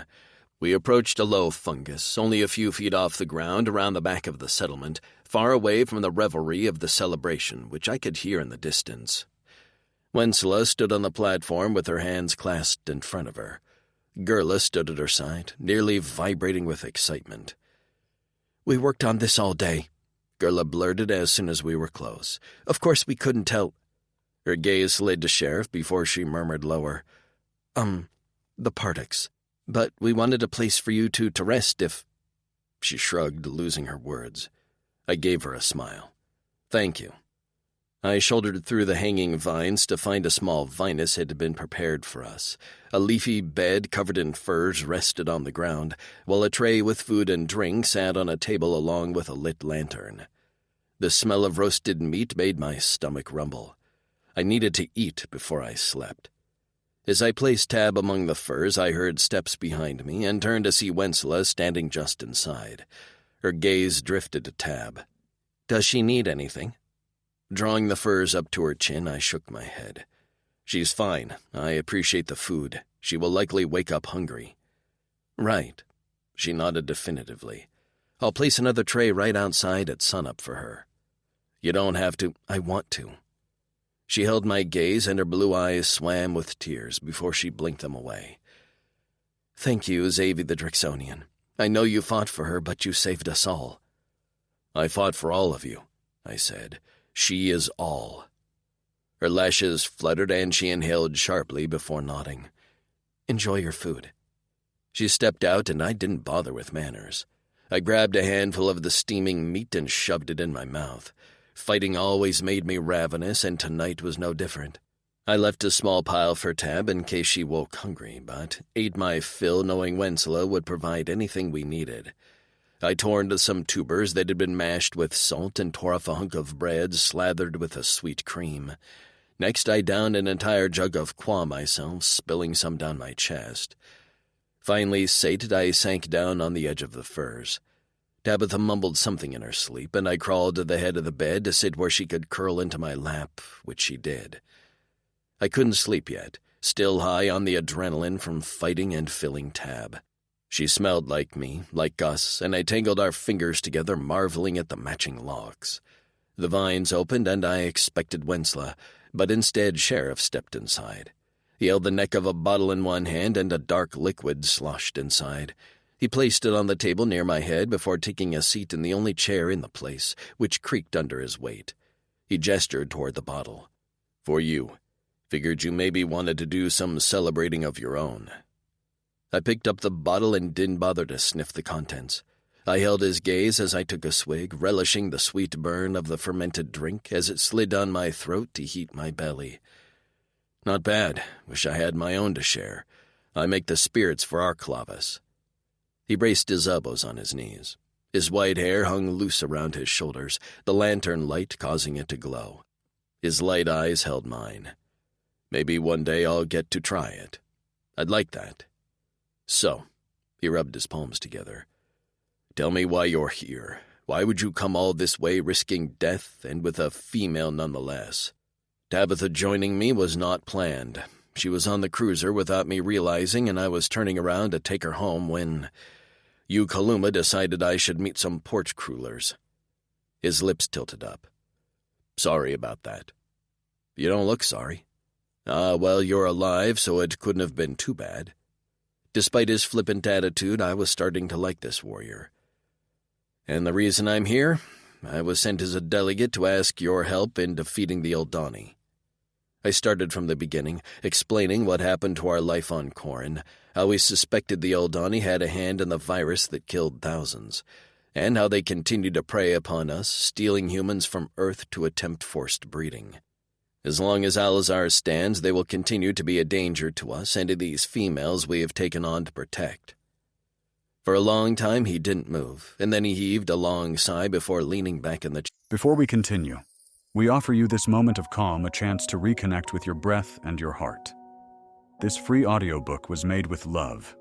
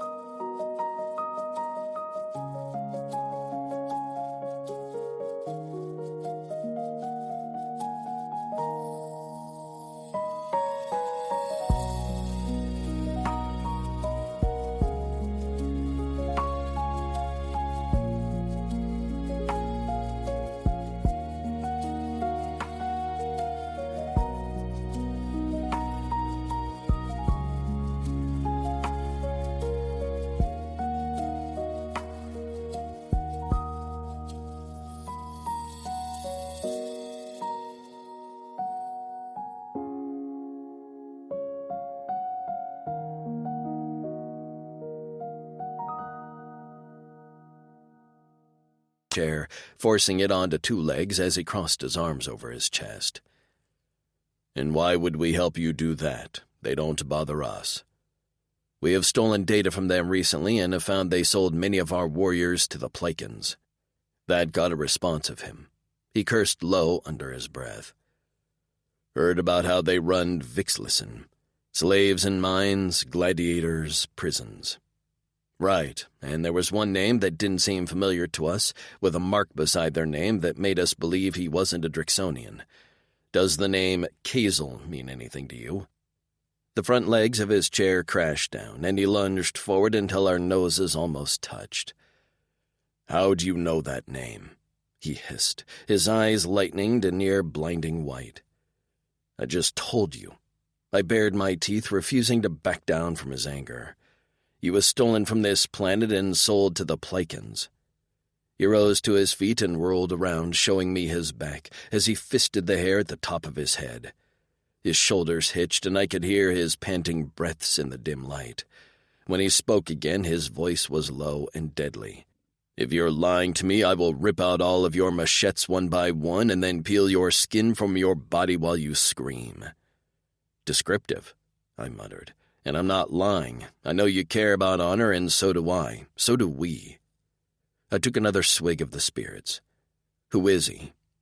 Sheriff dropped his hands to his side and slowly turned to sink down in his chair once again. "He's my brother. My blood brother." A pang of sympathy in my gut made me wince. "I can't promise Kazel is alive. I can't even promise he's still on that planet. But I can promise you he was once sold there. If you help us, we will do everything in our power to find him when we search for our own stolen brothers." He held my gaze silently for a long time. "And how would you like us to help you? Got a few warriors who are really good at that blinking thing you do?" For the first time since I'd met him, Sheriff grinned. Tabitha. When I opened my eyes, I found myself staring at a wall of vines, and for a moment I panicked. The last time I woke up like this, I'd been alone. But a solid wall of heat at my back and a soft snoring made me smile. I rolled over to find Xavier fast asleep on his back, arms and legs spread out like a starfish. The evidence of last night's fight remained on his scales, but the cuts were healing, and his expression was peaceful. I admired his locks where they rested on the furs, happily comparing the patterns to mine. They reminded me of wings, and I smiled, remembering his dragon aura in my mind, which was calm and resting. I reached across him for a drink of qua, finding my throat sore from last night's screaming, first in fear during the fight, and then in pleasure afterward. He'd won. He really won. I almost wondered if I'd wake up this morning, and it would all have been a dream. But there was no Varnex, no scary Kaluma warriors demanding the use of my womb. Just Xavier, passed out next to me in his birthday suit. I pulled down the furs to study myself and prodded each mark he'd made last night. My thighs burned, and my breasts were tender. I wondered what I looked like, because I could only imagine the hickeys he'd left all over my neck. I should have let him sleep, but I was nearly giddy with relief and happiness. He was mine. Xavier, the charming fighter and pilot, was all mine. I had the locks and sore pussy to prove it. The furs had slipped down to his waist, and I could see the outline of his cock resting against his thigh, glancing at his face to confirm he was still sleeping. I pulled the fur down to his knees, revealing his half-hard shaft. I flicked the piercing at the tip with a finger, but he didn't move. Grasping it gently at the base, I licked around the head before drawing the tip into my mouth. His hips jerked, and he made a snorting sound, but his eyes remained closed. I smiled and sucked while rolling his balls in my other palm. A long, low moan left his lips before his eyes popped open. They immediately dropped, alert to meet mine. "Tab," he whispered. "You can keep sleeping," I murmured as I licked down the row of piercings on the underside of his shaft. "I'm just taking care of this for you, mate." I grinned and took him into my mouth, sucking hard. He groaned and folded one arm behind his head. "Like I'm going to sleep through this." He reached down and fisted my hair gently. "Keep going, pretty Tabby. Suck me off with that mouth of yours." His raspy demand turned me on, and I felt myself grow wet as I straddled his leg. I went to work with my mouth and fist, working him over as he bucked his hips into my face. He came on a low growl, holding me as the head of his cock bumped the back of my throat. Before I could blink, he hauled me up his body and plunged his still hard cock into my wet entrance. I threw my head back as I rode him hard, slamming my ass onto his thighs until the sounds of our slapping flesh and breathy moans filled the space. He fondled my breasts and teased my nipples before digging his claws into my hips as he encouraged me to fuck him faster and harder. "I don't think there will be a morning where I don't want to fill you." He smacked my ass and I yelped, "Come on my cock, pretty mate. I want to feel you squeeze me." My orgasm rolled into me slow and lazy, and I braced myself on his chest with my hands as it built until I shuddered and whimpered. He fucked into me until he came to, his cock pulsing as he emptied his release inside me. I collapsed on his chest, and he ran his hands up and down my body, pressing kisses to my temple and hair. "Best morning ever," he whispered, and I giggled. No one bugged us. I only got out of bed when I smelled food to find a tray of fruits and some porridge-like mash along with a steeped tea. Xavier told me that was all Wensla's doing, and then he told me about his conversation with Sheriff while I was asleep. "So he said yes?" I spooned a bit of the porridge into my mouth. It was sweet and nutty. "He said he would gather a council today. They have to vote him in as Pardux, but he said he doesn't foresee that being a problem. There are some Varnex holdouts, but none that are strong enough to beat him in a challenge. So after he is confirmed as Pardux, he will bring my proposal to the council for consideration." I can't believe that about his brother. Wensla said he disappeared one day, and that was the catalyst for everything. His mother taking her own life and his father going mad. Xavier nodded. "And as far as we know, the Eldani are responsible. They have a lot to answer for." His face darkened as he stabbed at some fruit with a small wooden pick. "Yes, they do." Around midday, Sheriff arrived with Wensla in tow. Xavier left with him, and I watched them go anxiously, hoping the council had agreed to help us. As usual, Sheriff's expression gave nothing away. Wensla no longer wore her heavy necklace. In fact, she wore nothing but a band across her breasts and a pair of loose pants with sandals. She handed me a similar outfit, and I got dressed while she prepared our lunch. I wasn't quite hungry yet. Xavier and I hadn't done much since breakfast but lay in the furs and clean ourselves with a basin of qua and a foamy soap. So I sat while she nibbled on a sandwich full of meat left over from the night before. "So, tell me what's happened since last night," I said, eager to get some gossip. I missed chatting with my friends back at the Night King's Clavus. Wensla smiled, and I realized I'd never seen a true smile from her. Not until now. "I met with Sheriff this morning. All the unmated females will be able to choose our mates. He also said if we choose not to mate, that's an option as well. But he strongly encouraged me to try, because as you can see, we need to repopulate." "Are you okay with that?" She nodded. "I am, because he said Gurla and I may mate the same male." I cocked my head, unsure why that mattered. "Why do you want to do that?" "Gurla is—" Wensla swallowed and her eyes drifted to her sandwich, where she picked the crust before she once again met my gaze. "I love her. We love each other." My mouth dropped open. I'd had no idea, not in all this time. I knew she was protective of Gurla, but I hadn't realized why. "Oh, when? I can't imagine how hard this was on both of you." Her eyes filled, and she didn't bother to hide her tears as they dripped to dampen her bread. I had managed to save her from his attention, but he was losing interest in me and some of the other females. It was only a matter of time. She let out a long breath and waved her hand. "But that's in the past now. I love Gurla, but I want to be a mother. So does she. So we will choose a male mate who will take both of us. I don't think you're going to have a lack of volunteers for that action." She laughed, and the sound was pretty. "There were several in the council already who asked to be considered." "And you're okay with that?" She nodded vigorously. "Very much so, and it's something I thought I'd never have. I thank you, the Purple Storm, who blew in here and changed everything." "I think that was all Xavier." She shook her head. "If it weren't for you, I believe Varnex would have killed Xavier immediately. They kept him alive at first to learn more about you. I didn't want to think about Xavier dying at their hands before he was even able to state the purpose of his mission.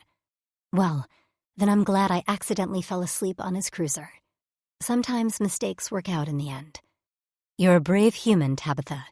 I've heard stories about humans, and most paint you as weak and easily controlled. You are neither. I laughed, but startled with a short scream as the vines flew open. Xavier burst inside, his face alight as he grinned and held out his hand. Come, Tab, I have something to show you. I took his hand, because I'd let Xavier lead me anywhere. Chapter 16. Hap. I stared down the tree-lined path leading away from our gates. This was my routine every morning.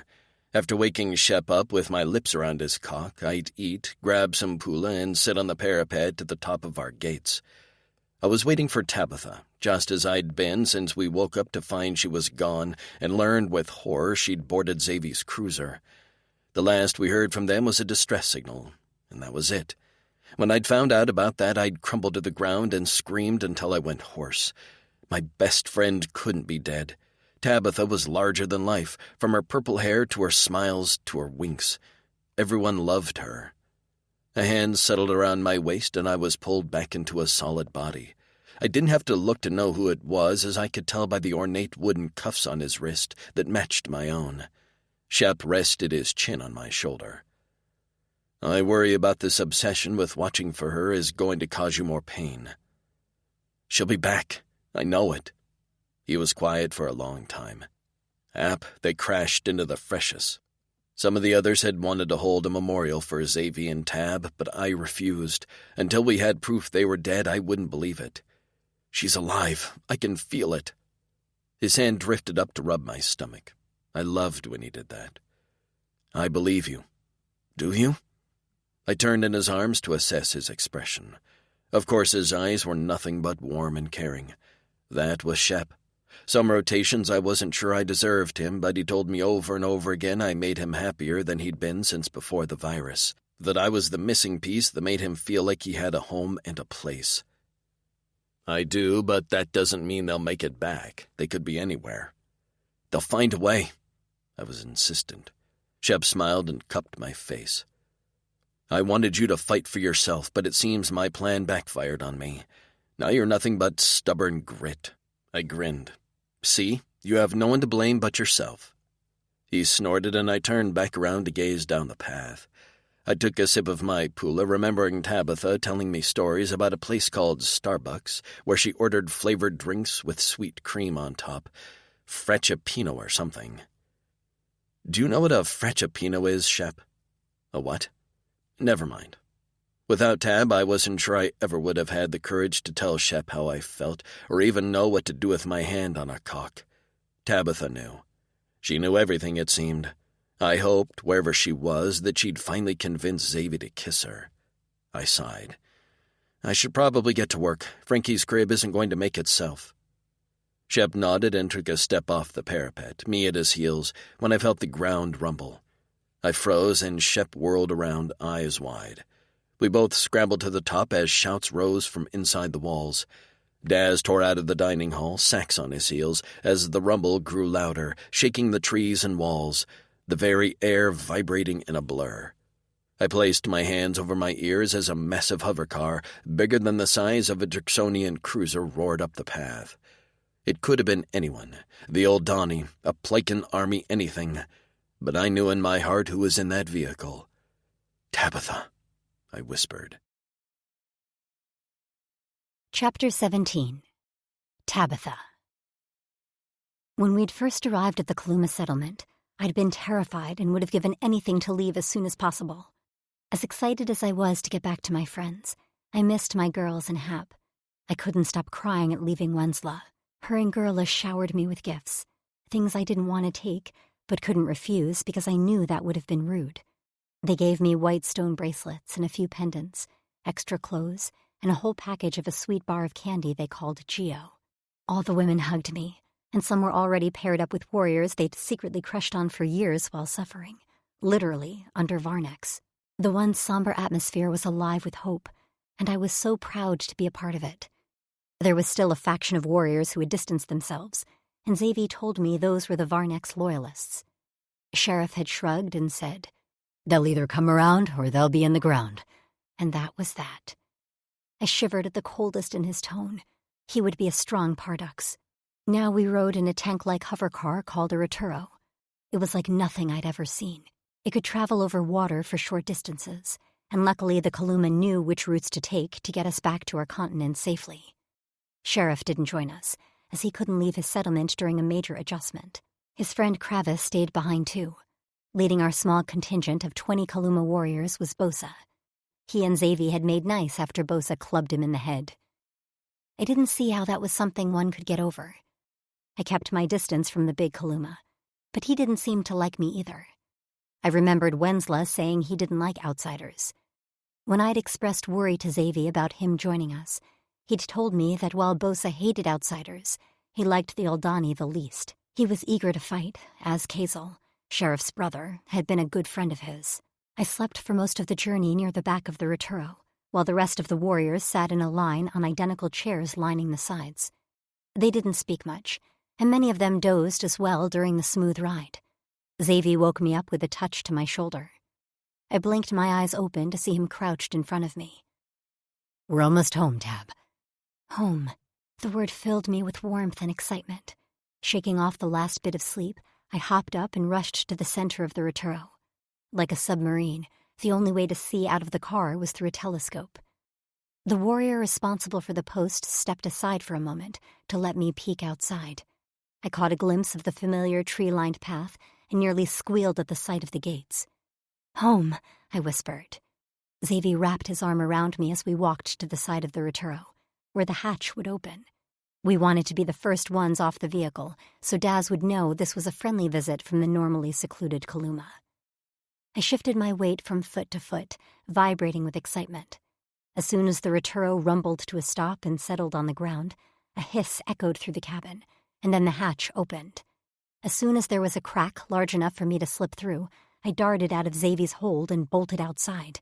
Tab, I heard him call, but I knew this was safe. This was home. Rounding the front of the Roturo, I heard the creak of the gates begin to open. "I'm home," I called, laughter bubbling up from my throat as I nearly tripped over my own feet. I heard the pounding footsteps of Xavi behind me just as a blue figure burst through a small crack in the gates. Hap raced toward me, his hair flopping. Tabitha, his voice cracked, and we hit each other at maximum speed. The breath left my lungs in a rush as he crushed me to his chest, picking me off the ground while he chanted in my ear. I knew it, I knew it, I knew it, I knew. "I missed you so much," I gasped. "Now let me down before you crack a rib." He dropped me, and I felt Xavi at my back. Hap reached over me and clasped Xavi's head, briefly touching their foreheads. Thanks for bringing her back to me. I guess I'm glad you're alive, too. Xavi laughed. Well, you'll have to share her now. He held up our clasped hands. Hap's eyes went wide, and he slapped a hand on his chest, staggering back. I knew that, too, he cried. He whirled around to where Shep had made his way toward us. I told you, didn't I, Shep? They were meant to be. You did, Hap. He clasped a hand on his mate's shoulder. His eyes crinkled as he smiled. Welcome home, you two. Squeals and screams erupted from inside the walls, and a second later a group of female bodies flung themselves down the path. Of course, a few were slower than normal with their big bellies, but Miranda and Justine led the pack along with Reba's whelp, Luna. Basil was there too, Tark and Anna's daughter, barreling toward me with her little arms pumping. Everyone hit me at once, and Xavi was smart enough to move out of the way as we hit the ground in a pile of limbs, hair, and tears. We all talked at once, and there were I miss yous and I love yous and I hate yous, Justine, until Xavi reached into the pile and pulled me out by my neck. Quit smothering my mate, he hollered, a smile on his face as he proudly displayed our wrists. The squeals renewed and he rolled his eyes. A loud voice boomed over the din. Our prodigal son has returned. Daz strode toward us, a large grin on his face while Sax bounded out from behind him. I expected Sax to greet his best friend in the typical forehead-touching Drixonian way, but instead he threw his arm around his shoulders and curled it into a headlock. With gritted teeth, he began to slap at Xavi's head. If you ever pull that shit on us again, I will kill you myself. He ended his tirade with a volley of blows. Sax! Val scolded, and finally the Drix released his hold on a shove. Xavi stumbled away, and when he lifted his head, he was grinning, his hair wild. Aw, was someone cranky without his Zavy wavy? Yes, Val called out with her hand cupped around her mouth. He was insufferable. Payback sucks, Zavy pointed at his friend. How do you think I felt when your ass was locked in Aldani jail? Sax sniffed, and with a roll of his shoulders clasped his hand on the back of Zavy's neck. Their foreheads touched, and their lips moved. I let them have their privacy, my heart swelling at the friends once again reunited. I cleared my throat. So we have 3 announcements. 1, Zavy and I got our locks. 2, I'm never drinking spirits again. Laughter met my words. Okay, so maybe that's a lie. I grinned. And 3, we brought friends. I waved my hand in a flourish to the Roturo behind us. I waited for the excitement when everyone caught sight of the Kaluma, but silence met my words. I turned around to find nothing but the Roturo. Had they not emerged from the Roturo yet? Hello? More silence. Zavy snorted. Quit showing off. A rumbling laughter from the direction of the Roturo met his words. And then, one by one, in a series of clicks, the Kaluma appeared. They were scattered. Bosa leaned casually against the side of the Roturo, and a few perched on the hood while a couple more had climbed trees. All without us knowing. Bosa took a step forward with a confident swagger. Heard you all needed some help wiping the Aldani off the planet. Daz stepped forward, his hair blowing in the wind and his red armband with the gold trim clearly visible. We do. Bosa shrugged. Turns out I like watching them bleed. Daz grinned. Luckily, the Roturo was small enough to be wheeled inside the gates. After that, the Kaluma were shown to 2 huts, where they'd sleep 10 each. We hadn't been gone that long, but more huts had been built to accommodate the many Clavises making their homes within the Night King's walls. Zavy was immediately whisked off to a meeting with the council and Bosa, so I retreated to my room with Hap and the girls. He refused to leave my side, and I'd forgotten how much his presence made me content. We piled into my room, where I gave them an abridged version of all that had happened over the last few days. There were a lot of gasps and a few tears as I talked about Wensla and the other females, but we all felt hopeful that their lives would be changing for the better. Bosa is kind of intimidating, Naomi laid on her stomach, her feet kicked up behind her. Frankie played with her hair while Miranda, Justine, and Reba lounged on some pillows in the corner. Anna had taken Basil away for a meal, and Val was busy with a wounded warrior from training. Hap perched on my desk while I sat on the chair next to him. He is, I agreed. Stay away from him. He's not a fan of humans. Well, he's not a fan of anyone who isn't Kaluma. Hap's fingers brushed over my wrists. And you're happy? His eyes shone. Very, I smiled. I knew it, Justine announced. I just didn't know it would take stuffing you two in a cave for a while to force you to see what was in front of your faces. Hey, I knew we were meant to be together. Zavy I sighed. He needed to learn to trust himself with me. What does that mean? Frankie moved on to braiding another section of Naomi's hair. I felt a little awkward with an audience talking about my sex life with Zavy. Sure, I wrote dirty things, but that was fiction. Fantasies. Talking about my real life was weird. We both have certain things we like in bed, and Zavy didn't think I'd be into it. But since we were clearly made for each other, I'm way into it. I winked at Hap. If you all hear some interesting noises coming from his hut, don't worry. You'll be moving to his hut? Justine cheered with her hands in the air. That means I won't have to hear you moaning his name to yourself. I scowled at her. Yeah, about that, you little snitch. It all worked out in the end, she sang to herself with her eyes closed. You just wait. I'll get back at you. Maybe I'll slip some stories into Nero's ear. Justine's expression immediately went tight, and her hard gaze zeroed in on me. Why him? Why not? I smirked. I'm single and not ready to mingle. You all are doing enough work with your wombs. I'm fine as is. She crossed her arms over her chest. Fatas chooses for you, Hap said. She turned her glare on him. Fatas doesn't know I exist. Frankie clapped her hands. Enough talk about Justine. She's happy being our grumpy, lovable, unmated friend. She leaned back and rubbed her protruding stomach. So, Tab, what kind of sounds are we going to be hearing in the middle of the night? I dissolved into giggles on Hap's lap. Zavy. I returned from the council meeting with my mind crowded from all we'd talked about. Bosa had ideas and didn't like to be told what to do. Sheriff had warned me of this, but told me he was still the best warrior for the fight against the Oldani. I loathed thinking about what the next rotations would hold as he tried to make him fall into line with us. Already he was clashing with Daz, who wouldn't put up with that for long. Still, we had to play nice. We needed the Kaluma, and they wanted information about Kazel. We'd make it work. I stepped into my hut, planning on a quick cleansing before searching the grounds for my mate. As soon as I stepped into my door, I stopped short. Tabitha knelt on my furs, completely naked, wearing only a necklace and a smile. I moved closer, and at first my muscles locked when I saw the necklace was made of the same material as the Kaluma female collars, until I looked closer. First of all, it wasn't a thick, high band that wrapped around her neck like Varnex's females had worn. This one was thinner, laying over her chest and dipping down to the tops of her breasts. And the pattern was the same as our locks. How? I began. One of the females, Eupley, she worked on it all night for me. Tabitha's small fingers touched the necklace with reverence. I swallowed, my eyes drawn to the pattern so boldly marking her as mine. But it doesn't remind you of bad things? She shook her head and her tits wobbled. No, because I chose to put this on. I'm choosing to wear it and be yours, Xavi.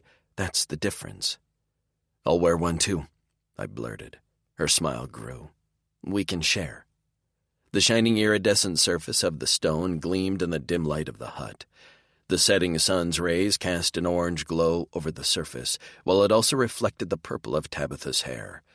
Her aura in my mind swirled sensually, and I could smell her arousal. I released the clasp of my pants and stepped out of my boots before striding to our furs naked. She reached for me as I drew closer. I told the girls to ignore any and all noises from this hut. I laughed. Good, because I intend to make you scream. And moan? And groan.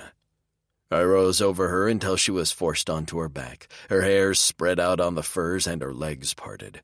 Her curls and folds were wet with her juices. And pant, and call my name over and over again.